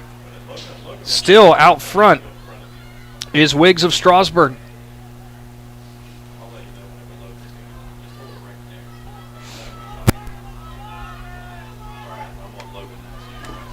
Wiggs still in the lead. Shamp in second. Shaw in third for Indian Valley. Then it is East Canton in Perro. Looking like she's going to finish fourth. Dean for Claymont comes home in fifth, with Wall for Garraway behind her. And rounding out the field is Fry of Strasburg. So we move on to the fast heat for the girls 400. You better buckle up for this one. It's going to be a good one. Close. Our lane assignments: Kalia Sarver from Sandy Valley, lane 1. Lane 2 from Tusky Valley, Tori Stallman. Lane 3 is Cadence Hoover of Sandy Valley. Kenzie Bice, lane 4 for Ridgewood. Leah Borkwin, lane 5, Tusky Valley. Rayana Lies of Highland, lane 6. Chloe Trevoli from TCC, lane 7. And Cameron Cooter in lane 8 from Newcomerstown. Just to give you an idea how good this one's going to be, the top 2 seeds. The number 1 seed is Kenzie Bice. She's a sophomore from Ridgewood with a time of 59.43. And the senior from Garaway and Megan Swartz is the second seed with a 59.50. So those two girls right there are right there on top of each other. Then coming in third would be Leah Borkman from Tusky Valley with a time of 101.18. I already told Fred he's going to Garaway. And we do not have Schwartz in this race for Garaway. Schwartz scratched. Which was not listed, so I'm not sure. Maybe injury or something like that. I spoke too soon. That's why I was looking at you like, wait a minute. Yeah, I have the official program, but they brought us over the official lane assignment, so while Nick was reading, I wasn't paying attention just like I did in high school.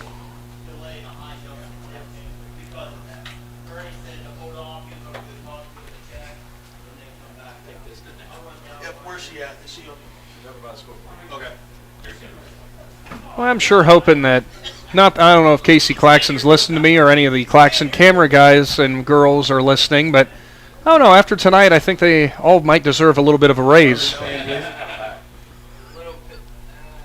Casey just ignored me. Casey's pretending you're not talking right now. I just said the Claxon Communications camera crew doing so great tonight might deserve a raise after this. Extra slice of piece of pizza. Precipitation raise, there you go. As we get set for Heat 3 of the girls 400.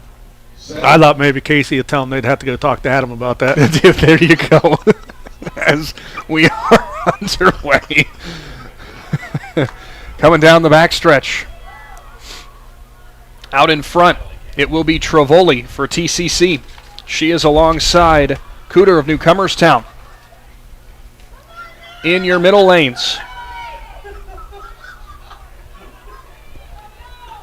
Looks like Hoover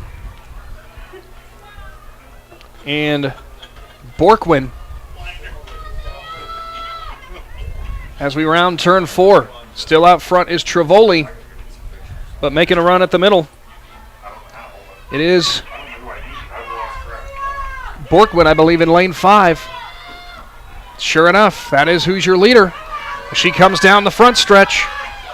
Borkwin going away with it. Hoover currently in second. Travoli battling tough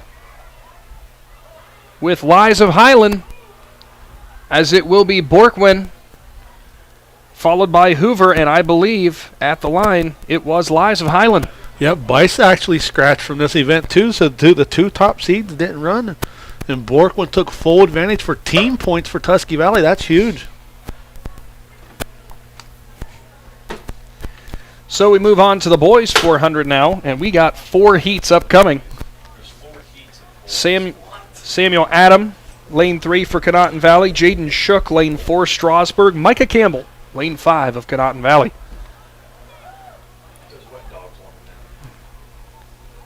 As these poor guys walking across the front stretch, Shannon could not be more soaked to the bone. They look miserable, too. They're like, come on, coach, where are we all going? Well, that's all right. You know, the next thing that maybe we should tell Commissioner Spinell, the next thing we need to invest in is some indoor track and field. As it's still continuing to rain down here in Newcomerstown. As I think running away from the camera, we now have is it Natalie Holbrook who's running away. Says, "Don't look at me." Oh, be nice to her as we're moving on to the boys 400. No, Casey, she might point, but not in the nice way.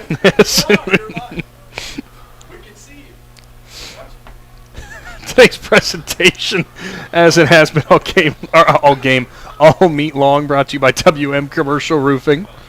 You know, we got to give a lot of shout out to Natalie Holbrook too. She takes a lot of pictures for Big Z Sports, and we post them up. So go check out Natalie Holbrook on social media. She does a lot of games for us. She's a senior at Indian Valley High School. She'll graduate this year, and hopefully she still makes an appearance at some of our games next year, so we can torment her. But after today, no, I think she's just good luck to Natalie. She's going to be done with in her next adventures. So I said that this is the first heat. We had 4 listed, but I do not believe we're getting this first heat run. I think we're going straight into Heat 2. judging by the full lanes that we have, Shannon. Yeah, some kids might have scratched. They might have moved them into a couple heats, so we might have some kids' names wrong here. I'm sure we will. And actually, I almost guarantee you we will, because I'm running through here, and Heat 2 had 7 in the lanes. We have 1, 2, 3, 4, 5, 6. We do have 7, but I think they moved lanes potentially. So the official results for the girls 400 meters, your 2024 I.V.C. champion is Leah Borkwin from Tusky Valley with a time of 1 minute and 1 second. Second is Sandy Valley's Cadence Hoover. Third is Rihanna Lies from Highland. Fourth is Chloe Trevoli from TCC. Fifth is Cameron Cooter from Newcomerstown. Sixth is Tori Stallman from Tusky Valley. Seventh was Lila Wiggs from Strasburg. And getting the last team point in eighth was CC Shamp from Indian Valley. So that's your girls 400-meter results. So we do apologize if we get any of these lane assignments wrong.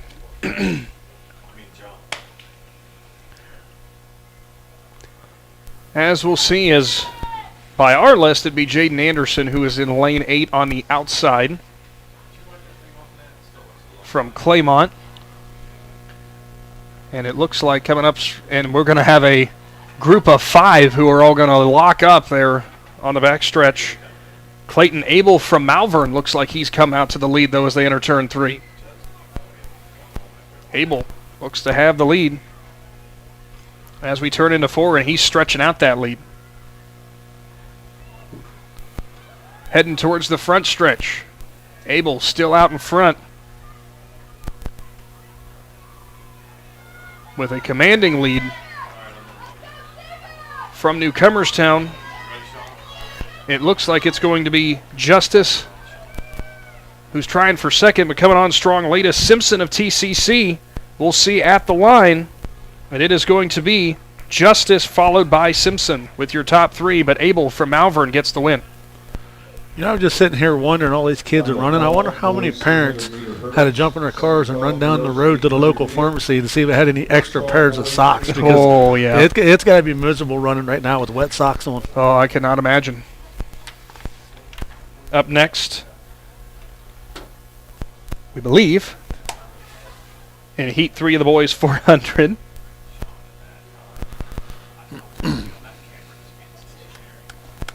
As I thought there for a minute, Shannon, that they might have just done it out of order, but what this is supposed to be, if it is Heat 3, it would be Brendan Jones, lane 1 from Sandy Valley. Kellen Deutschman, lane 2 from East Canton. Andrew McGlumphy from Buckeye Trail, lane 3. Wyatt Lockhart, lane 4 for Ridgewood. Kanan Pollard, lane 5 from East Canton. Zane Colvin, lane 6 from Indian Valley. Devon Anthony, lane 7, Claymont. And Elian Eric, lane 8 for Buckeye Trail. But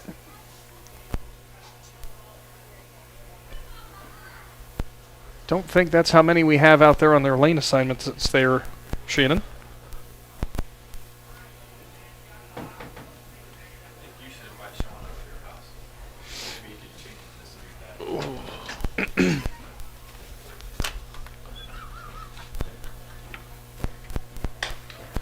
Is your guess as good as mine? Yeah, I'm trying to see, but... Well, it does go Trail, Claymont, Indian Valley. I think we are on the right one, thankfully. But it looks like if we're just going off of where the starting blocks are, looks like the 2 scratches would be Jones and Deutschman, potentially. If you're going off of those lane assignments that we got earlier on.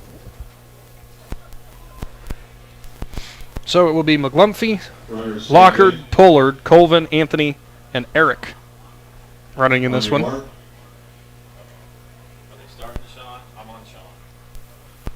I think this 400 is one of the races where Tusky Valley can really close the gap, because I believe they have 2 of the top seeds, maybe.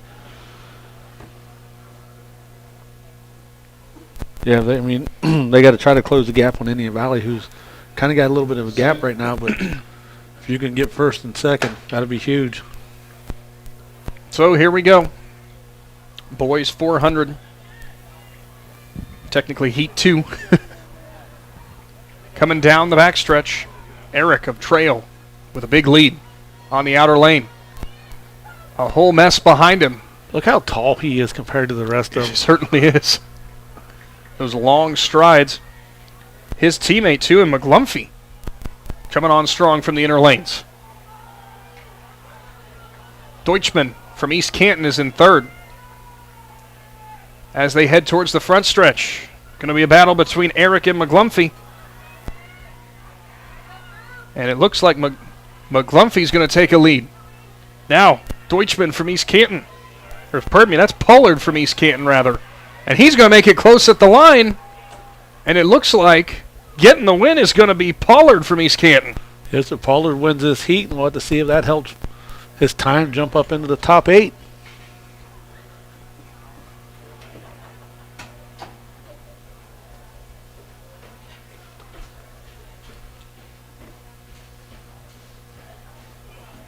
So we will move on to the final heat of the boys 400. As we'll see what our lane assignments look like on this one. I'd imagine here in the final we are going to have the full, as it's going to be Aiden Sparger, lane 1 from Ridgewood. Cody Tuning from Strasburg, lane 2. Eli Miller, lane 3, Tusky Valley. Abe McElwee from Tusky Valley, lane 4. Cameron Gazboda from Garraway, lane 5. Seth Zimmerman, lane 6, Garraway. Colton Smith, lane 7 for Indian Valley. And Adam Miller, lane 8 of Highland.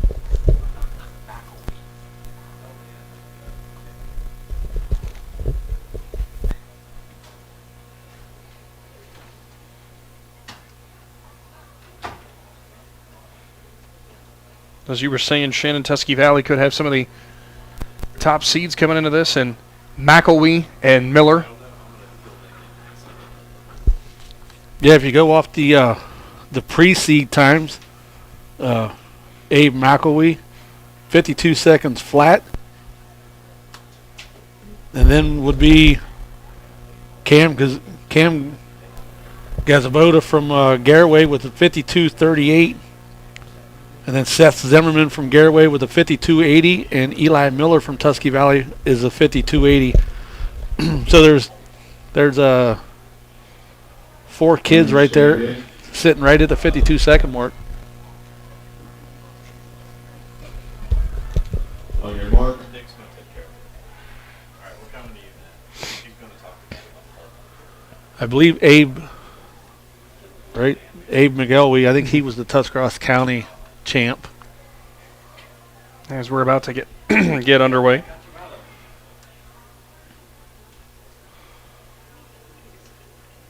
We'll say, Shannon, still bright out. Looks like the rain has dissipated a little bit more, thankfully. As out of the starting blocks, on the outside, out in front, it will be Miller of Highland. Smith inside of him for Indian Valley, but coming up the middle, Gazboda and Zimmerman making a run for Garraway. McElwee, he's coming up from behind as he enters turn 3 and has a head of steam looking for the lead. And sure enough, he's going to grab it as he goes into turn 4, coming down towards the front stretch. McElwee in first. Right beside him, Gazboda from Garraway in terms of lanes, but he's going to drop back. Now, for Indian Valley, Smith's trying to make a run for third. Going to be close at the line. Looks like Smith is going to come home with the third best time. But McElwee for Tusky Valley with the win. Gazboda second for Garraway. Yeah, and I hate to keep talking about those team points, but that was big for Smith to get in between the 2 Tusky Valley runners. And we'll give an updated team points here in a little bit, because it's going to get close with a couple of those boys' schools as they come down to it, as Indian Valley, Claymont, and Tusky Valley. It's going to be a dogfight with them. Now, what we have listed next, Shannon, and I don't know if that's exactly what's going to happen because I don't see movement yet, but it should be the 300-meter hurdle. Now I see it. I was just looking at the wrong part of the track. Thank you for those eyes. Yeah, they started on the back chute after all the runners went by. 400 meters. Girls 300 meters upcoming, 2 heats. Those Those boys are earning their pay today going across the field there with the starting blocks. Yeah, it might have been easier just run around the track. Lila Wiggs. Tusky Valley with a time of 1:05.68. Tori Stallman. Fifth place from Newcomerstown with a time of 1:05.50. Cameron Cooter. Fourth place from GCC with a time of 1:04.39. Chloe Cavoli. Yeah, we'll have 2 heats for the girls' 300-meter hurdles. And then there'll be 3 heats for the boys' 300-meter hurdles. So the hurdle race is coming up here. First place at the time of 1:01.20 from Tusky Valley. Leah Borland. They got people in the finals. Right. So, I don't know.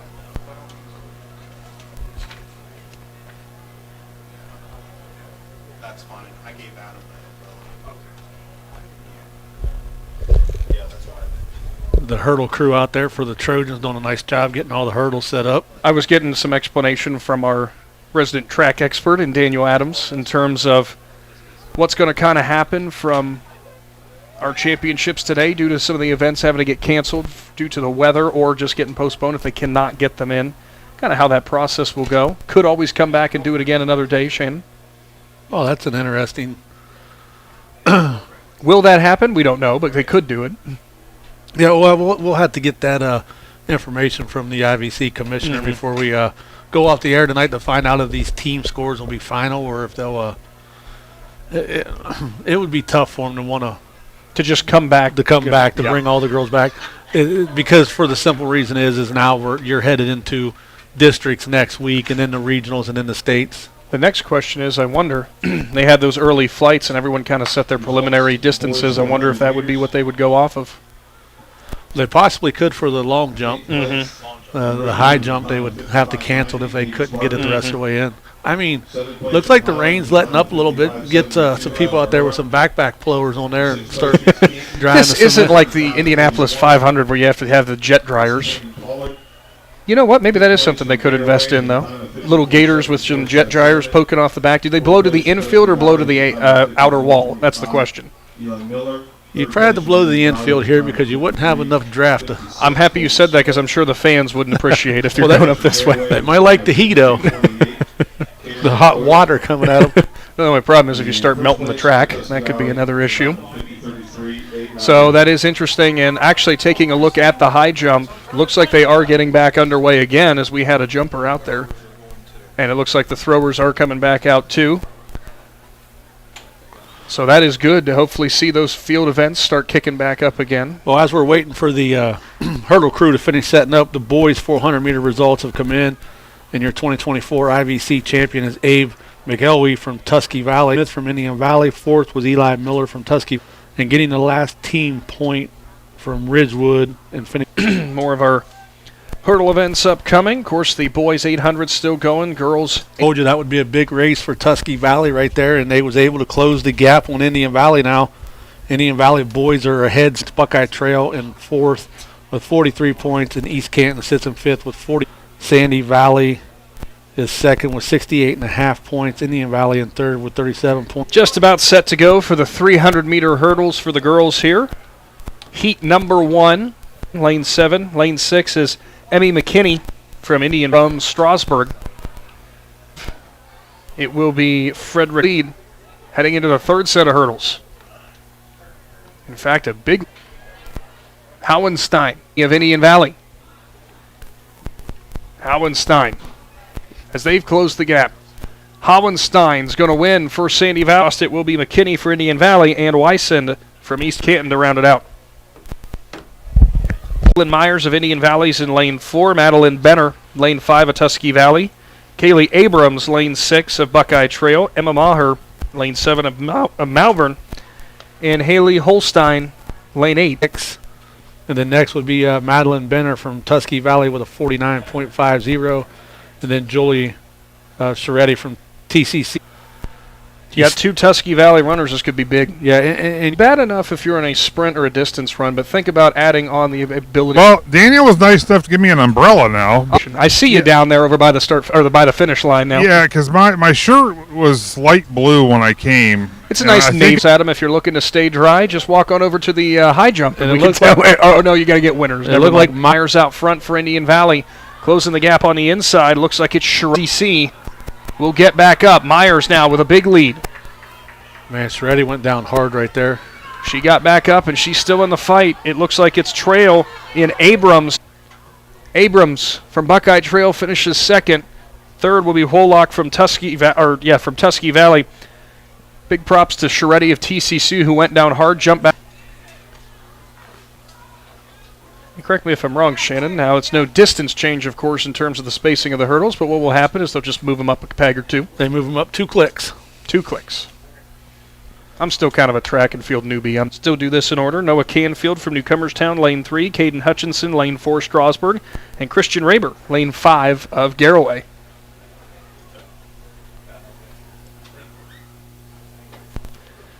You know what the scary thing is, folks, is I did not queue up Shannon on that at all. We were just thinking the same wavelength there, believe it or not. Yeah, be sure. In adult education, you might want to give them a call, getting some certification. I mean, there's a lot of careers to go back. Adult welding classes, nursing. Nursing. Sure, yeah. I mean, there's a bunch of things. Lineman class. I'm Seweski now. I see the umbrella has come down over there for you.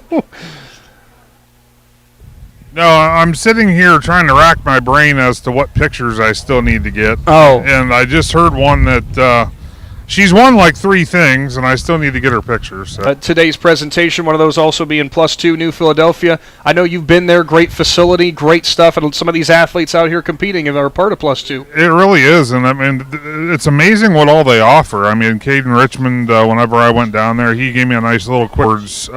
You would think it's honed towards track and field, but the reality of it is it actually can benefit any athlete of any sport because name a sport that you're not running. You know, I mean, and speed's not a factor. You know, I don't care if you're on the basketball court, the softball field, the football field.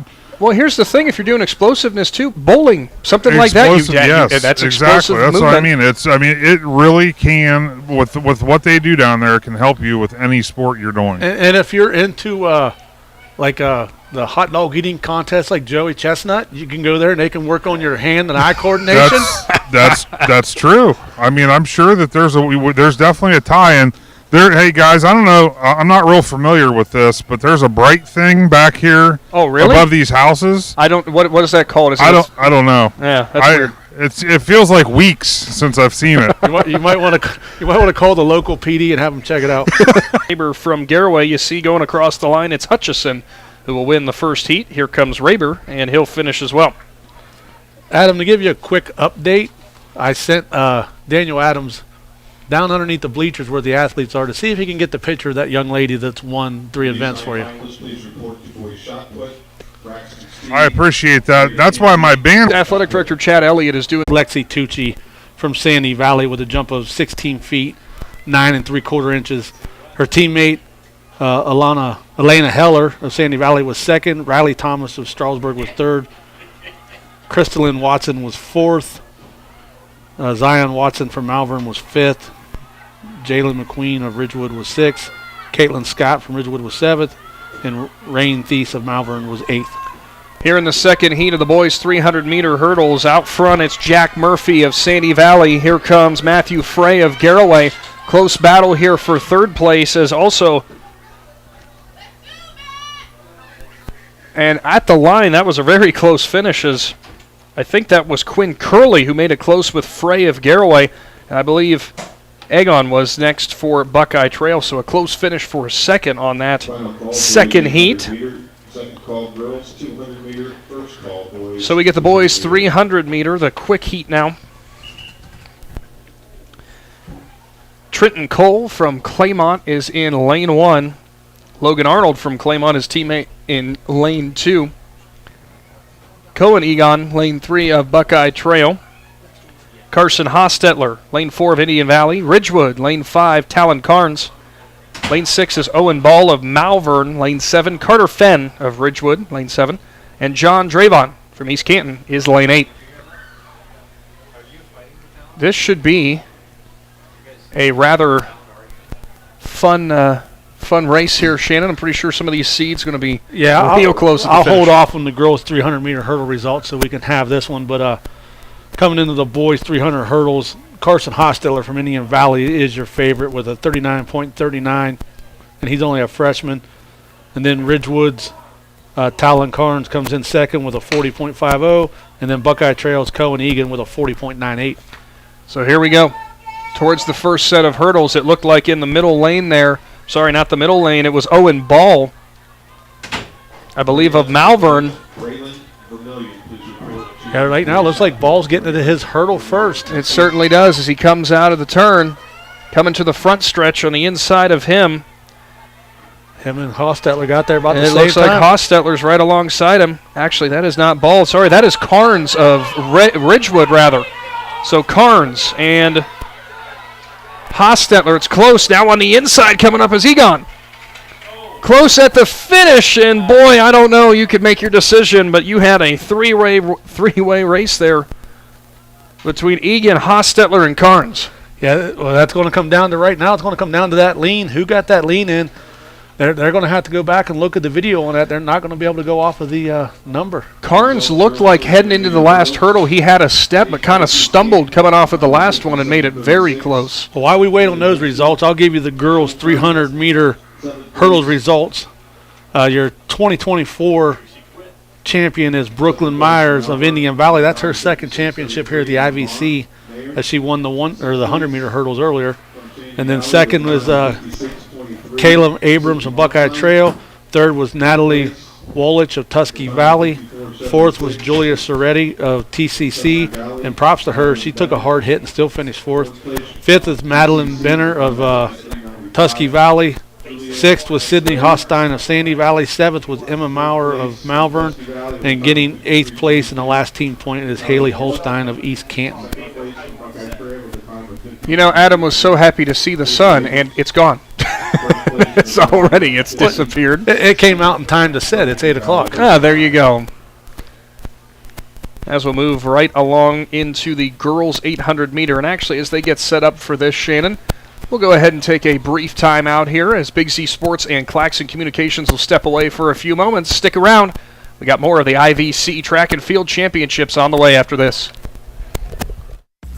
Live more comfortably this winter with the help of Unified Insulation Systems. Unified Insulation Systems is a full-service insulation and weatherization provider that can show you how to properly insulate your home or business. With good insulation from Unified Systems, you can prevent your gutters from freezing and get rid of your high-energy bills. Call Jeremiah Thomas today for your free quote at 330-773-7377 or visit unifiedinsulation.com. Call Unified Insulation Systems today, your most trusted name in insulation. T-County Boxing Academy on East High in New Philadelphia invites anyone serious about boxing to see what they offer and have success just like pro boxer and Yorksville's own Sugar Dre Donovan. T-County Boxing Academy not only offers the area's premier training facility, but also offers the best supplements on the market for peak training to get the most out of your workouts. To see all T-County Boxing Academy has to offer, find T-County Boxing Academy-TCBA on Facebook. Kinsey Excavating and Trucking is a family-owned and operated business in New Philadelphia. KET is a general contractor. They provide services to commercial and municipal clients. They employ local union operators and laborers. KET is dedicated to providing outstanding work using the latest technology and employing local individuals to positively impact Tuscarawas County and the surrounding area. Kinsey Excavating and Trucking proudly supports the Indian Valley Local School District and wishes all area athletes, musicians, artists, and students a successful season. When you think pizza, think Amici's Pizza, with locations in West Lafayette and Janaden-Hutton to serve you. Amici's Pizza offers your favorite traditional pizzas, as well as specialty pizzas, subs, wings, and salads. Everything from the dough to the sauce is made fresh daily. Right now at Amici's, with the purchase of a large or an extra large pizza at regular price, receive a free medium cheesy bread. Try one today in West Lafayette or Janaden-Hutton. Big city taste for a small city price. Learn more. Find Amici's on Facebook. On your mark, It is the girls' 800 meters now as Big Z Sports and Claxon Communications are back with the I.V.C. Track and Field Championships. Please move forward. Thank you. As they will be coming around here in their first turn. And Shannon, as we continue talking about some of the great services and our sponsors for today, we know that time of year, it's the spring. The critters are out, including those deer. And if you've made an unfortunate collision with one of those, or you have any other auto work that you need done, just give Top Notch Auto a call, based out of Jeanette Hutton, as they can help you out with any of your automotive needs. It's your starting list for this heat for the 800.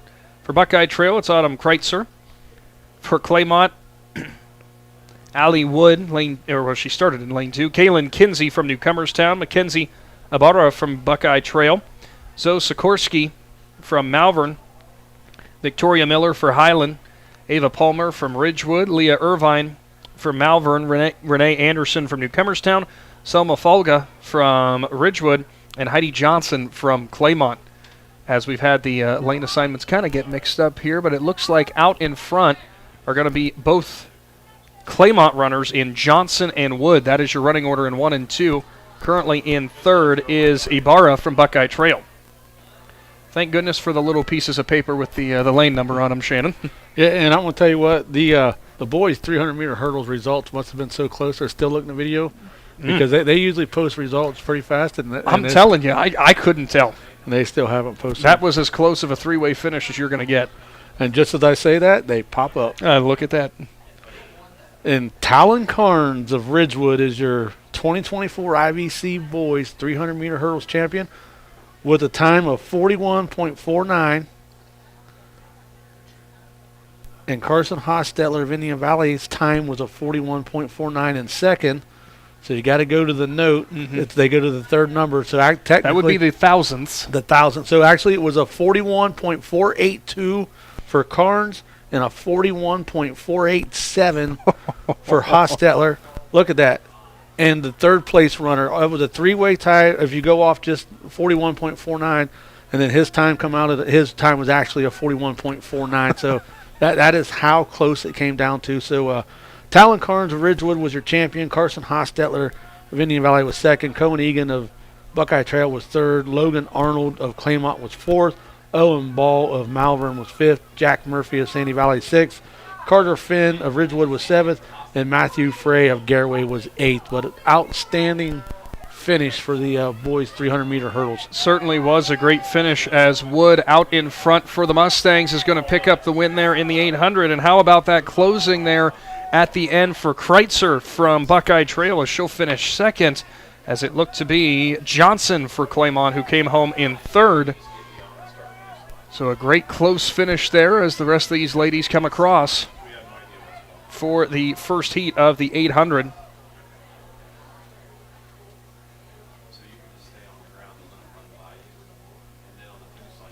Up next, heat 2 for the girls' 800.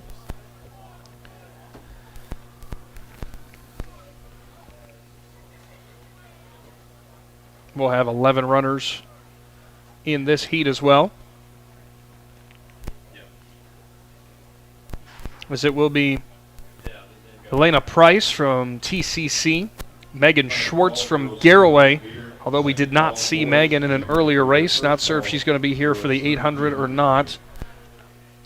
Well, stand corrected, Shannon. There she stands in lane 2. It is also going to be Audrey Wade from East Canton, Sammy Ward from Tusky Valley, Casey Russell, Sandy Valley, Rayana Lies from Highland, Hayden Huffman from Tusky Valley, Ellie Goring from Garraway, Jillian Welch, Indian Valley, Rayla Clapper from East Canton, and Amelia Smith from Indian Valley, rounding out your field of 11 for this fast heat of the girls' 800.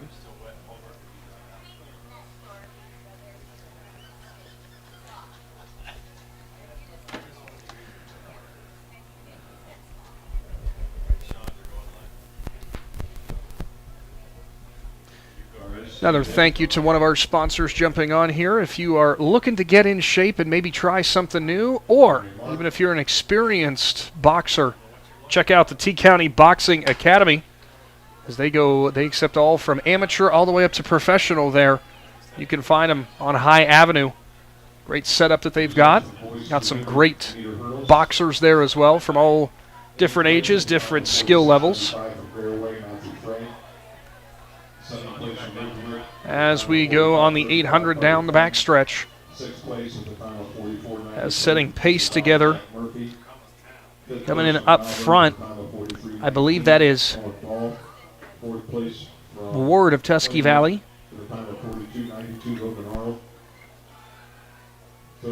We'll know for sure when the numbers come around. Second place from Indian Valley with a time of 41:49. As you see him heading towards the front stretch. Out front, Tusky Valley has the lead, and it is Ward. Right behind her for TCC, it is Price. Close battle up front after they complete the first lap.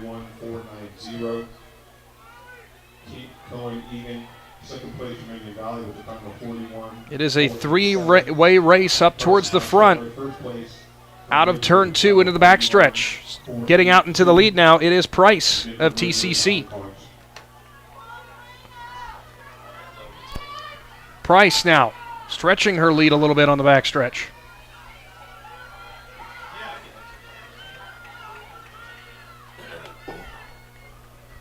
All runners have hit the backstretch as Price with a big lead, or a noticeable lead heading into turn 3.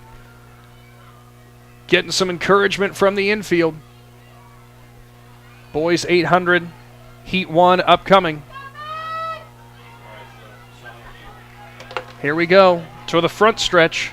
Price still out in the lead as she'll go for the last 100. For Garraway in second place, it's Schwartz. Third place now from Sandy Valley, it's Russell. Ward in fourth. Now for East Canton, here comes Wade. She'll pass her. Your winner is Price. Then it's Schwartz. Then Russell. Wade of East Canton and a Ward of Tusky Valley will be your top 5.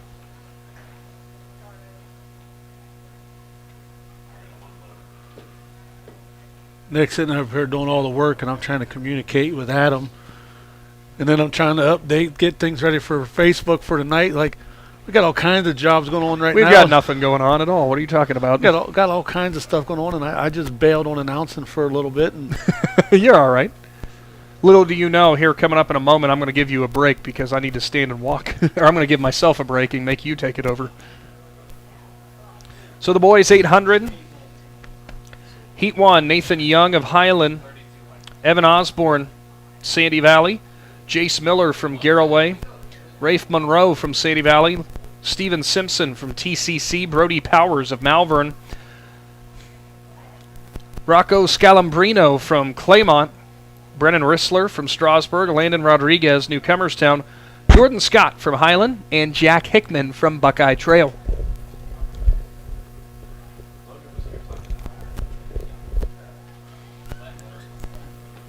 So those will be your starters upcoming. I say starters, that will be your race lineup, rather.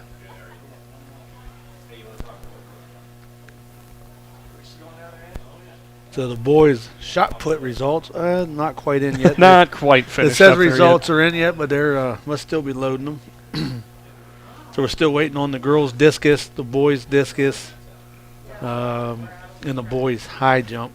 Are the only field events left. The girls' pole vault was canceled. Which we're still going to try to get, and actually that will be a good question from Don Spinell, the I.V.C. commissioner, how that is going to work out with those championships, because that could have some real bearing on, the team marks. Yeah, it might be one of those things where they look at the team points and look at all the seedings coming in, and if they figure out that it could possibly make, the difference between first and second place, that, they might try to get the girls together for a jump off, but like I said, sometimes that can be just hard to try to get them down here to do that. It just depends on. But if it's the difference between a championship, you might want to do it. So here we go. As we'll head towards the back stretch. On the outside, currently with the lead. I'm not sure if you can tell who that is, Shannon, because I cannot.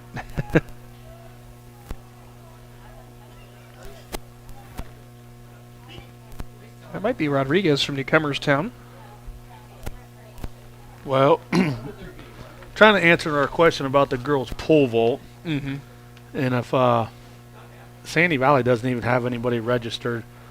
So actually, I take that back. It was Strasburg in the lead with Rissler, so go ahead. So right now, Sandy Valley is leading the girls' points at 89.5 points, and Tusky Valley has 84 points, and Tusky Valley has the number 3 girl, in the seedings, and, that would be the difference since Sandy Valley don't even have anybody listed in today's event. Out in front, it's Monroe of Sandy Valley. Powers of Malvern is in second as all runners complete their first time through. From 500 on to 600 now they go. Monroe with a nice lead over Powers. For Garraway, Miller is in third, but there's a challenge from Rissler.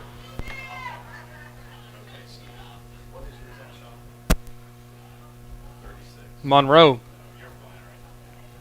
into the final couple turns. Nice lead for him.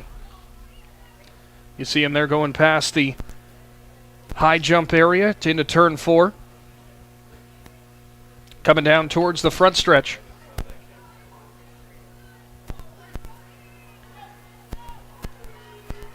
As Monroe kicks it into high gear. Please leave the infield. Coaches and athletes, please leave the infield. Thank you.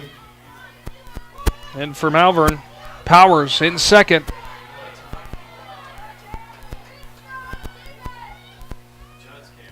As that will be the way that they finish 1-2, coming across the line in third for Strasburg. It is Rissler.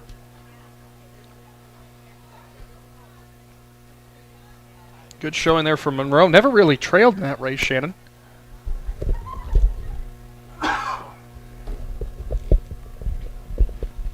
Yeah, I mean, he got out early and just kept that lead all the way. And this next heat, this is going to be a big one towards the team points. Is Tusky Valley sitting there with a couple of the top seeds, and Indian Valley put a little bit of a gap on them, and now they got to try to come back. It will be Luke Buxton from East Canton. I guess we were wrong. It isn't Jake Capper. It is Capper Jake. Is it? No, it's listed like it again.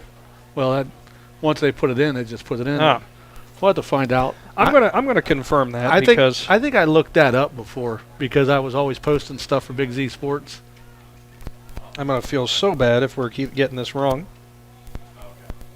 Guess what? It's Jake Capper. Yeah, somewhere along the line, somebody entered on mile split. He is listed as Capper Jake. That's why. So, Luke Buxton from East Canton, Jake Capper from Tusky Valley. To the whole Capper family, we're sorry if we pronounced that wrong the first time. Cade Conrad from Tusky Valley, Nathan Money from Garraway, Lucas Gladstone from Claymont, Landon McPeek for Indian Valley, Trenton Wright from Newcomerstown, Eric Swain from Malvern, Owen McCroskey from East Canton, Austin Hastings from Buckeye Trail, and Max Kinsey for Indian Valley will be your runners for the 800.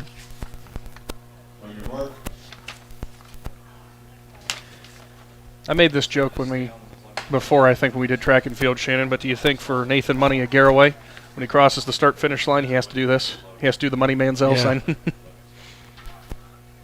So we are underway. Coming up will be the girls' 200.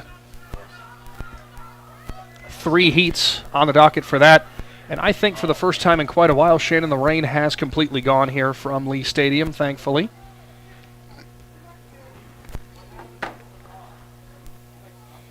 No jet dryers needed. Results, boys high jump. 8th place. Coming out of turn 4, heading towards the front stretch. It's anybody's race. We'll see who's going to establish themselves out front. It is going to be for Tusky Valley. Either Capper or Conrad. It looks like it's Capper who is out front. Behind him is Buxton of East Canton. Then slotted in third, it's Money of Garraway. As they hit onto your bell lap. Into turn 2. Capper with a nice lead. Barrett Bandy. Second place from Sandy Valley with a height of 5 foot 8 inches, Jason Morris. First place with a height of 5 feet 10 inches from Buckeye Trail, Charlie Berry. It looks like we do have our announcement there for the boys' high jump for Buckeye Trail. Charlie Perry with a height of 5 feet 10 inches will capture the win. Yeah, then Jason Morris from Sandy Valley is second. Barrett Bandy from Tusky Valley was third. Parker Edwards from Strasburg, well, they were tied for third. Elon Eric from Buckeye Trail was fifth. He tied with Dylan Stoffer from East Canton. Seventh place is Brendan Jones from Sandy Valley. Eighth is Nathan Pugh from TCC. Capper is going to win for Tusky Valley. It's going to be Buxton in second place. We're going to have a close finish here for third. It's Money and making a break for it at the end. Making things a little bit closer there. Trenton Wright comes in right behind Money. In front of Money, though, I believe it was Gladstone of Claymont. So a good finish there. Right out of that last turn, Shannon, I think, was about in 8th place and comes home with a 4th. Good run for him. Yeah. So we'll move on to the girls' 200 now. Got some other updates coming in. Yeah, girls' 800-meter results. Eliana Price from TCC is your 2024 champion with a time of 2 minutes and 20 seconds. Second was Megan Schwartz from Garaway. Third was Casey Russell from Sandy Valley. Fourth was Audrey Wade from East Canton. Fifth was Sammy Ward from Tusky Valley. Sixth was Hayden Huffman from Tusky Valley. Seventh was Ellie Gohering from Garaway. And eighth was Rihanna Lies from Highland.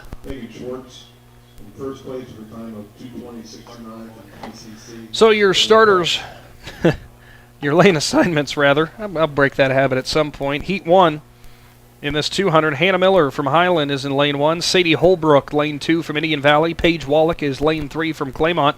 Kennedy Searcy from Claymont, lane 4. Mila Troyers, lane 5, Highland. And Caitlin Scott from Ridgewood is lane 6. We'll be bringing you more tournament softball action, as it's going to be 2 great matchups. We're live from Dover in a sectional final as the Dover Crimson Lady Tornadoes host the Indian Valley Lady Braves. Then you and myself, Shannon, will be out New Concord way as the John Glenn Lady Muskies host the New Philadelphia Lady Quakers in a D2 sectional final. Yeah, going to be 2 great games right there. Is New Philly, I mean, John Glenn's the higher seed, but New Philly actually knocked them off twice this year in a doubleheader on the same day. But you know what they say. The third time's a hard one, but see if the Lady Quakers can get it going. And then Dover and Indian Valley played earlier this year, and I believe Dover got the win. 2-1. And we found out last night from Logan McPeek, who keeps us up to date on everything, and Dover is seeded number 1 in the state through Max Preps. Through Max Preps, it is a number 1 in Division 2. So that'll be an interesting game between 2 local schools as far as Indian Valley and Dover, and then like I said, we'll be down there at John Glenn, make the little trip down there to see if the Quakers can pick up the win and those move on to districts. So we're getting set for the girls 200 here. Get subscribed to the YouTube channel of Big Z Sports today to get notified when we go live for all of our presentations. Hey, guys. Yes, sir. I was just about to come to you. I see you coming back from the finish line. Well, yeah, I'm still here. I told a few folks over here, I said I hate to jinx it, but I feel like we might be okay. My shirt's starting to dry a little bit. How are you not cold, though? I don't really want to get into that right now. Oh, okay. Yeah. Mind over matter. You know, honestly, what I'm telling myself is I've been to football games that have been far worse when I'm prepared for it. Blowing snow and sleet and everything else. So I'm just telling myself it could be worse, and I'm battling through. And Shannon, I think I'm hooking him up with all kinds of. I think my list is dwindling for the pictures I need to get. You're doing a great job running everybody down. We were just talking about what's coming up tomorrow with Big Z Sports, some great sectional final action for softball. We're looking forward to both those games. It's going to be great matchups. It really is, and the what I like to see is the weather. the forecast, I should say. Well, the forecast it's looks 50%. It looks good for first pitch, about time of first pitch. Yes, it does look like it's going to have everything clear by then, and we really hope that's the case as we get started in Heat 1 of the girls 200. And coming towards the front stretch, we've got the front runner out in front from lane 4. It's Searcy of Claymont, then Indian Valley in Holbrook, but making a late break for it on the outer lanes is Troyer of Highland. Searcy's going to win. Looks like Troyer comes home second, and it will be Holbrook for Indian Valley in third. I believe Wallach from Claymont slots in fourth, and Miller of Highland, that's where she'll finish, is behind there. Did not see Scott of Ridgewood, I don't believe, or I think she was far enough out that I could not see from the press box. So up next, girls 200, Heat 2. Chloe Salapak, lane 1, Tusky Valley. Grace Johnson, lane 2, East Canton. Abby Stevens, lane 3, East Canton. Brooklyn Myers of Indian Valley, lane 4. Kate Farthing from Strasburg, lane 5. Jersey Eddy from Buckeye Trail, lane 6. And lane 8 is Cammie Rayborn of Malvern. Yeah, and this will be a really fast heat race for the girls.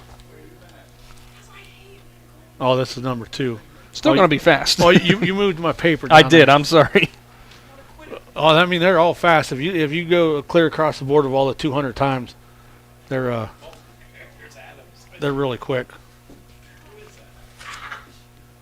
And I'm missing my 200 paper. I know I've said it a couple times tonight, but really have to thank the Claxon Communications crew of Casey Claxon, Natalie Holbrook, who is only slightly soaked to the bone, Logan McPeek, Shawn Troyer, and Judd Bone, all putting in the hard hours here, the cold hard hours. As they head towards the front stretch in this 200, out front in the middle, it is Myers from Indian Valley. Inside of her from Strasburg, Farthing. Close battle going on with Johnson of East Canton. Coming to the line, it'll be Myers, Johnson of East Canton, and I think coming home in third was Farthing of Strasburg. Results from the boys 800 meter from Malvern, 8th place, the time of 2:14.80. Eric Swain. So we'll move on to the fast heat for the girls 200.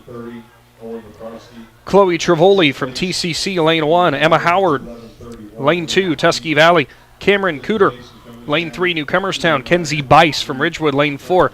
Elena Heller from Sandy Valley, lane 5. Malvern's Audrey Sikorsky, lane 6. Mariah Schuler, lane 7 of Newcomerstown. And Michaela Palmer will be in lane 8 of Sandy Valley. Luke Claxon, and from Tusky Valley with a time of 2:02.82, Patrick Jake.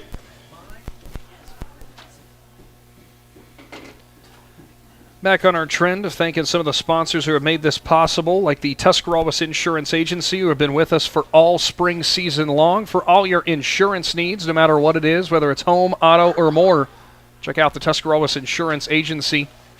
Zach Motice and crew always making everything work for everybody, getting you the best deal on your insurance. Yeah, and you can go check them for any type of insurance. Renter's insurance, car insurance, house insurance, all life that insurance. stuff, yeah.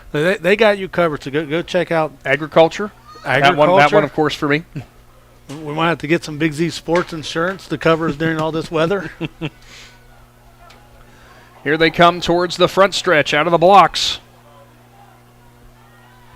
Looks like Bice in the middle from Ridgewood, making a big turn here and pushing for the lead. It's going to be Bice alongside of her, though. It's close with Heller. As we're coming to the line, Bice looking for the lean. She's going to get her. And on the inner parts, I think it was Cooter of Newcomerstown who comes home in third. Great race for Bice. Yeah, Bice has got a lot of speed. And I believe she's a freshman. Actually, I misspoke, by the way. I think it might have been Schuler from Newcomerstown. I'm not really sure.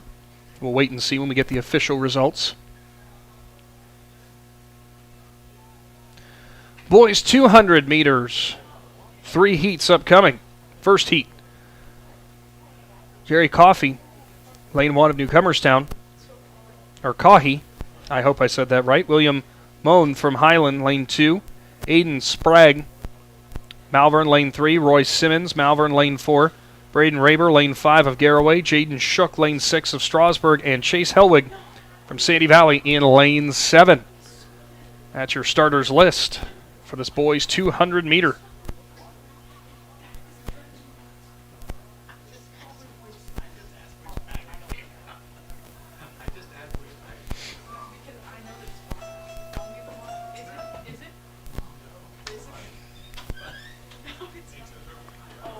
Is that your phone? It was.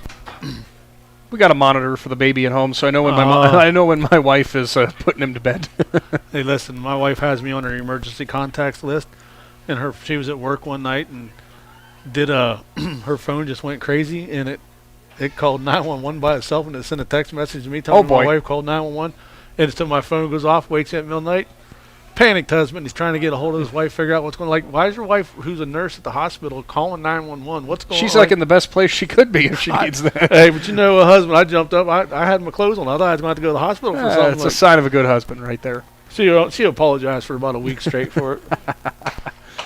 Here we go, and it looks like we're going to have a false start. We'll go again. Okay, this is an honest question, Shannon. Is it called a false start? It's a false start. Okay, good. As long as it was an athlete that jumped, and if he false started, then he's out. We'll have to see. As getting back into the starting blocks. And it looks like moving towards the back. And it looks like it's Braden Raber from Garraway.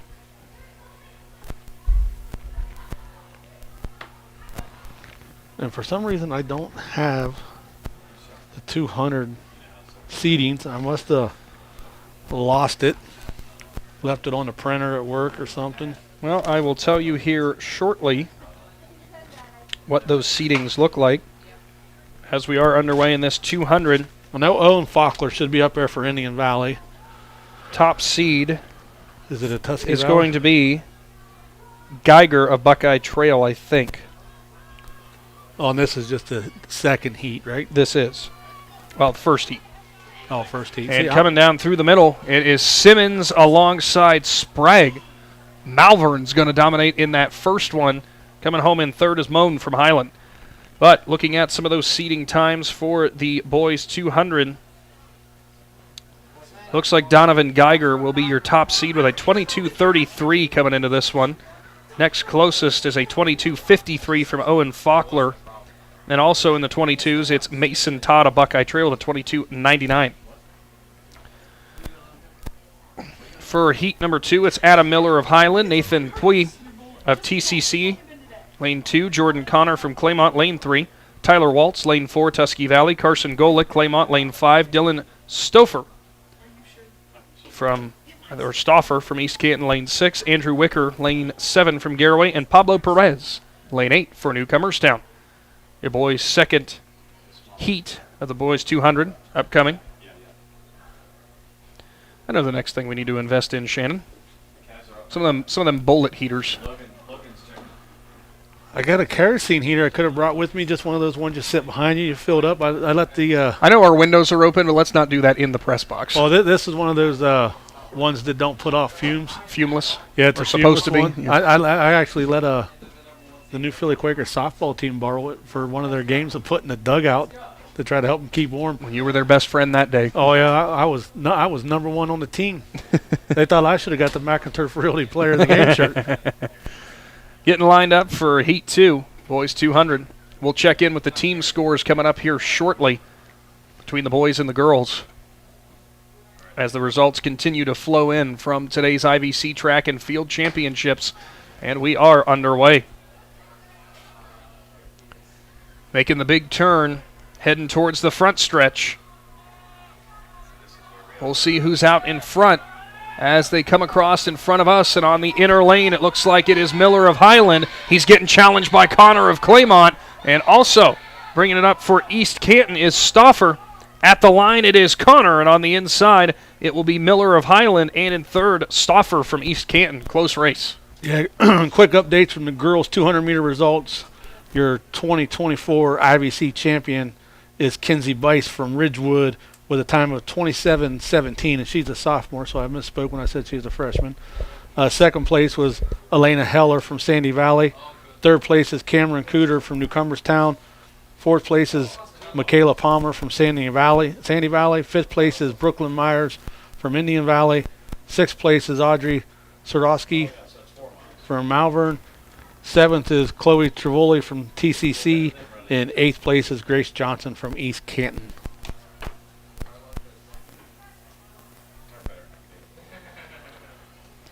So the fast heat for the boys, 200. Cody Tuning of Strasburg's lane 1. Abe McElwee, lane 2, Tuskegee Valley. Lane 3, Mason Todd, Buckeye Trail. Donovan Geiger, your top seed, lane 4 for Buckeye Trail. Owen Faulkner, the second seed from Indian Valley, lane 5. Colton Thomas, lane 6 from Indian Valley. Jack Murphy, lane 7 of Sandy Valley. And Preston Ator from Ridgewood, lane 8. Yeah, I mean, that's how it comes down to team points right there is Colton Thomas, I think, has only ran the 200-meter dash all year. He's ran it one time, and they put him in tonight to try to get extra points because they knew that it was going to be a close battle. Well, Geiger from Buckeye Trail, we saw earlier, we thought he won in an earlier race and missed out by, what was it, 100th of a second. Forget which race. Was that the 100? Yeah, I can't remember, but yeah. Was Tarakitis maybe? I think so. Here we come. And out front, it is going to be Todd. Right behind him is going to be, or pardon me, it was Geiger from Buckeye Trail, and it was Faulkner of Indian Valley who looked second.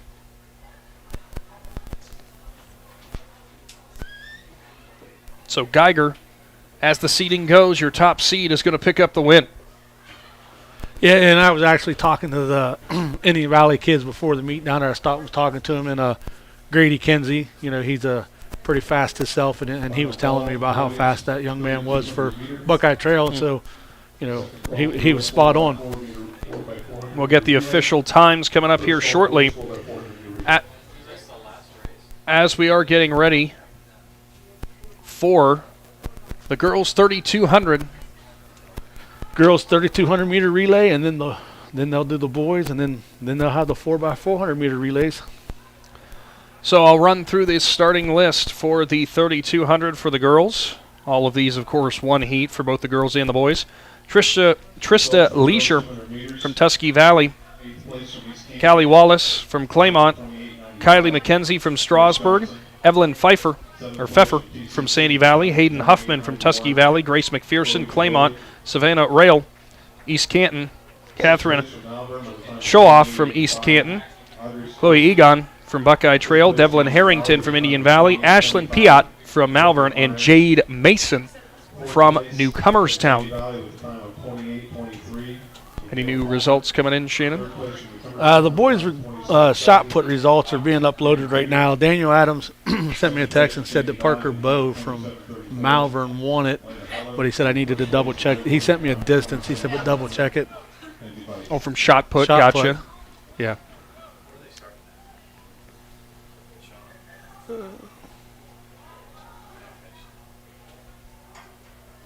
So with this 3,200, we'll get things underway here. Bring you a little bit of the action. We will go ahead and take a timeout after we get the start of this. Obviously, the 3,200 takes a little bit of time to get through, Shannon. Yeah, it's a little bit of work. This I feel could be forte. What's that? The 3,200. This could be yours? I think it could. Really? If I had a golf cart. I was going to say, is there some form of internal combustion involved? And I guess so. Yep. If I had a golf cart, I think I could do well. I might still need a range or something to go a little bit faster. Yeah, I got you. Maybe a side-by-side. Keep it on with our theme of thanking some of our sponsors. For any of your excavating or trucking needs, be sure to call Kinsey Excavating and Trucking. So no matter what the job is, they could get that done for you. Yeah, Kinsey Excavating, they can do all kinds of work for you. They're also pretty big farmers, too. Just a little bit. But yeah, I got to give a great shout out to Eric Kinsey and his family for always jumping on board with all of our sports over there at Kinsey Excavating and Trucking. again, want to touch back on this topic again, as we've said a couple times, and we want to continue making mention of. The whole reason that we started off with track and field coverage, it was the Indian Valley Athletic Boosters who approached us about that invitational that they had earlier this season, and we were able to bring that to you live from Janayton. Now we found our way to the championships for the I.V.C., and no matter what effort you can put forth and whatever you can do for no matter what team it is, what school it is, be sure to support the athletic boosters and get out there and make sure that these kids have everything that they need in terms of the support, whether it's financially, volunteering, your time, or whatever it could be. Yeah, anything you can do. And like we always say, one of their biggest fundraisers are the concession stands. So volunteer to work a concession stand. When you head out to a sporting event for the night, give in to your kids. Give them some money. Let them run back and forth to the concession stand. I mean, at one time, I ran the Indian Valley basketball concession stand clear out of cowtails, and they had to make a special trip to go get me some more cowtails. You getting too many cowtails, that has never, ever happened before. As here we come with the 3,200 underway. We'll go through some of your top seeds for this with the girls, I say only heat, but only race to be run. Your top seed is the sophomore Trista Leisure from Tusky Valley with a time of 11 minutes, 31 seconds. Freshman from Claymont, Callie Wallace with an 11:41.86. And it is Kylie McKenzie from Strasburg, the sophomore, with an 11:44 flat. Those are your top three seeds and the top three names to really be looking at here in this 3,200. Got the girls, or not the girls, the boys 200-meter results. And your 2024 I.V.C. champion is Donovan Geiger from Buckeye Trail with a time of 22.71. Coming in second was Owen Faulkner of Indian Valley. Third was Abe McElwee of Tusky Valley. Fourth was Mason Todd of Buckeye Trail. Fifth was Colton Thomas of Indian Valley. Sixth was Jordan Connor of Claymont. Seventh was Jack Murphy of Sandy Valley. And rounding out the scoring in eighth place was Adam Miller from Highland. Thank you for that, Shannon, and we will go ahead and take a timeout. When we come back, we'll get more of the girls' 3,200 as taking a look here, and out in front early on here for Tusky Valley, it is your top seed in Trista Leisure. Big Z Sports and Claxon Communications. We'll be back after this. Are you neglecting your building's fifth wall? Did you know something as simple as a clogged drain can lead to a destructive roof leak? Protect your business assets with WM Commercial Roofing's Umbrella Care program. This program will provide you with regular maintenance surveys and repairs to extend the life of your roof. Invest in your business with our top quality materials, advanced techniques, and skilled craftsmanship. Are you ready for a reliable partnership? Visit our website, wmcommercialroofing.com, and follow us on Facebook and Instagram to learn more.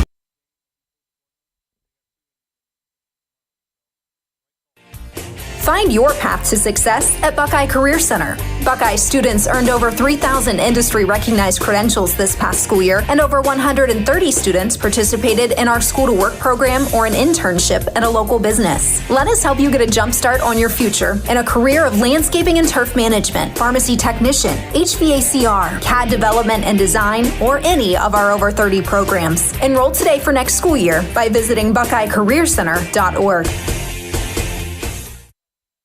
When you think pizza, think Amici's Pizza, with locations in West Lafayette and Janaden-Hutton to serve you. Amici's Pizza offers your favorite traditional pizzas, as well as specialty pizzas, subs, wings, and salads. Everything from the dough to the sauce is made fresh daily. Right now at Amici's, with the purchase of a large or an extra large pizza at regular price, receive a free medium cheesy bread. Try one today in West Lafayette or Janaden-Hutton. Big city taste for a small city price. Learn more. Find Amici's on Facebook.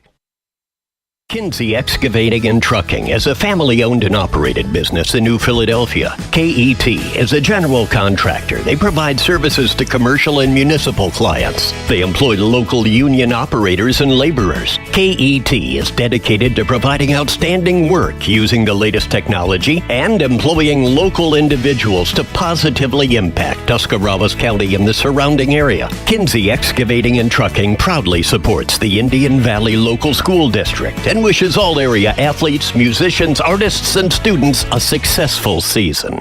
T-County Boxing Academy on East High in New Philadelphia invites anyone serious about boxing to see what they offer and have success just like pro boxer and Uricksville's own Sugar Dre Donovan. T-County Boxing Academy not only offers the area's premier training facility, but also offers the best supplements on the market for peak training to get the most out of your workouts. To see all T-County Boxing Academy has to offer, find T-County Boxing Academy-TCBA on Facebook.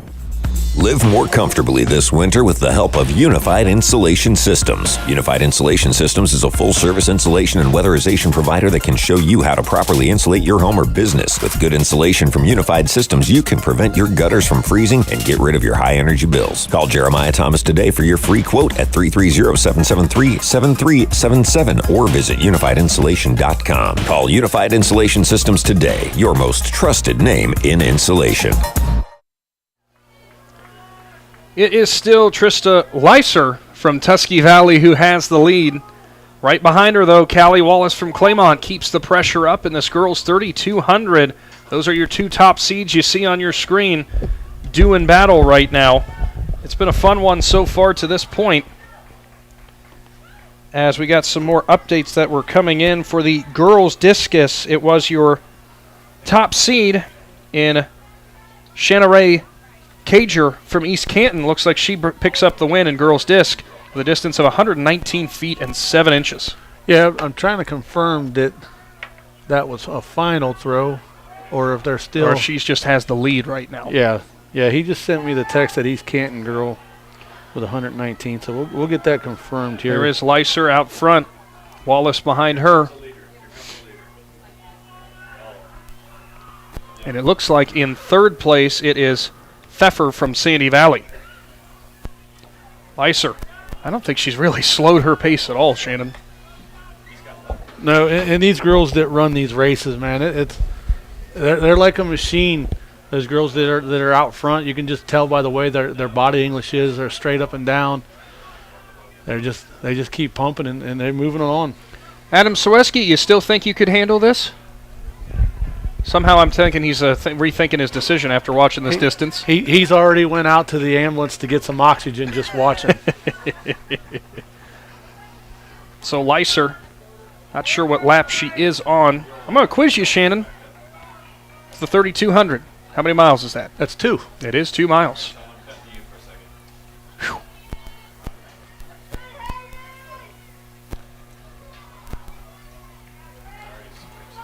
As we come through the front stretch, Leiser keeps her lead, putting a little bit of distance now on Wallace as well. So Daniel Adams just did confirm that she is the champ of the discus throw. We'll wait for the other results to come in to officially give you all those ones. Shannon Cager from East Canton, your champion for girls discus in the I.V.C. for 2024. And I do believe, Shannon, Leiser just took the 2 to go. So up next, the lap that all these girls are looking forward to, it's the bell lap. Well, for some of them. These two are setting such a good pace, some of them. Leiser and Wallace know it's the bell lap. Boys 3,200 upcoming. Also, a little update with that weather that rolled through. A delay for some softball action in the sectionals. The Conotton Valley Rockets against the Shadyside Tigers, only able to get 2 innings in tonight, so that game will be postponed. It will be suspended until tomorrow. So they will get that action underway. We'll bring you updates from that when we can, when we are out at our other 2 games.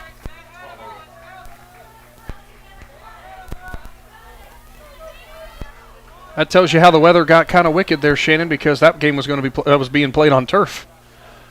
Yeah, and depending on where you was at and which way that weather came around, it got bad enough that they might have got a lot of the lightning and thunder that missed us. Well, it affected our field events here, which has kind of sent us into a scramble. Here comes Lyser down the front stretch. Wallace in tow. A ways back. She's coming up to the bell lap.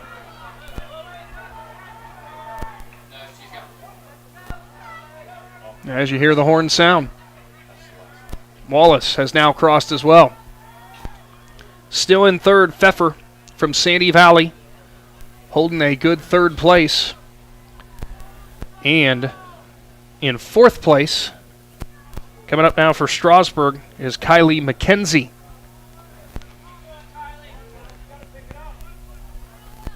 Weiser, well out in front, on the back stretch. Maintaining her lead over Wallace.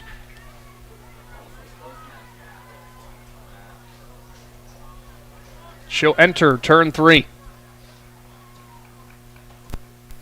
She looks to have about a 50-meter lead on her. I'm going to let you make that estimate because I'm going to get it wrong if I make that guess. She'll enter her final turn.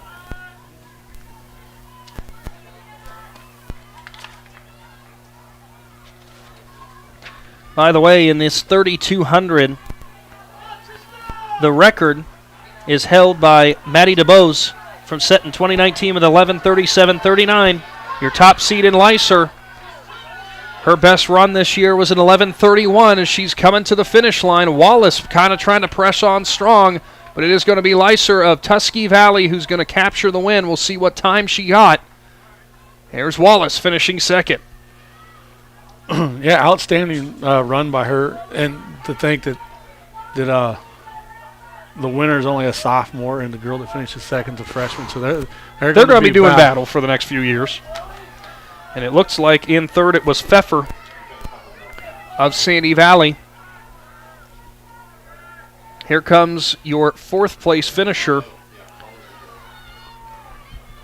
as McKenzie looking to finish strong here for Strasburg with a fourth. Getting some encouragement from her friends and family.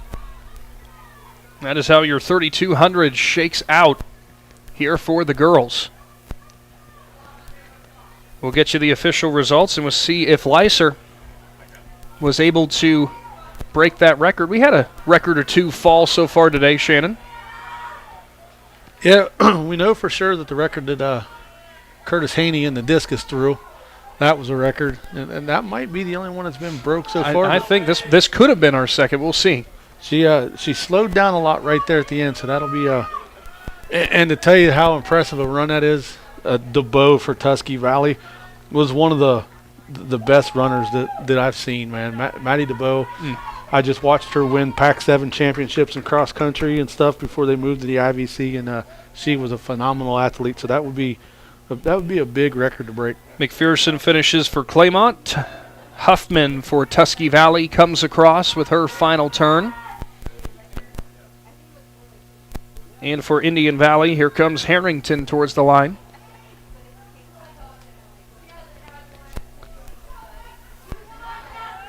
So with the boys 3200, we will go through your list.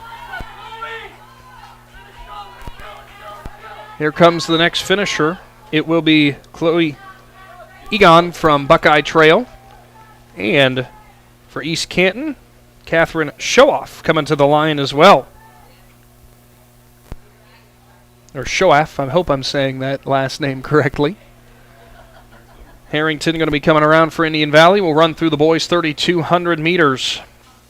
The lineup 20 competitors: Joe Carlisle from Indian Valley, Xavier Campbell from East Canton, Noah Collins from East Canton, Carter Travis from Garraway, Nolan Pataka from Indian Valley, Jacob Bache from Claymont, Logan Roth, Tusky Valley, Aiden Salmon from Ridgewood, Graham Shepard from Newcomerstown, Tegan Perkowski from Tusky Valley, Andrew Rombach from TCC, Braxton Myers from Claymont, Isaac Overly, Sandy Valley, Tyler Hirschberger from Garraway, Ethan Foster, Newcomerstown, Cohen Miller, Ridgewood, Dalton Pennington from Malvern, Ethan Grossi from Malvern, Carter Johnson, Buckeye Trail, and Ethan Wise from Highland. That will be your starters list for the boys 3200 in the I.V.C. Track and Field Championships.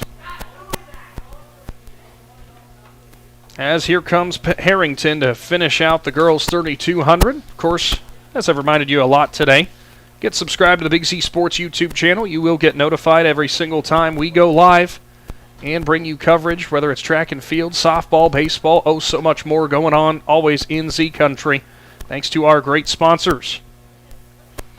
As the girls 3200 does wrap up, boys getting ready to go.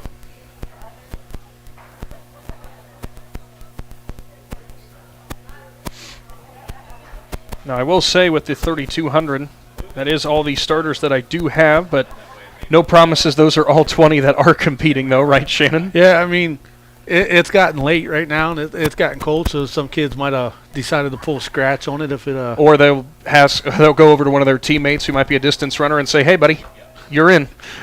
Hey, you remember that slice of pizza I gave you at lunch the other day? Yep. You owed me a favor.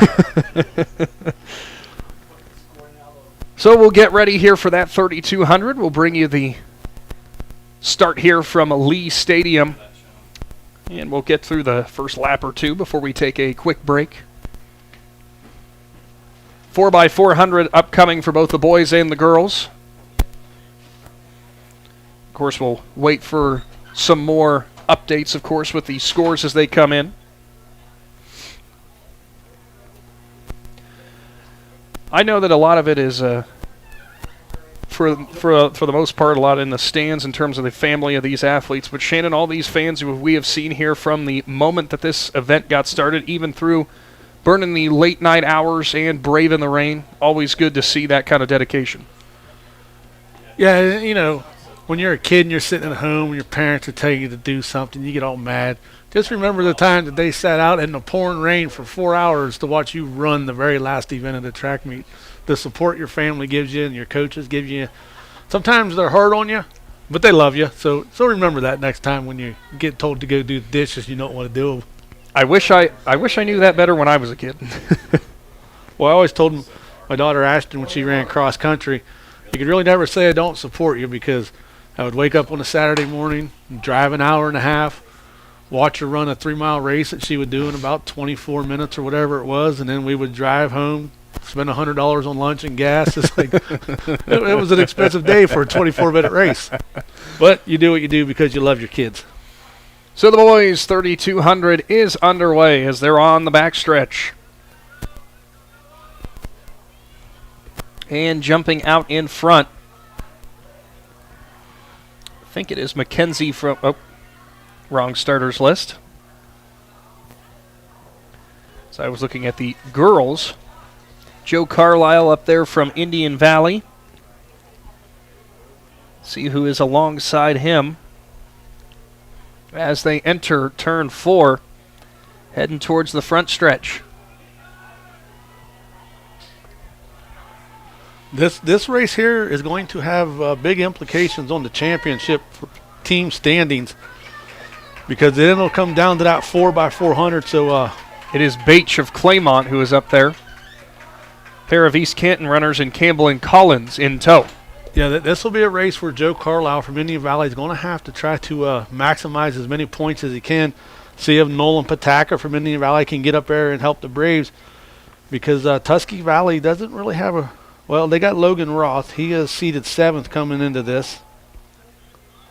And then that might be it. So they got to find a way to keep him out. They have out. Perkowski up there as well with Tusky Valley. They got to find a way to keep the Trojans out of the 3,200 points, because it'll come down that 4x4 100, that 4x4 team, I believe. to the 4x4 team, yeah, Tusky Valley will be the number 1 seed in that. So, I mean, that's almost, I mean, you don't want to say it's a guaranteed win, but, you know, they're the number 1, and they're you know, well ahead of Indian Valley by 7 seconds in that race. We'll wait and see if that record was broken by Lyser. Tusky Valley for the girls. Remember, she had the better seated time than what the record was. Still in the lead as we enter the front stretch is Joe Carlisle on lap 2. And now pushing up to second place is Campbell of East Canton. Bates drops back to third. Collins from East Canton is slotted into fourth, and fifth right now for Malvern is Pennington. We'll go ahead and take a brief timeout. Big Z Sports is going to return here momentarily for the I.V.C. Track and Field Championships alongside Claxon Communications. Top Notch Auto on East Plum Alley in Janaden, your one-stop shop for all your vehicle needs, offering an experienced staff that can handle just what you need to keep your vehicle running at its best. Top Notch Auto specializes in diagnostics with state-of-the-art diagnostic equipment. Whether your vehicle needs routine maintenance or major repairs, Top Notch Auto can handle all your vehicle needs. They also offer a large selection of tire brands, including Goodyear, Kelly, and Cooper, just to name a few. Find Top Notch Auto LLC on Facebook or call them at 740-561-4100. When you think pizza, think Amici's Pizza, with locations in West Lafayette and Janaden-Hutton to serve you. Amici's Pizza offers your favorite traditional pizzas, as well as specialty pizzas, subs, wings, and salads. Everything from the dough to the sauce is made fresh daily. Right now at Amici's, with the purchase of a large or an extra large pizza at regular price, receive a free medium cheesy bread. Try one today in West Lafayette or Janaden-Hutton. Big city taste for a small city price. Learn more. Find Amici's on Facebook. Kinsey Excavating and Trucking is a family-owned and operated business in New Philadelphia. KET is a general contractor. They provide services to commercial and municipal clients. They employ local union operators and laborers. KET is dedicated to providing outstanding work using the latest technology and employing local individuals to positively impact Tuscarawas County and the surrounding area. Kinsey Excavating and Trucking proudly supports the Indian Valley Local School District and wishes all area athletes, musicians, artists, and students a successful season.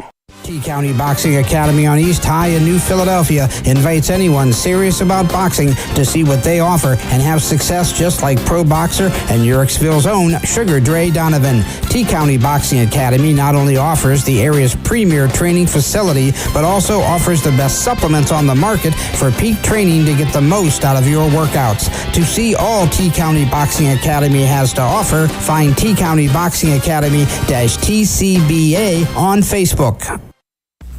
Live more comfortably this winter with the help of Unified Insulation Systems. Unified Insulation Systems is a full-service insulation and weatherization provider that can show you how to properly insulate your home or business. With good insulation from Unified Systems, you can prevent your gutters from freezing and get rid of your high-energy bills. Call Jeremiah Thomas today for your free quote at 330-773-7377 or visit unifiedinsulation.com. Call Unified Insulation Systems today, your most trusted name in insulation. It is Joe Carlisle of Indian Valley who still leads here in the boys 3200. In tow is Xavier Campbell from East Canton. As the lead right now, Carlisle on the backstretch there. You see out in front entering turn 3. Not far behind is Campbell. About a 50, 60 meter lead. Looks like Bates still in third for Claymont. And we'll have to figure out who the other ones behind that are. Do we have the results from the 3200 for the girls, Shannon? I'm just interested if Lyser... Nope, they haven't got it uploaded yet. Still waiting on the results. I'm a big fan of records. That's why I want to know. Still waiting on the results from that and the boys' shot put and the girls' discus throws. We know who won them. Right. Got to get the full results. There's your leader in Carlisle. Campbell doing a pretty good job keeping pace, but Carlisle has stretched it out just a little bit more. Bates is still in third, but he's got a friend now who has closed the gap and linked up with him, as that is Perkowski of Tusky Valley. Also for Indian Valley, right behind them is Pataka, and then behind him is the other Tusky Valley runner in Roth. Yeah, and those those two right there, or those three right there, the two Tusky Valley runners and Pawtucket for Indian Valley, you know, they're going to battle. If Pawtucket can get up in front and finish behind Joey, or if those two can overtake Pawtucket, that'll kind of erase what Joey's doing out front, like you said, and then it'll come down to it'll be points when it comes down to that 4x400. Yeah, which we're also still waiting on the results from the discus or the boys shot put. It hasn't been uploaded yet, and I'm not sure, you know, how Tusky Valley is for a shot thrower, but I do know that Indian Valley has Carter Neff, who typically does decent. Got to thank you again to our presenting sponsor today, WM Commercial Roofing, for jumping on with this broadcast, showing some support of area high school athletics. If you got a commercial business or a large roofing project, be sure to give them a call. As here comes Carlisle to the line. Not sure how many laps. We lost track of how many laps he's got to go, Shannon. But still building a sizable lead. And speaking of sizable leads, and some good stuff for Tusky Valley, as Perkowski still holds on strong in third. Pawtucket moving up past Beach for fourth. Yeah, it's going to come down to some distance running right now, but like you said, what's his name? Perkowski for Tusky Valley? Perkowski for Tusky Valley.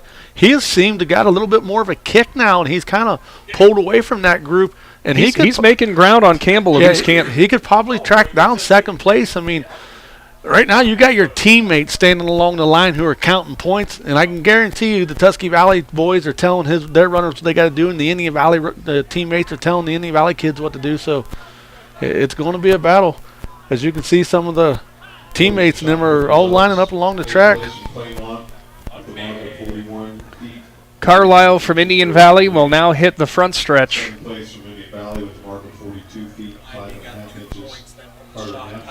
As we're getting closer here, coming down to the wire, Campbell still holds on to second. Perkowski chipping away from Tusky Valley, though.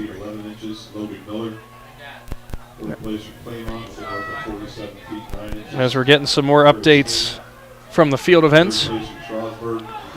Yeah, we got the official results from the boys shot put. Is the freshman Parker Bowe from Malvern is your 2024 champion with a throw of 49 feet 9 inches. As a freshman. Logan Sesser from Ridgewood is second. Gage Moore from Strasburg is third. Curtis Haney from Claymont is fourth. Logan Miller from Highland is fifth. Jace Wallach from Garaway is sixth. Carter Neff from Indian Valley is seventh. And Braylon Vermillion from Claymont gets the last team point in 8th place. Thank you for that, Shannon. As here comes Carlisle into turn 4. And I think this might be our bell lap. Carlisle has now stretched out his lead on Campbell of East Canton. Perkowski coming on strong for second place still. This battle back here for fourth is between Collins and Pawtucket. And Carlisle, here he comes towards the line. As we missed the bell lap, that was actually Carlisle who comes home with the victory. Second place, here comes Perkowski. He's making ground on Campbell. Perkowski finds the final gear, but is going to come home in third. Great final push for him. Still a very strong finish. Campbell from East Canton gets second. Now, to the line. Here comes Pawtucket, but he is overtaken as it's Roth for Tusky Valley, gaining some big team points there. Pawtucket comes in behind Collins of East Canton. Yeah, that's going to be huge for the 4x400 race for the boys. And we've got the results now from the girls' 3,200 meter results. And Trista Leiser, yes, from Tusky Valley, wins it with a new meet record of 11 minutes and 31 seconds. 31.47 seconds. She broke the old record set by Maddie DeBose of Tusky Valley in 2019. So congratulations to Trista on a new I.V.C. meet record. Finishing second was Kaylee Wallace from Claymont. Finishing third was Evelyn Pfeiffer from Sandy Valley. Finishing fourth was Kylie McKenzie from Strasburg. Finishing fifth was Savannah Roll from East Canton finishing 6th was Grace McPherson from Claymont. 7th, Hayden Huffman from Tusky Valley. And finishing 8th was Chloe Egan from Buckeye Trail. So just like Nick said, another meet record. That's the second record to fall today. Gotta love it. The 4x400 relays are on the way as we wrap up the boys 3200 here from Lee Stadium. The I.V.C. Track and Field Championships.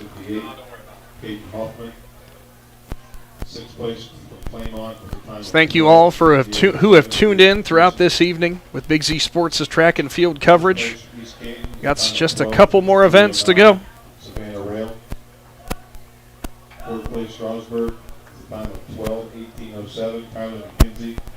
And that's getting our final results here as well for the girls 3200 as they're reading them over the air, or the speaker, I should say. Second place in Claymont.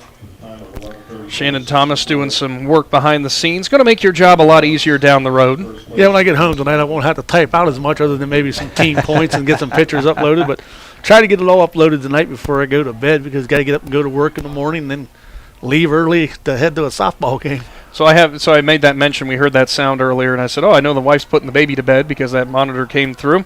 Good sign for when Dad comes home. Baby's asleep already. And my wife somewhere is going, why did you say something? Now he's going to wake up. And then you'll wake him up when you walk through the door. So wrapping up the 3200 and finishing strong is Wise of Highland. As we'll move on to the 4x400, it'll be the girls up first. We got 2 heats on the way. Claymont, Indian Valley, and Buckeye Trail will be in heat number 1. Once again, Shannon, you come down to team points. If you're running in the first heat of 2, still, if you can put forth a really good time, you can still capture some good team points. Yeah, that's what it's going to take. It's going to be interesting. Do we have an update on the team scores? Well, this race won't be on there yet until they load the boys 3200, but Indian Valley sits at 101.5. Tusky Valley in second at 86 and a quarter of a point, and Buckeye Trail sits third with 77.5 points. Claymont is fourth with 73 points, and East Canton 56 and a quarter point and fifth. For the girls, this is where it's going to get interesting. Sandy Valley leads at 114.5 points, and Tusky Valley is in second with 103. The girls' pole vault got canceled, and like we said, Sandy Valley doesn't have a pole vaulter, and Tusky Valley has 2.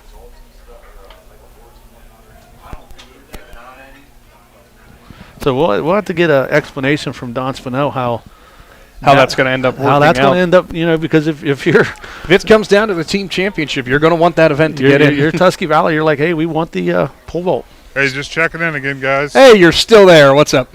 Hey, so I had to take a brief pause for the cause. I ran into Coach Slusser. Oh, did you? It's shocking. He didn't take the mic from you. He was. I know. I'm shocked. He didn't check to see if I was mic'd up.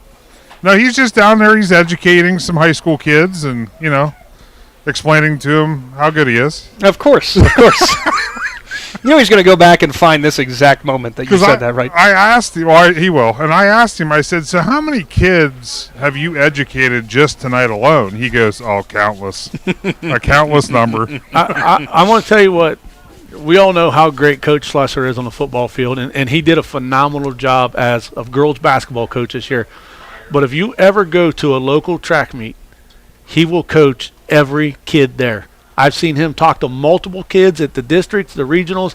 He will help any kid at a track meet. That guy just loves to coach, and he's fun to watch. You can tell. I mean, I know that you and I both got to see him coach girls basketball this year, and I couldn't believe it. I mean, you can just see the passion. The minute it starts, it doesn't matter. He'd be one of those guys, if he coached tennis, it would be extreme. An extreme coach out there when they're hitting the balls, I guess. Well, and to that point, for both you guys, I mean, we've been talking about Coach Slusser. We mentioned we saw Coach Tucci for Malvern here as well, and we've been seeing a lot of other coaches who do other sports. That's the cool thing that we talk about. We've got such great coaches in this area. So many coaches that spend so much time with, not just, as Shannon said, not just their own kids, other kids too, just trying to make sports better in this area. That's part of the reason the I.V.C. continues to thrive. Yeah, absolutely it is. And I know we touched on it much earlier. seems like many, many hours ago, which it actually was. But yeah, you're right. I mean, all those coaches, they were here. You know, I saw Coach Matt Ward of the Lady Trojans.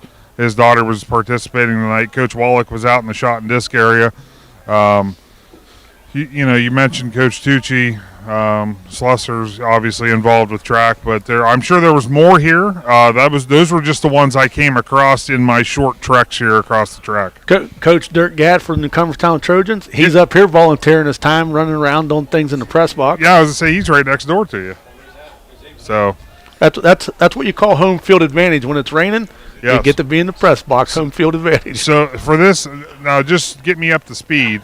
We got the girls. Is it the 4x400, and then we'll have the boys 4x4. Correct. Correct. And then that should do it, right? That will do it. Well, you are right. Did you hear our discussion about the girls pole vault? I did. That's going to get real interesting. So I don't know how you can determine Mother Nature to be an assist to any team. So that's going to be interesting. It will be intriguing. We're going to ask Commissioner Spinell about that. Yes, absolutely, and I'm sure he'll be eager to answer that question. So with the 4x400, again, your 3 teams that are participating in this first heat: Claymont, Indian Valley, and Buckeye Trail. And actually, I take that back, Shannon. It looks like I think we're going to bypass that heat, and we're going to move on into heat number 2, the fast heat, because it looks like we've got Strasburg, East Canton. You got them all out here. I can tell you because I'm standing right here.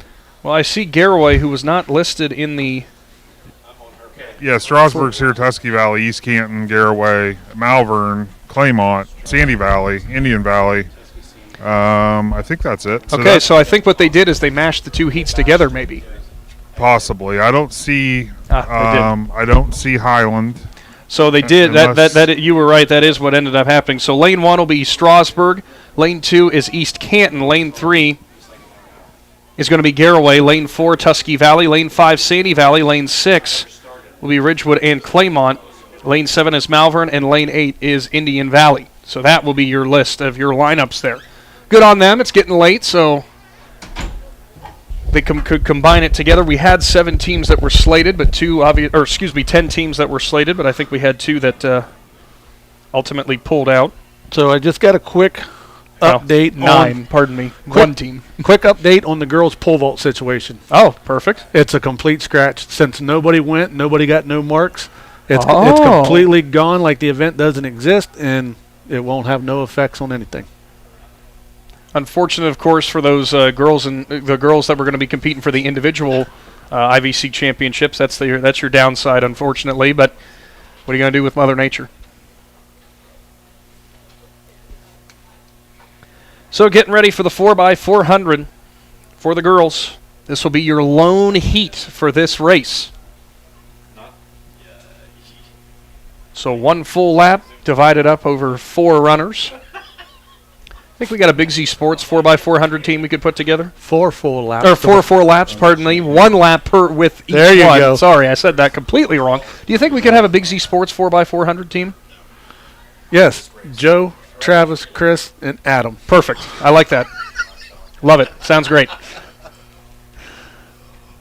Adam's digging for the mic because he's saying, no, that's not happening. Well, I understand I could be the anchor, but the anchor wouldn't do anything. No, you'd be the anchor. I would anchor the team because I wouldn't run. Well, we can change it up. We can go with Dalton Patterson, Blaze McMorrow.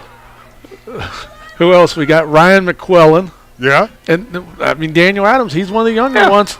I'm a scratch. I hurt my ankle. And Daniel Adams is a middle school track coach, so it's only right that he gets involved, right? Daniel, where'd you go? As we are underway in the 4x400. And starting out, looks like the lead is in the hands of Indian Valley as they enter turn 2 into turn 3. Sandy Valley is coming up, though, and closing that gap quick.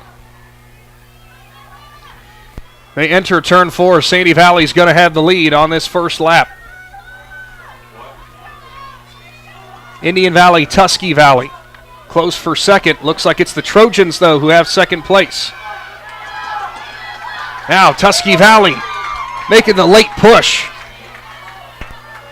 Looks like the Trojans are going to have a nice lead. We'll see how the handoffs go. Clean handoff for Tusky Valley. Clean handoff for Sandy Valley. Same for Indian Valley. That's your top three right now. And going into this final race right here, girls team points, Sandy Valley's got 114.5 points. Tusky Valley at 104 points. Look at the lead right now on the backstretch that the Tusky Valley Lady Trojans have reeled off here. They are ahead by a long way over Sandy Valley. And they're going to need some help. They're going to need some of those other schools to get up there and past. Well, here comes East Canton. Sandy Valley. East Canton working their way up as well in turn 3. Coming out of 4. Tusky Valley with the lead. East Canton, Sandy Valley deadlocked coming out of 4, but it looks like East Canton's going to take the second position over. Now Garraway moving up on Sandy Valley. Strasburg right behind them. Indian Valley back behind them. Malvern. And it will also be Claymont. Clean handoffs. Here come the Trojans again. Sandy Valley making up ground, looking to make the pass on second. Massive lead right now, Shannon. Nearly 100 meters Tusky Valley's ahead.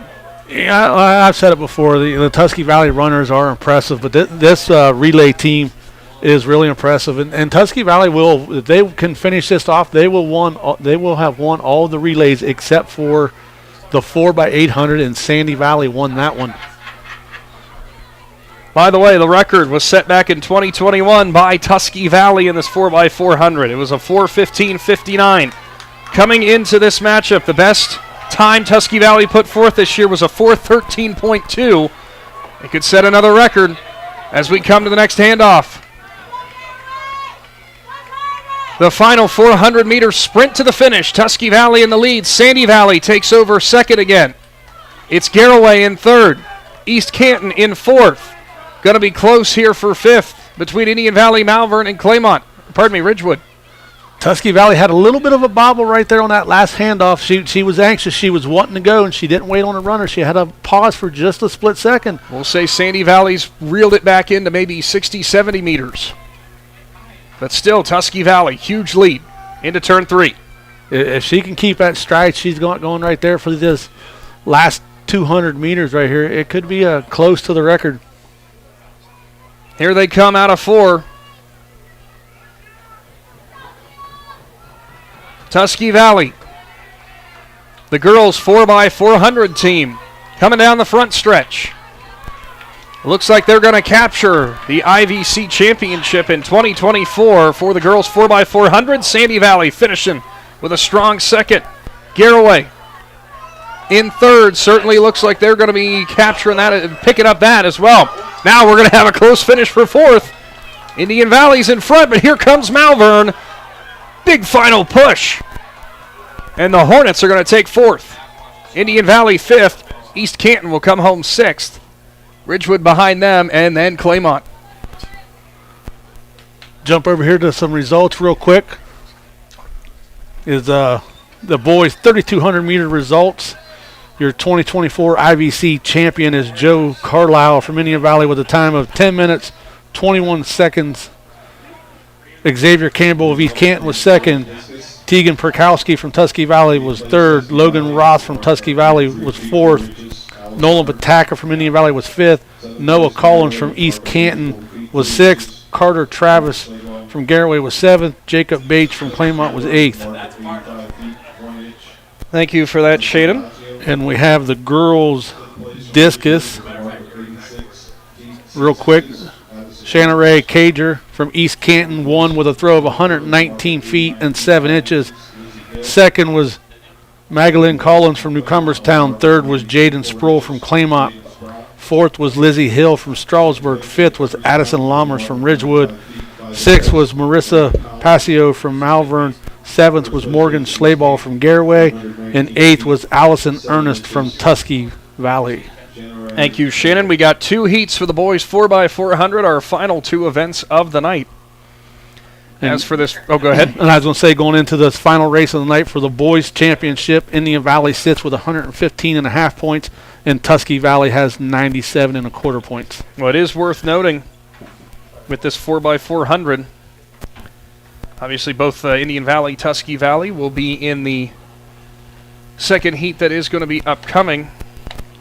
So it would appear as though yeah, I mean, the Indian Valley boys would have that wrapped up. Yeah, because you only get 10 points for winning the event, so Tusky Valley can only get to 107 points. So we're actually going to have to wait to see for the girls' results. But I believe it would appear to be Tusky Valley. No.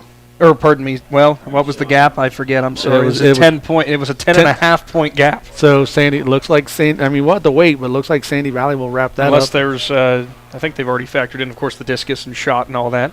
Yeah, those are once they post the results live, the computer automatically updates them. But so your lineup for this first heat: Claymont, Malvern, Buckeye Trail. Looking to post some fast 4x400 times. Yeah, this boys Tusky Valley 4x4 team is really fast too. So I don't know if they'll have a shot at the record, but I would like to point out, by the way, and Adam will get a kick out of this if he can hear me down there. Casey Claxon, we were joking about saying a Big Z Sports 4x400. He said it's like a throwers it's like a throwers relay, right? That's very accurate, I think. No one wants to see those times posted. Yeah, and I know some schools, it used to be a tradition in Indian Valley. I don't know if they did it this year or not, but they would have all the throwers at one of the last regular tri-meets, not an invitational tri-meet. All the throwers would have to put relay teams together and run like a 4x100 relay. As we are underway with the 4x400 Heat 1 for the boys. As we even out, we'll see with Trail, Malvern, and Claymont.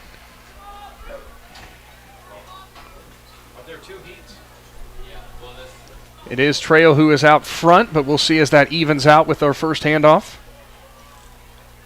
in the 4x400. Thank you so much again for everybody who has tuned in today, as we will bring you the official results as they come in at the end. But you heard from Shannon there what it looks to be from the team scores and their current standing. Trail out in front, Malvern second, Claymont in third as we come to the first handoff.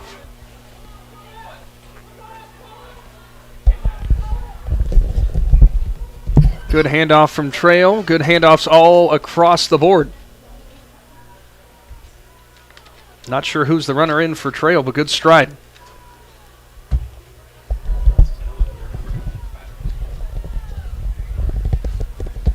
Of course, as we already made mention, tune in tomorrow with Big Z Sports sectional championship action. Softball tournaments. We've got Dover hosting Indian Valley and John Glenn playing host to New Philadelphia, and right here live on the Big Z Sports YouTube channel. Yeah, we'll get through tomorrow's games and stay tuned to Big Z Sports Facebook page and X page or Twitter page or whatever you want to call it. And just the social media platforms. And Adam Saweski will give an updated schedule, I'm assuming Sunday or Monday, about what's going on next week. But I do know there's a game already scheduled for Monday because I believe I'm on that game. Nice lead there for Trail. Entering into the third runner. Yeah, on Tuesday, guys, we're going to kick off baseball coverage with Minerva at Carrollton. That'll be our first baseball game of tournament coverage. Looky there. You got it live and you got it here from Adam Saweski. Yep. Yeah, as for everything else, there's obviously no matchups that can be announced as of yet. But no, right. we have an idea of at least who we think we might be covering. Well, you can go the route of like, well, it might turn out this way, but you never know. And we know how that works for us. Usually we're wrong. I was going to say not well. Have you broke that news to Casey yet, or is that still in the down low? No, I think he knows. I think he knows about that Tuesday game. We stay in great communication. Trail coming around for the final handoff as they lead in Heat 1 of the 4x400 for the boys. It's still Malvern in second, Claymont in third.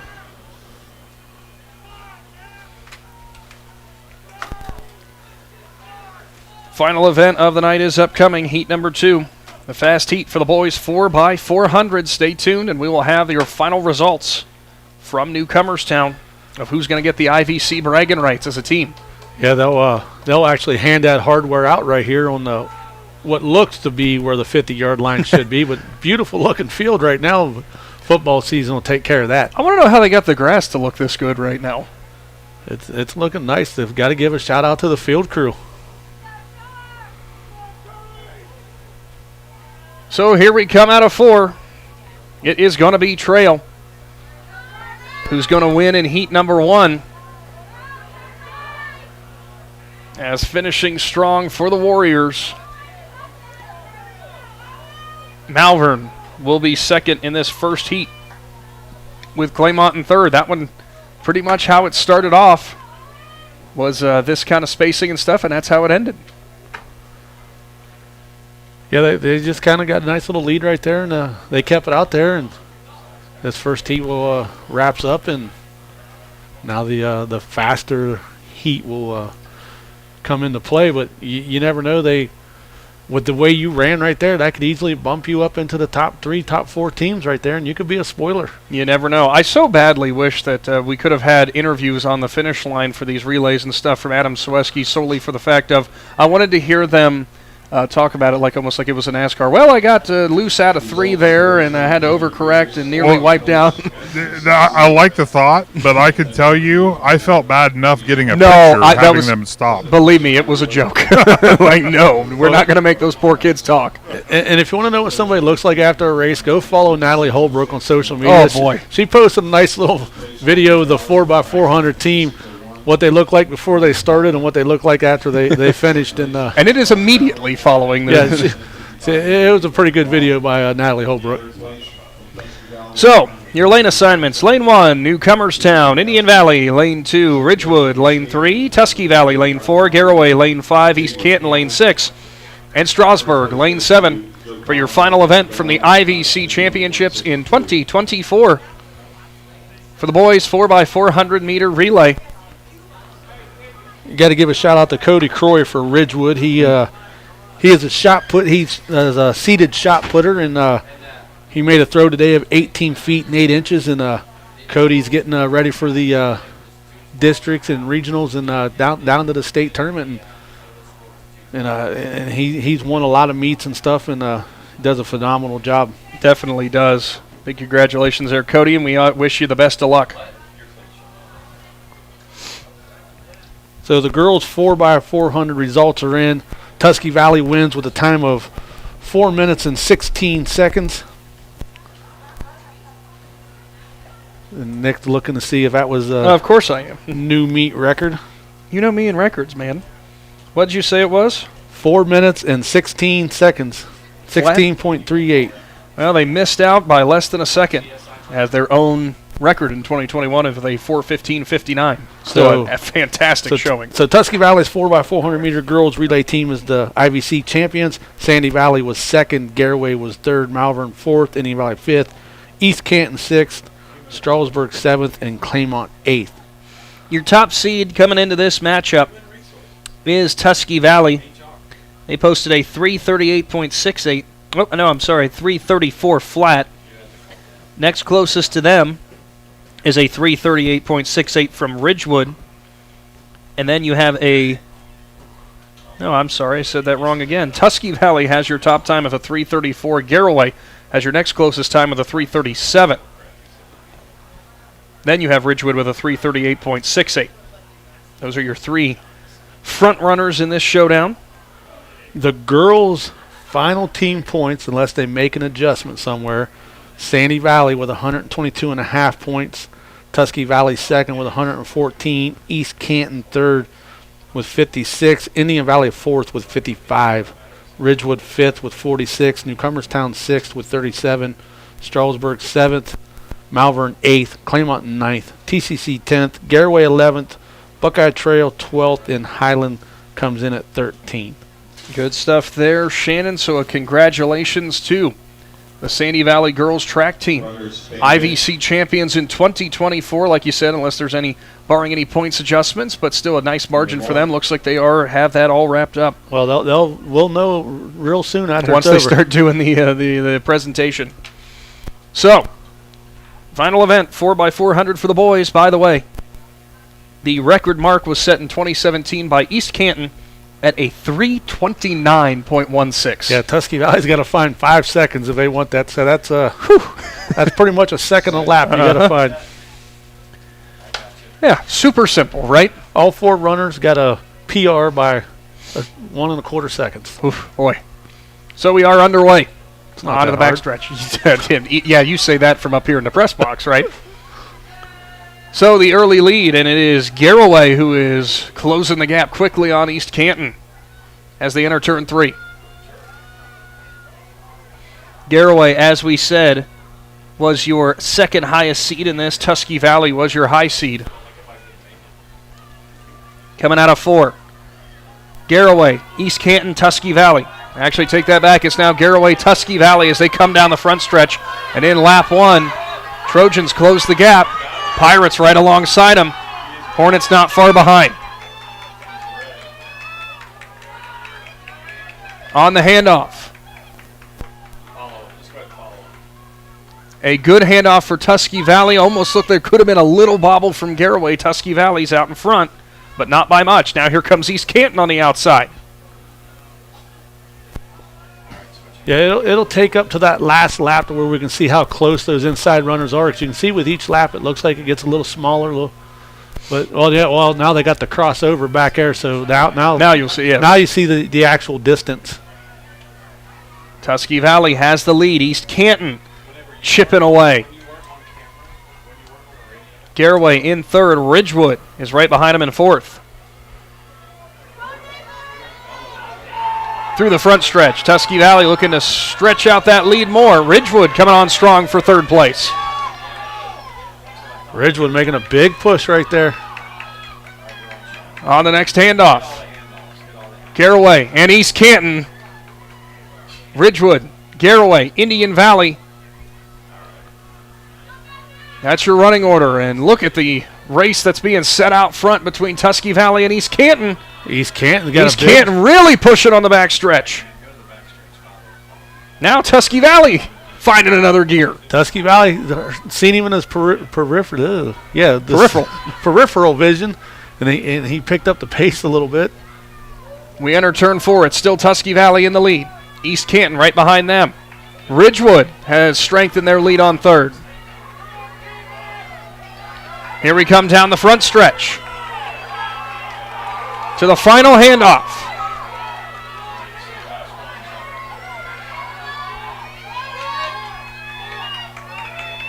It's a clean handoff for the Trojans as well as for the Hornets. Final lap from Newcomerstown.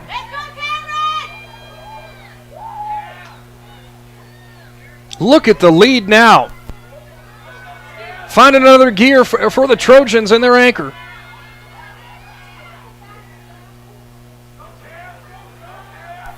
Big lead, and Tusky Valley could be rounding out this championship with a resounding win here in the final race. I'm watching the finish line down there. They all look like they're dying, and the officials get across the track. Get over. Down the front stretch, Tusky Valley's boys 4x400 team is going to cap off the championships with a nice win. 2nd place going to be kind of close here. East Canton still holds on to 2nd. Garraway closed the gap on Ridgewood, and they hold 3rd. Ridgewood coming in 4th. Newcomerstown, Indian Valley duking it out there for 4th, and it will be Newcomerstown who finishes it out. Indian Valley right behind them. Girls 4x4. Relay. As that caps off the I.V.C. Track and Field Championships, the Tusky Valley boys rounded out with a win. However, with the team scores, Shannon, we already said with the girls with Sandy Valley capturing that. We were not entirely sure if Indian Valley could be caught. Yeah, any Valley boys couldn't be caught just due to being a 10-point spread. But we'll have to wait for all the official stuff to come in. Well, all the official stuff will be coming in, and when we come back, it will be the awards presentations for these team awards here from Newcomerstown in the I.V.C. Track and Field Championships. Stick around. Big Z Sports and Claxon Communications will be back after this. Are you neglecting your building's 5th wall? Did you know something as simple as a clogged drain can lead to a destructive roof leak? Protect your business assets with WM Commercial Roofing's Umbrella Care program. This program will provide you with regular maintenance surveys and repairs to extend the life of your roof. Invest in your business with our top quality materials, advanced techniques, and skilled craftsmanship. Are you ready for a reliable partnership? Visit our website, wmcommercialroofing.com, and follow us on Facebook and Instagram to learn more.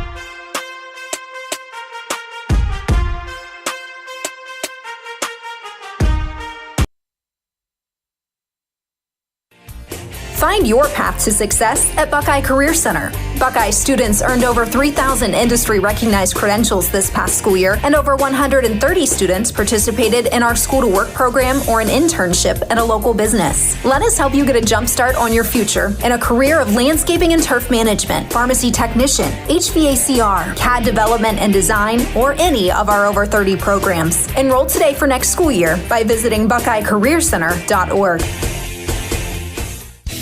Top Notch Auto on East Plum Alley in Janaden, your one-stop shop for all your vehicle needs, offering an experienced staff that can handle just what you need to keep your vehicle running at its best. Top Notch Auto specializes in diagnostics with state-of-the-art diagnostic equipment. Whether your vehicle needs routine maintenance or major repairs, Top Notch Auto can handle all your vehicle needs. They also offer a large selection of tire brands, including Goodyear, Kelly, and Cooper, just to name a few. Find Top Notch Auto LLC on Facebook or call them at 740-561-4100.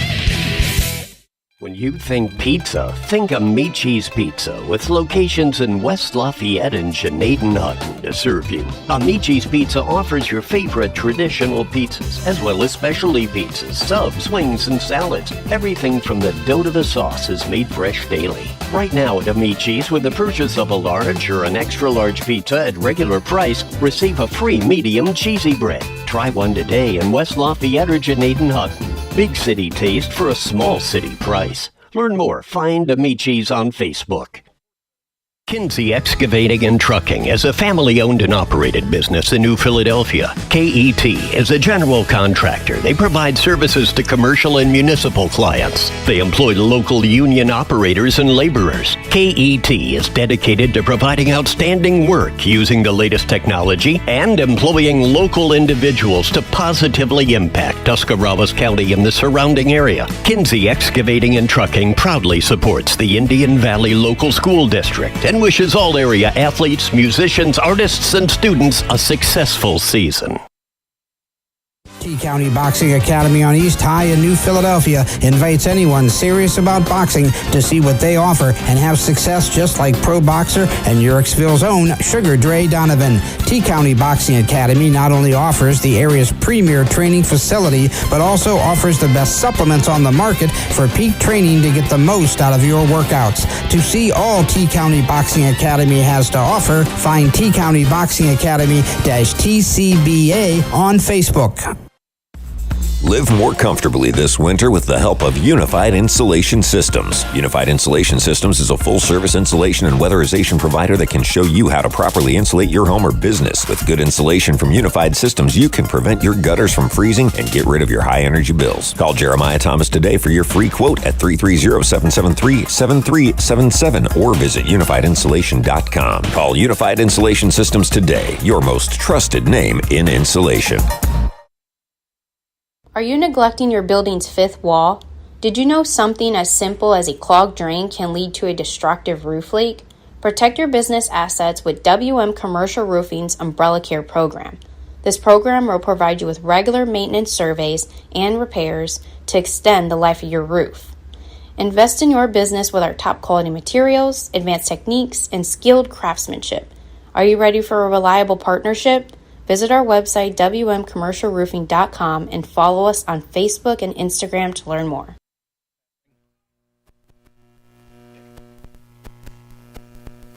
Welcome back into Lee Stadium and Newcomerstown High School as we wrap up the 2024 I.V.C Track and Field Championships. Thanks for tuning in throughout this entire presentation And this entire presentation would not be possible without our great sponsors. And of course, our presenting sponsor tonight, WM Commercial Roofing. Thank you so much for what they did for us tonight. Yeah, I mean, outstanding. If you're having any type of roofing problems, give the folks a call at WM Commercial Roofing. They specialize in all different types of roofing, and it don't cost you anything to talk to somebody on the phone and get something set up, and they'll come out and look at it for you. They certainly will. As we're getting ready for our final look here with our awards presentation down there, as we had some microphone interference, as it is going to be Mr. Don Spinell, the commissioner for the I.V.C., who is handing out these team awards. Yeah, and he's clear down there by Adam Saleski. Oh, not Adam Mackey, not quite. So if you want to just run through our final results here, we can tell you what will happen. The 4x400 meter relay for the boys, the Tusky Valley Trojans are your 2024 I.V.C. champions. East Canton second, Garraway third, Ridgewood fourth, Newcomerstown fifth, Indian Valley sixth, Buckeye Trail seventh, Malvern eighth. On the boys' side, the runner-up, York Boys, is the East Canton Hornets. And your champions. Your runner-up in the north, for the boys, are the East Canton Hornets. Of course, that is out of the north. Yeah, so the boys, East Canton will be the boys' runner-up, and Buckeye Trail will be your champion from the North Division. Indian Valley will be your champion for the boys in the South Division, with Tusky Valley being the runner-up. And I'm not sure if they still do the overall champion, which Indian Valley scored the most points for the boys. For the girls, we probably should just have Adam give Don. I was gonna see if maybe we ended up doing that, but we'll have to see. So we were having some mic interference there, unfortunately.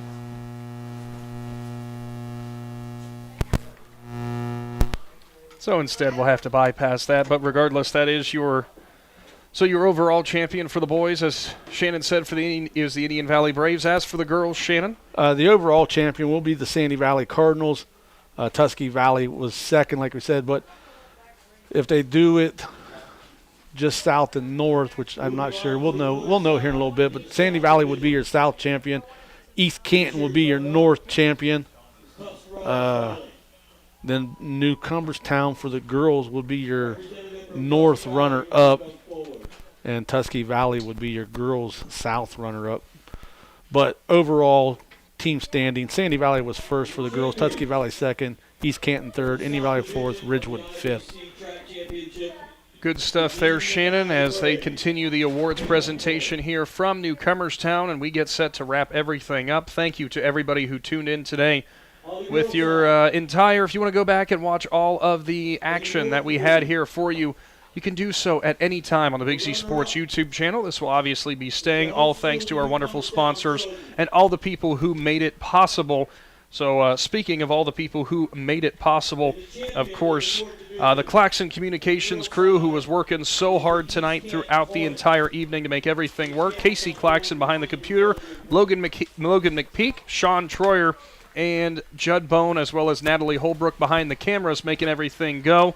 And Shannon Thomas, you as well, thank you so much. Daniel Adams down there, Adam Saweski, all that he did as well. I don't think we could have asked for a better time, regardless of the weather and everything.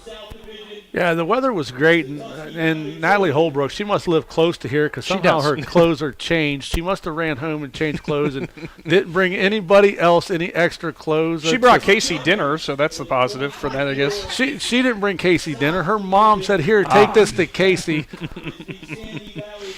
Oh, for Pete's sake. Well, we got to wrap this up. I think we're all getting loopy here. So thank you again, everybody, for tuning in, and thank you to all of our sponsors. Big Z Sports is back tomorrow with some sectional championship action for high school softball. We've got New Philadelphia at John Glenn. We've got Indian Valley at Dover. Get subscribed to our YouTube channel. Follow and like us on all of our social media platforms. I'm Nick McWilliams signing off for now. Big Z Sports will be back at a field near you soon. Thanks for watching this Claxon Communications production of high school sports on the Big Z Sports YouTube channel. For the latest news and scores, follow Big Z Sports on Facebook, on Twitter at @Big_Z Sports, and on Instagram. Don't miss any of the live stream coverage all season long by simply subscribing for free to Big Z Sports on our YouTube channel. For the best in high school sports coverage, there is only one Big Z Sports.